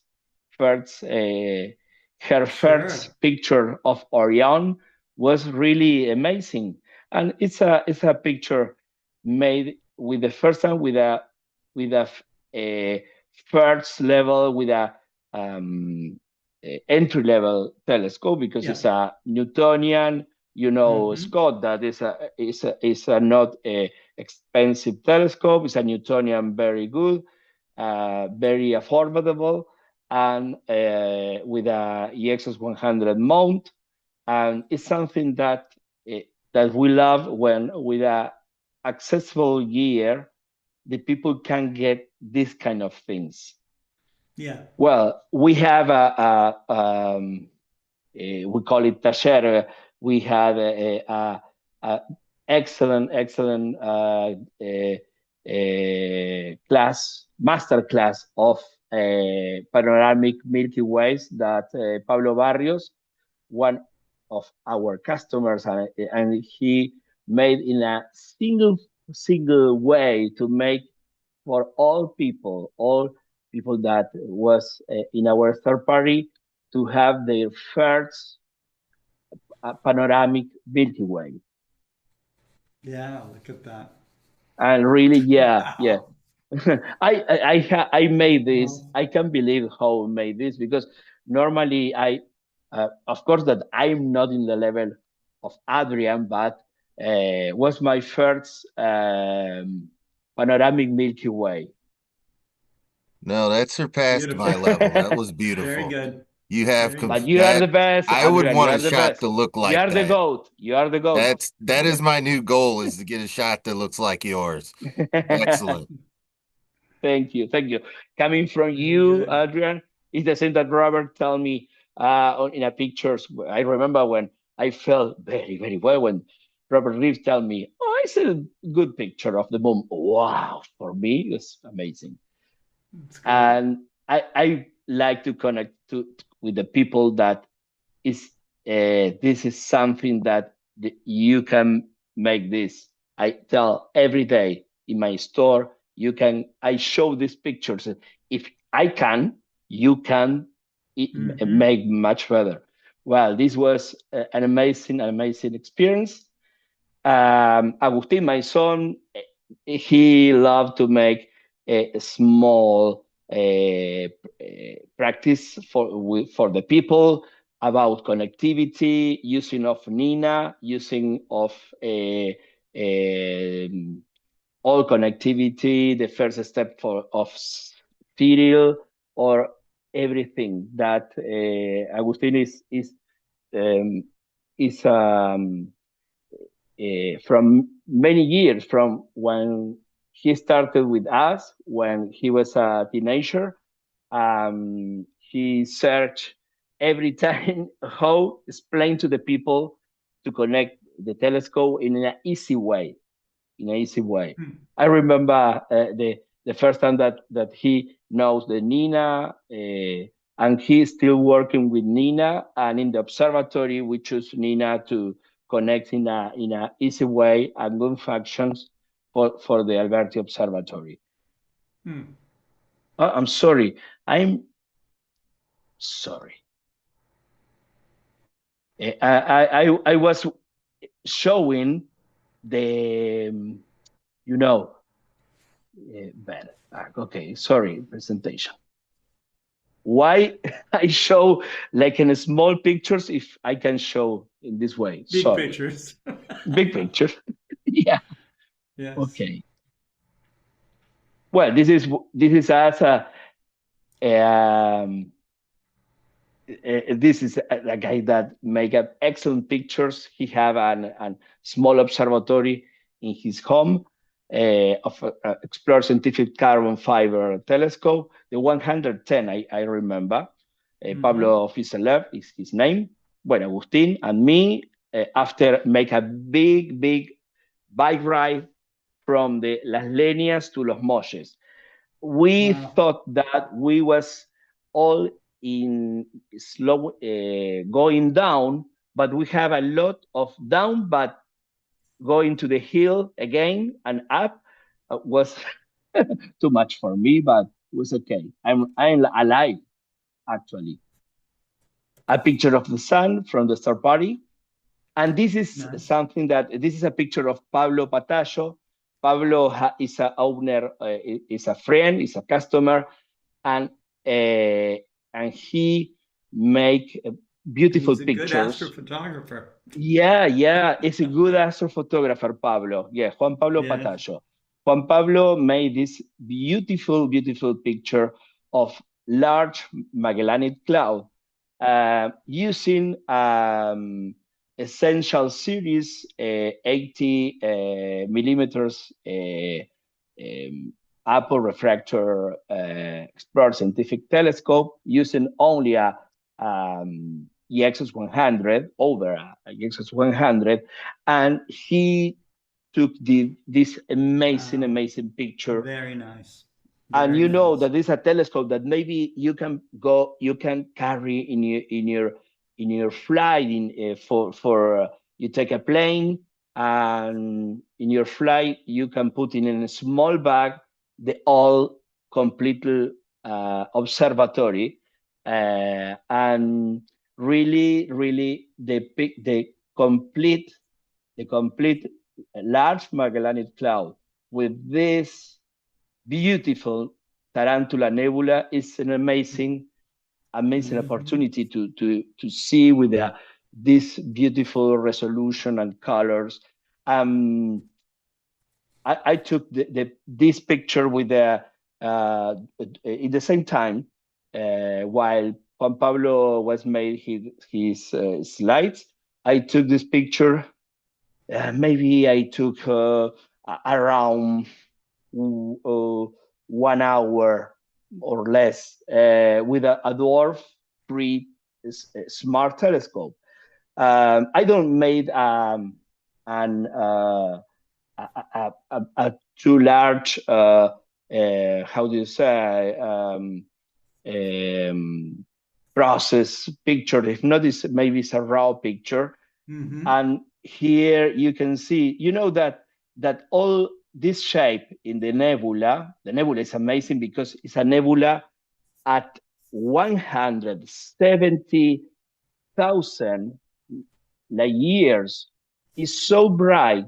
If this nebula is, it will be at the same distance at like Orion Nebula. This nebula is going to make like a day in the night, because the real bright and the size of this nebula is huge. It's totally, you can see at naked eye in the southern cross, in the southern, sorry, sky, not cross, sky.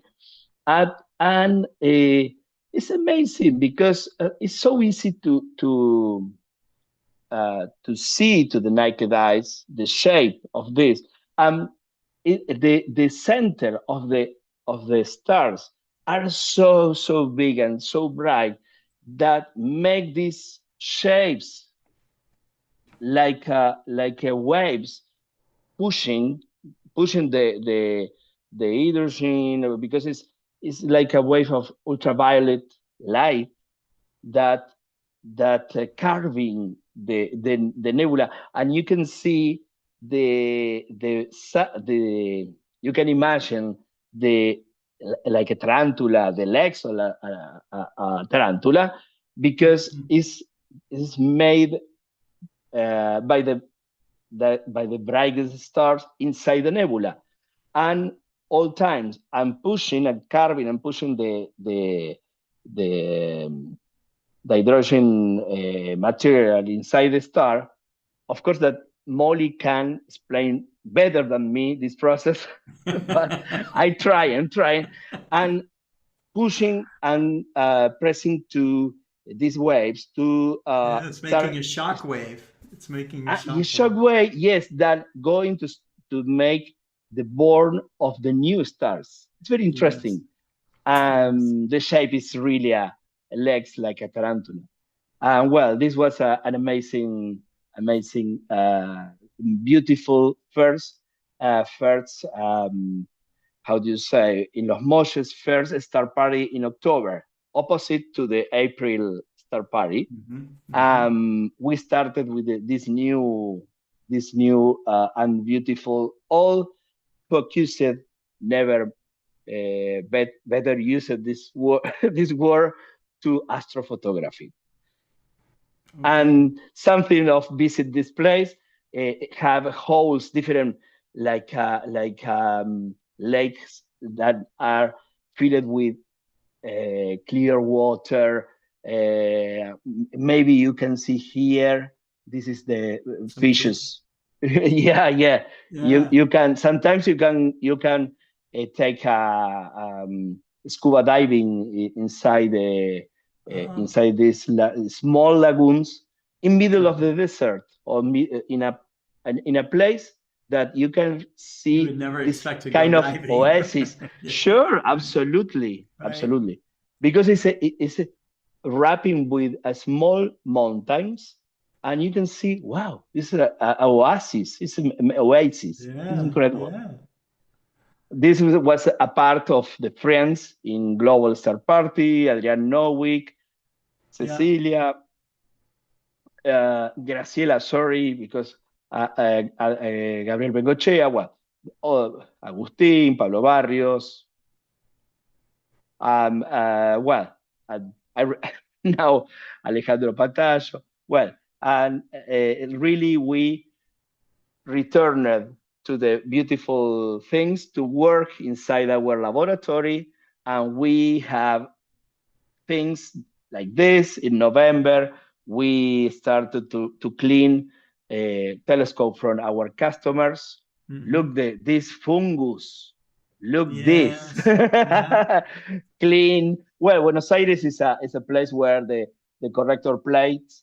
Every year we receive the telescope of our customers to clean. Fortunately, we can make a good work and the collimation of the secondary mirror, you know.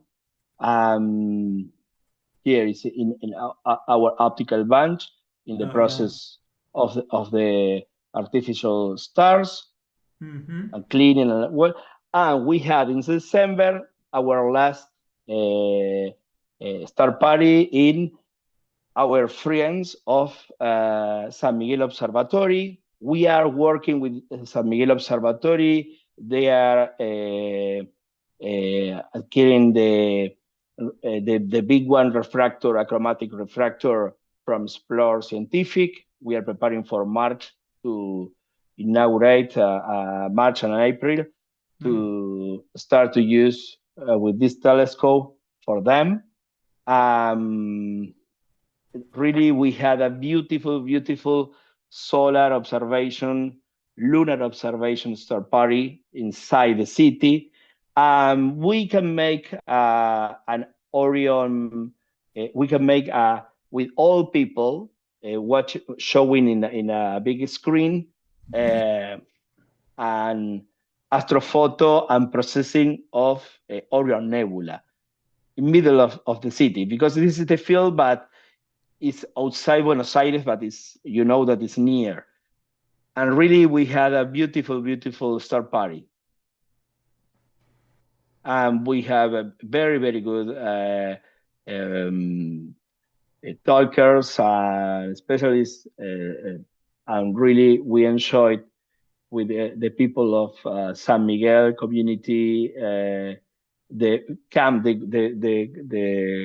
governor of San Miguel came to the star party. Really was a beautiful, beautiful and learning experience for kids, for families. Really was amazing, an amazing event to finish the year. This was the final Orion Nebula that we make with a group of people that we invite to participate with how take the pictures, stacking and processing in a live with people that never had the experience, because in the in a telescope we put the telescope. Sure, we put a telescopes to see the nebula. Yeah. And at the same time, we make a telescope to take pictures. A live stacking, you know, and was a beautiful thing. And this is every people that came to the store. I like to say this palette is an only one telescope. Yeah. Of course, that you know, it's well, the 16 Richard telescope with all how to say, with thrust tube, yeah, with system of carbon fiber, and you know. Well, this was our end of the year and the first weeks of this year. Really,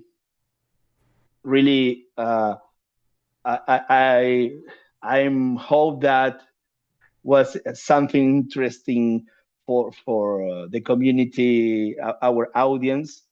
I promise that next time I having a telescope in the balcony, and we can make some picture alive of some nebula. Well, you know, it's all that I have tonight. Thank you. Thank you by Cesar. invite me. Thank you to you, Scott. It's a pleasure. Thank you. Yeah. We look forward to more of your adventures. Take care. Okay. Thank you very much. Good night. All right. So, all right. Hey, Adrian. You know what this means, Cesar. We're near the end. But yeah. I know you have Marcello Souza waiting in the wings, so I don't want to take up too much time. I was watching Star Party. I had to go to bowl because I'd still do that for some reason. And it was just an amazing presentation. There was one point at which both David Eicher and Dr. Diana were on at the same time. Yeah, And I that was kind of wished surreal, I could right? have figured out. Both of them gave me an opportunity to put Sure. articles in respective magazines. Yeah. February 2026, I have a light article on outreach and how it affected a couple of three cool boroughs, as we call it. It's at the end of the magazine. And of course, before that, David Eicher. I do have an article on Aurora that was in the February of Oh, 2025 congratulations. Astronomy Yeah, Magazine issue. So that's great. that's those are out there to read. The theme has been wonderful. And so really quick, let's just quickly share if this will work. It should allow me to share screen too. And I will go through one of the latest images that I took. Um, now, now, Scott, I shared the final image with you. We'll go real quickly through Yeah, let's check that image Inception. out. So this is what one of the frames looked like. We talk about satellites messing us up. Well, there are a lot of planes if you're doing a whole constellation. I'll uh I'll let the audience determine which constellation I decided to go after. But bonus points if you can name this Messier object. And hint, this is in Canis Major. Unfortunately, in the final, Canis Major sort of loses out. So let's go look to let's see, this ought to work. I should be able to pick up other images. I'll close that one. And you weren't supposed to see that one. That was final. This one, drop that one down. So after stacking, I ended up with a bunch of dust mites, but some detail came out, 45 2-minute images. And so now I'll see if I can Oh, go wow, back. look at that. Yeah, and that There's was, Barnard's loop. already you're Yeah. seeing detail. Oh, yeah. So in one way I processed it, I I chose to darken a lot and make it more of a naked eye visible. Of course, we don't see some of these regions, but this was more or less what we would see if we were jettisoned into space. It would look a little more like this, maybe minus these would not be colored in for us. Betelgeuse and Rigel would be bright blue, bright orange, but the structure in the rosette and you can see just how small the rosette, and then you've got the seagull down here. I believe this is an SH object up here, Lambda Orionis, and Barnard's Loop, which is a target. There's even this little imprint here of the witch's head. So processed a different way, you highlight these a lot more and you end up with this final image. Now you can see the seagull. really Unfortunately, I satisfying. cropped Yeah. out. Really, Yeah. really, I'm enjoying because I follow the show in my mind TV, and it's amazing. And the contrast is really, this is a show that really the people need to see much further. Wow, no, it's totally different in TV, like in the computer. Really, I'm. It's beautiful, Adrian. Really, I was Yeah. watching of the Robert Reeves lunar image, and now really the quality.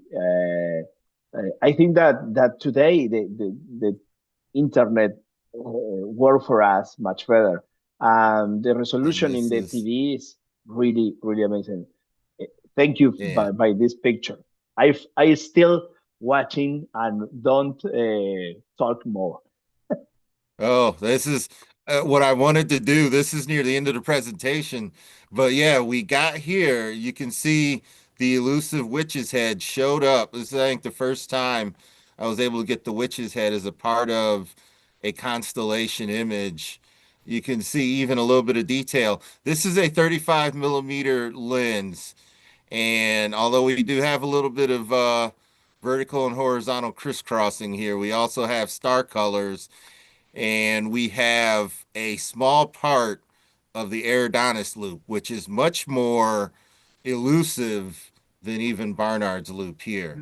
So it's never done. So now we go to a dark site. Molly and I were talking about it. This was taken at a site that had an SQM meter of about 20.2. Not very dark and a lot of light pollution on the in the sky, maybe 15 degrees up. So I was still able to get this data with 45 2-minute images tracked on a Canon 6D modified for Astros, we call it. And stacking with Sequator and and editing with I didn't use PixInsight. I haven't gotten to there yet. I use some of the astronomy tools that are available in Photoshop as well as Lightroom. Star Exterminator and Noise Exterminator that are also found in PixInsight are available in Photoshop as well. And I was able to use that to do some layering, get a little more detail out of the nebula in the area, and then layer the stars back in, and it ended up with this image. And so I'm definitely happy with it. And one of the things I've decided to do is go after constellations like this and reveal some of the detail that's behind these constellations. Orion, of course, because it dominates our winter sky. So we'll go ahead and go all the way back. And as you can see, before I share, my background screen has another project that I worked on in the summer, and I just did some work with it. This is a mosaic that I did of the Cygnus region, and it's this is Deneb and Satyr, and these are the stars, the main 5 stars, the Northern Cross part of Cygnus. Alberio is buried underneath my bar here, but I want to do this again, but with a little less of an exposure and hammer it like I did the Orion region. And I'm looking to do this for various other regions. Cephas, for instance, would be a wonderful target. There's so many, there's so much nebulosity over there in the Cephas area that to get Cephas and Cassiopeia. There's there's skyscapes you can do as well as the landscapes. Like the one behind me was near Bryce Canyon. And which way do I move to get out of the way? And that was a 2-minute exposure in really dark skies. No, that's really good. And you're able to get, let's see if my finger shows up. It doesn't. Yeah. So there's just this forest. You're in the middle of nowhere over here. And it didn't take long 2 minutes and you get a whole lot of detail. Those that like to give Ro Fuyuki a try. Beautiful. Just keep working, get enough frames here and you'll get something. This was just 2 minutes. So imagine 45 shots of those at 2 minutes. The detail really starts to come out and you get rid of some of there's not much excess noise when you're in a darker area. The image that I had of Cygnus was in a darker area too. And the stars just you have less extra stuff in between. So shooting in a dark sky does make a difference, but if you want to do outreach, get a smart telescope. This isn't showing up because it probably shouldn't. Yeah, if you notice, I got something for Christmas. It keeps popping in and Nice. out. and I've been playing around with the smart telescope. I know, Marcello, you have one of those and have had nothing but success. Your outreach has gone wonder. You love this thing, don't you, Marcello? You have it. And I gotta get you. I only use equatorial mode with mine, so I can get the longer exposures. But I can see where doing outreach with this is a wonderful thing. Just have to keep all the batteries charged, and and show people it's pointing over here. This is what it's looking at. It's a wonderful tool for that. And I've been experimenting to see if I can get even better, see what kind of results I can get if I let it go as long as I did for my images with the camera. So Scott, thank you for giving me a few minutes to add to this already excellent star party. Cesar, you are very much a part of it. Whenever we do these star parties, I get the opportunity I to present dream with the Southern Hemisphere. And it I reminds me dream that I need to go down there. That is my my dream ultimate goal. is receive you in our third party, to Scott, to you, Marcello, all time that you can That would be fun. came here. It will be really a dream, an enormous pleasure for us. As I keep saying, I have to save pennies and make it happen. And Yeah. And then Yeah. Maxi as well. We get Maxi to join Yeah, us, and then and the it'll be observatory. the whole crew. Yeah. It'll be a Sure. wonderful thing. We think that in April or May, but no, April is going to be full of events, because we are thinking that we are ready to install the telescope and make the start to the observatory in April too. I don't know, because we are having a lot of things. Next week, I'm going to Italy with my family and return in the end of February. And I start to work too much at my return that it's a year full. In the things I need to make, the order for Explore Scientific that we don't make ready. Well, everything is.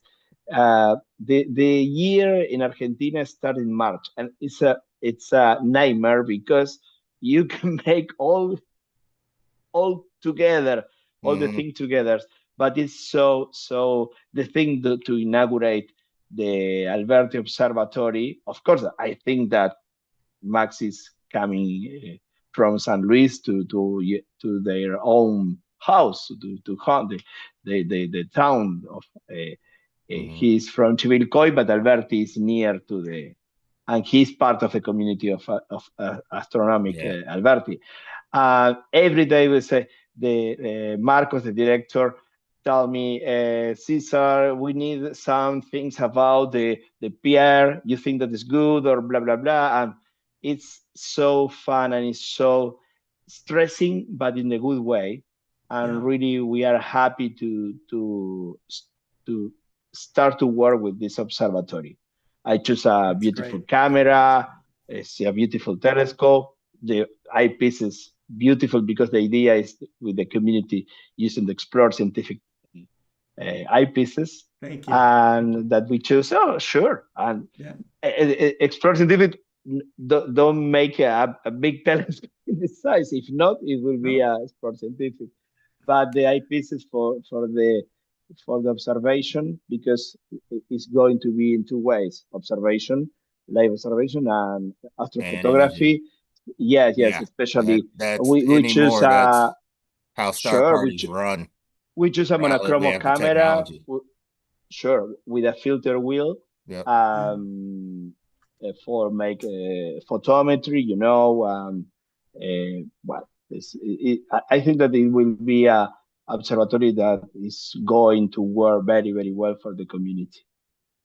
That's great. Thank you. Sorry for gentlemen. We need to thank you, Marcello here. Yeah. Thank you. Thank you very much. Well, All right, All right. Thank you Marcello, very much. take Great us job. home, Marcel. Marcello. Marcello, my thank you for neighbor. hanging in there with us. It's been a much longer night than anticipated. So Only a moment, Scott. I'm checking here sure. if the. Can you hear me? Yeah, I hear you just fine.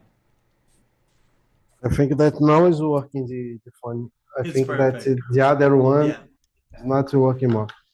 Thank you very much for the invitation, Scott. Here in Brazil now is very late. You don't It's know. late. I know. I'm sorry. It is almost 2 a.m. But Yes, as it sir. is holidays, for me, it's not a problem to survive today. Okay. And Oh, very good. nice to see all of you. Thank you for the invitation, Scott. I will show make a presentation about what we did in the spirit and what we are planning for this year here in Brazil. I will try to share here my screen in a moment. I think, can you see? Yes.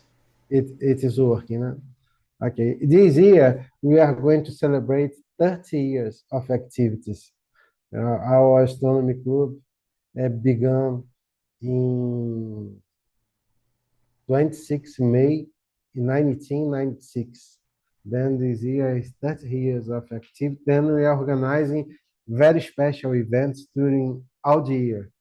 Yes. And I'm trying to change. Let me see. It's working. Then 30 years of activities, and we 30 are years. planning Wow. to do many things here in Brazil. Wow, look at During this. this year. Even we have the World Cup, we have elections here, but we are trying to organizing special events this year.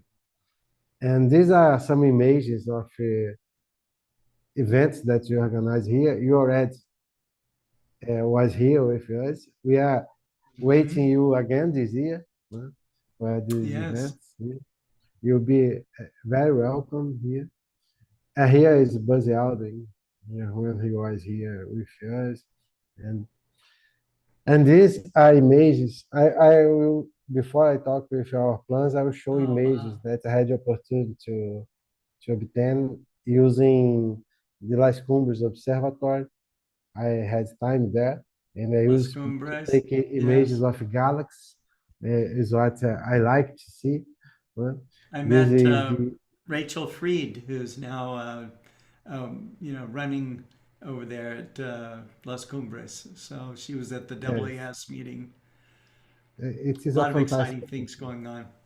Yeah, it is a fantastic opportunity. This is some objects for Canis Minor, that is NGC 2470.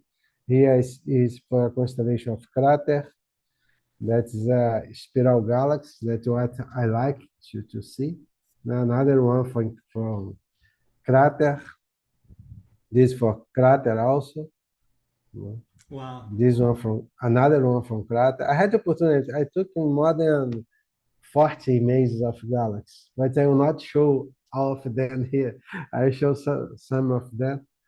This is also from Crater. Wow. And now from Leo Minor. That is That's beautiful. next week. I think that this week I'll have another opportunity to use this telescope. Leo Minor also. Another from Leo Minor. Sorry, another galaxies. And this is my favorite one. That's a Your Whirlpool favorite. galaxy, That's M51 great. from Canis Venatis. Ever that I have opportunity, I try to take a new image of this object. I also took a lot of images using the unistellar here. And this another one from Canis Venatis. The Whale Nebula. That's Or the Whale whale. Galaxy. This is the Yes. whale galaxy. This is the whale galaxy. And this one, another one galaxy from. But I have many images. This was taken in December 15. The other one in December 3rd. This is also in December 15th. And these are images of our last event of the year. Between Christmas and the New Year, we organize a public event in the main square of our city. And a lot of people participate in these events. Now we are using the traditional telescopes and also the unistellar for these events. Then I have a tablet here to show the images from the unistellar. Yes. And the white one is from Explore Scientific, the one that I bought in United States when I was there. And here, a lot of people participate to have the opportunity to show the moon, Saturn, Jupiter, because we have a lot of lights there. And you see here the house of Santa Claus, because it was between Christmas and the New Year. And this is another event near the beach. Now we organize 2 weeks in the beginning of January. I think that's 9 January, if I'm not wrong. And I was with the Interstellar there, and I had the opportunity to take a few images because I have a lot of people observing. This is the Horsehead Nebula, and this one, the Crab Nebula. Yeah. M1. And there's a lot of people was there with us to look at the telescope. This we are near the beach, in front of the beach. A lot of people there. It was not, we need to change the place because you see here you have woods and when people in the floor and when the people walk, everything move, and then we move it for near the beach, and it was a better place to observe. And now the event that we are planning to organize, because April is a very special month for us, because in April, every year, we organize the International Meeting of Astronomy and Astronautics. And now we are organizing events during all the month, because as it is a special year for us, we will begin the month with the festival of Dark Sky Festival from 13 to 20, until 20 April, and then from 23rd until 25 is our international event here. That is the 8th International Meeting of Astronomy and Astronautics. Then that is a traditional event that is organized for 18 years in our city. A lot of people, another is asking who is coming. We are going to begin to announce this week all the participants, and I hope that it will be a big celebration here. We are trying to organize the best one that's possible for us. And what we have this year, and you are beginning the organization also, you have 2 eclipses that you can see from our city. One is the partial lunar eclipse that will happen in August 28 for us. And we can see probably 90% of the moon surface in the shadow of the Earth. Then it's a partial, but almost all the moon will be there. Only we are going to miss only 7%, something like this, of the surface of the moon. And then we have also, that's something fantastic, that the partial solar eclipse in February 6, but is annular eclipse, solar eclipse, but it will be possible to see the annular solar eclipse here. It will be the only opportunity that we have until 2200, because before this we will not have another eclipse, solar eclipse here in our region to see. And this is something that we are going to do here to determine the distance between the Earth to Moon during the eclipse, only using trigonometry. That is like what they did in the past. Then, as it will be a partial eclipse, lunar eclipse, it will be possible to use this model to calculate the distance between the Earth and the Moon during the period of the eclipse. And the most important thing is to show the people that the shadow of the Earth on the Moon is not in this, don't have the same size of the Earth. It's small. One, because it's far from Earth. Then, using this association, using the basic trigonometry, it will be possible to calculate distance between the Earth and the Moon. And we ask the students here to do this during this eclipse. And this is an example that we did in 2015, if I'm not wrong. And now they have a new technology to use because they can take pictures of the Moon during the eclipse using the smartphones, and from this they can estimate the size of the shadow of the Earth.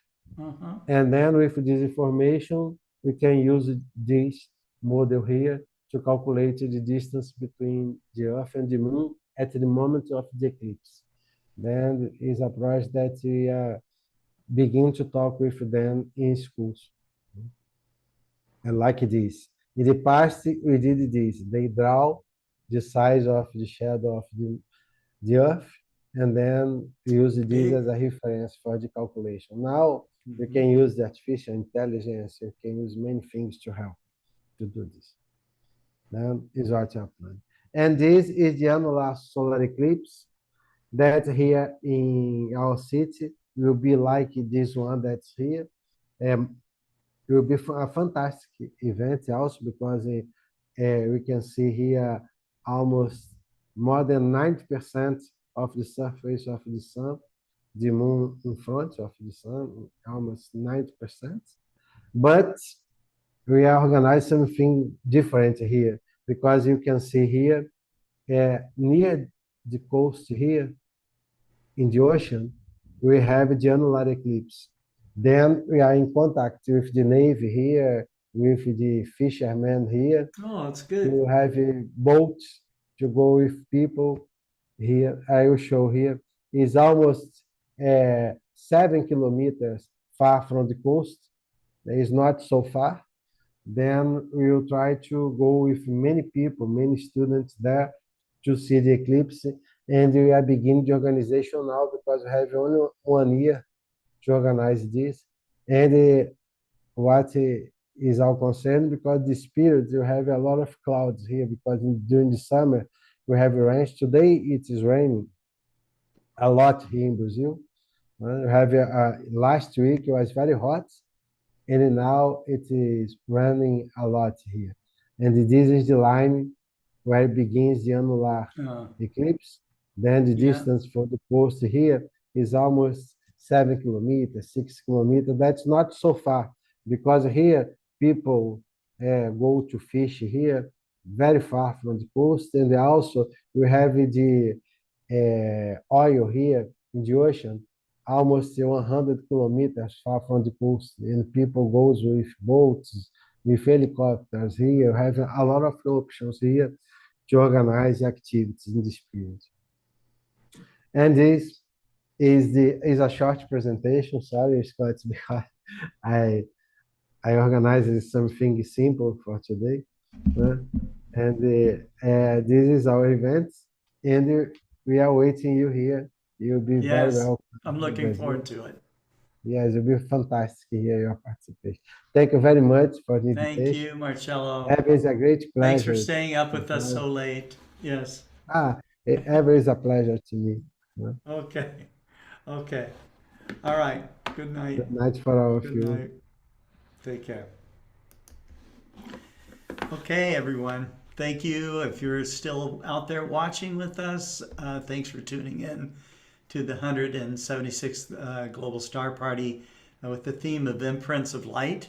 We had really an amazing lineup of speakers.